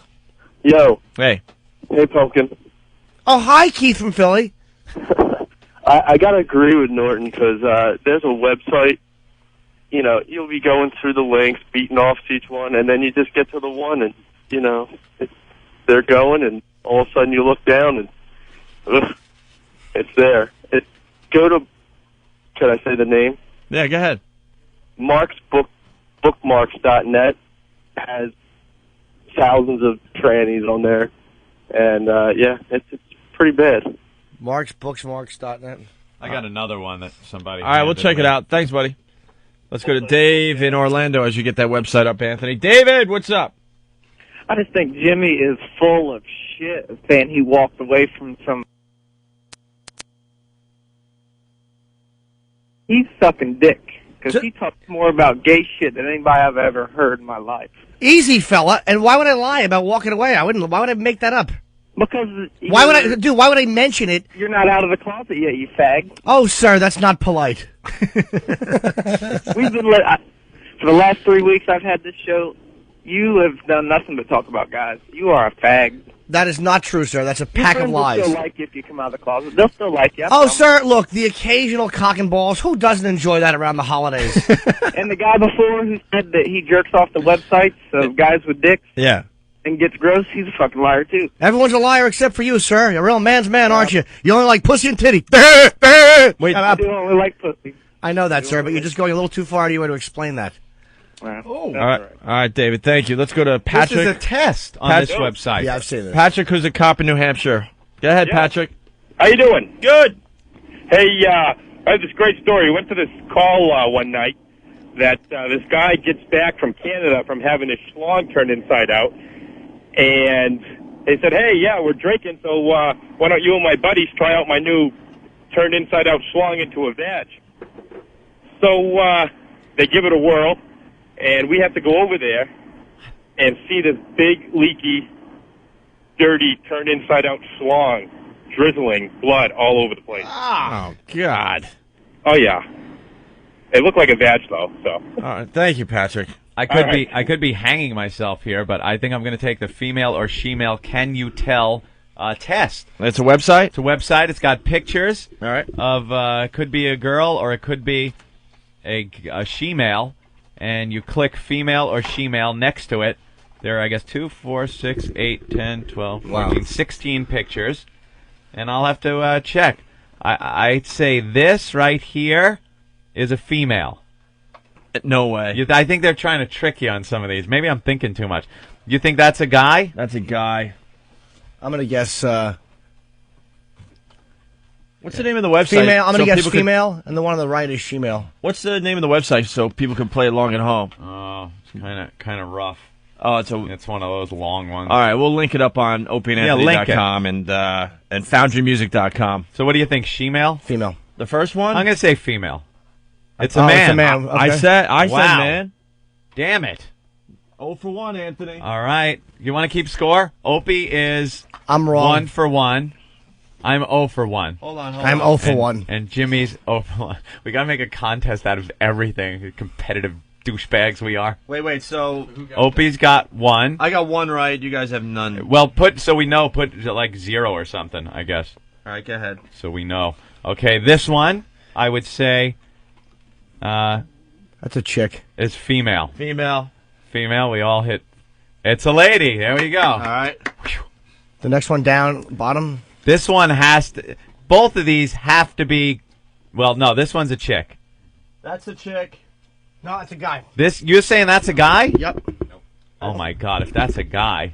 There's no Adam's apple. That's a chick. You're saying guy, me and Opie are saying chick. Yeah. Yeah. I was going to start questioning my friggin' masculinity because that is a hot girl right here. I'm 3 for 3. Jimmy's 1 for 3, and it's 2 for 3. 2 for 3. That's Damn, a I can't tranny. believe that one. That is so obviously a Tranny? a guy. Yeah, that's what I'm thinking. Big cans, and there's a problem with the cleavage, and she's trying too hard. All right, she-male. Yeah! We all got It is that a one? man. All right. All right. Wow, we're doing pretty good. Hey, reset, bastard. What happened, Anthony? All right, it's okay. Right here, what do you think? I don't know. I'm too far away. That's a Little short bob haircut, blonde. Very feminine face. Guy. Look at the neck. But That looks look like at a the guy. neck. A lot of Cords. Well, the shoulders aren't that big either. I think that's a svelte young, maybe a young Swede. You think it's a former program director? I'll have you $50,000 shortly. You know what, Jimmy? $50,000 is a lot of money. Ooh, There you are. Opie. Maybe they'll have a discussion about that now. I'm going to say guy. Yeah, I said guy because of the neck. I'm gonna. Wow, that's a tough one. I'm gonna say guy as well. All right, let's click that's the on hardest she-male. one so far. Oh, Damn it! we all Damn got it. Lady. Why didn't I go with my first instinct? Because we're trying to find, we know that there's going to be a couple that are absolutely convincing the other way. So Yeah. we're trying to kind of guess as well. This beast is a man. Absolutely. That is a man. Yeah. Yeah, man. Move That's on. a fella. Yep, That was definitely a easy. man. That was an easy one. All right. Right now, Anthony, I'm 2 for 5 for 6. Norton 3 for 6. You're 4 for 6. All right. That's a feller. That's a guy. Yeah, hair over the face Yep. to hide the. Yeah, it's a fella. Guy. What do you think, Ope? We're doing pretty good though. Yeah, that's a guy. That's You're a saying fella. guy? It's a man. All right. This one here. Hold on. I see an Adam's apple poking out right there. Look at that. I'm saying she-male. I can't see that good. Oh, for Pete's sake. That's your excuse? No, I can't. See, right there? Well, I can't see with your blonde, tussleable locks in the way. That's a chick, everybody. Wow, you're saying chick? I'm going to say fella. I'm saying she-male. Yep. Damn All it. right. And I are tied. Ope gets, I got two wrong. Anthony's got 2 wrong. Jimmy's got 3 wrong. 3 wrong. That blonde has got to be a chick. This had better be a woman. Yeah, that's a woman. That's gotta be a That's a woman. beautiful girl. Yeah. Oh, isn't that scary? I click on it. It's like, oh no, if that's a guy. This right here is a By man. the way, That's a fella. I know this is a waste for radio, but this website will be up on opieandanthony.com. Yeah, we're just Sorry about testing this. we're testing our sexual. I don't know. What would you call it? Describe the women a little better, Ant. What's that? You should describe the pictures a little better. Yeah. Well, this looks like an Asian gentleman. I would say a guy, right here. Jimmy says a guy. That's a guy. What do you think, Hope? Kind of the pouting mouth, kind of open. Nah, that's a chick. You say a chick? Uh-oh. This could break the tie. That's a guy. I'm saying guy. Hope says chick. It's a guy. It's a man. Yeah.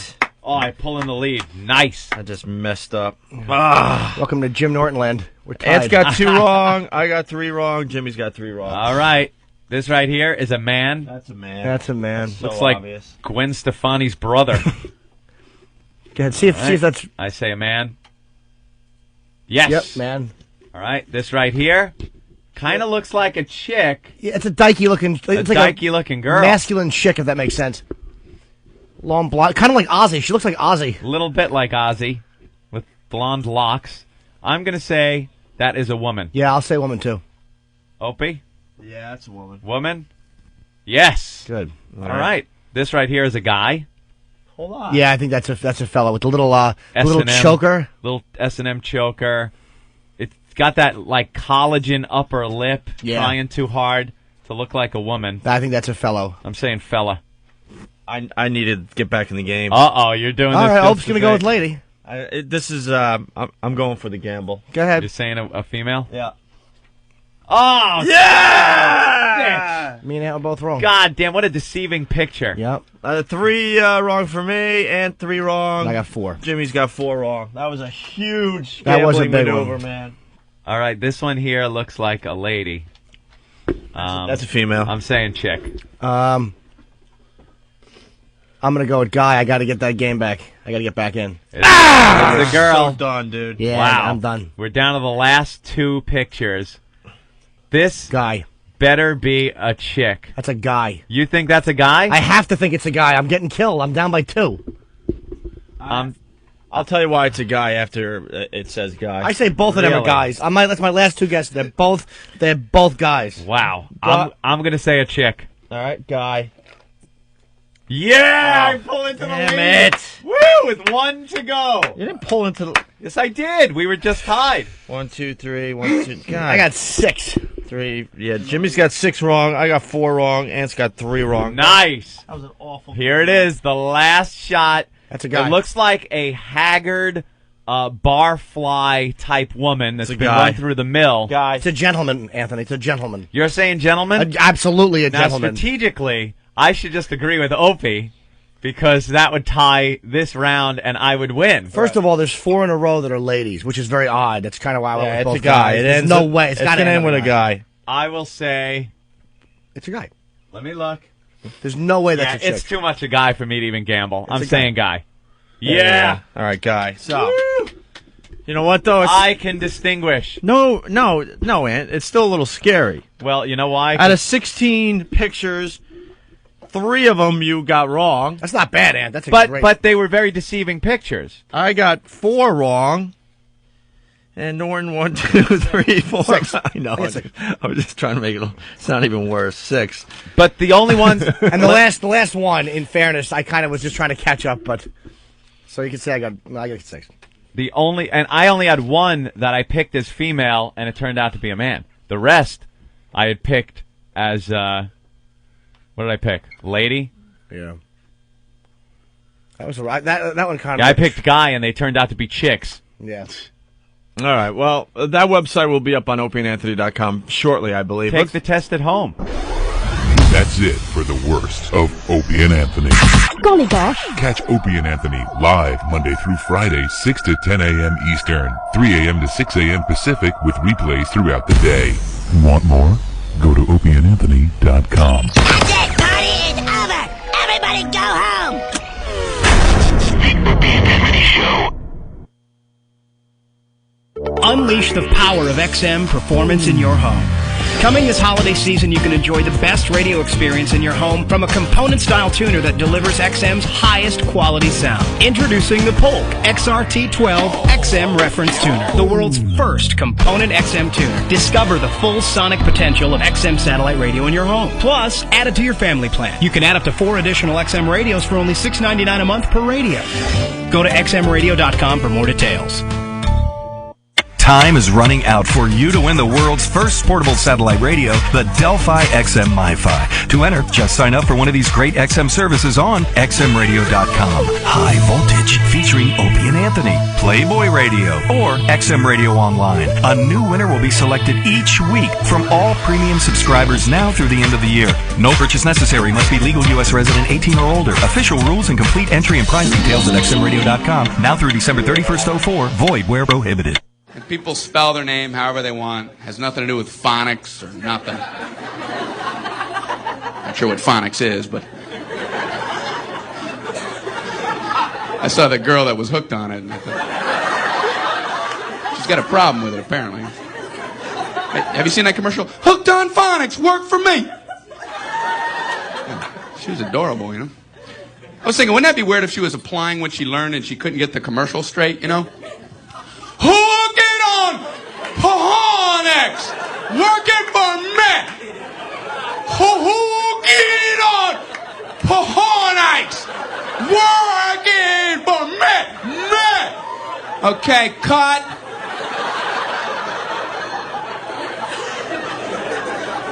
You talk to her, man. We ain't gonna move a lot of tapes this way. I'm telling you right now. Anyway, I met this woman. Her name was Amy, you know. So I go, A-M-Y? She goes, no, A-Y-M-I-E. Oh. I have to take a nap. I'm Brian, B-R-I-V-O-L-B-N, the number 7, the letter Q. Look at my name tag. It's big.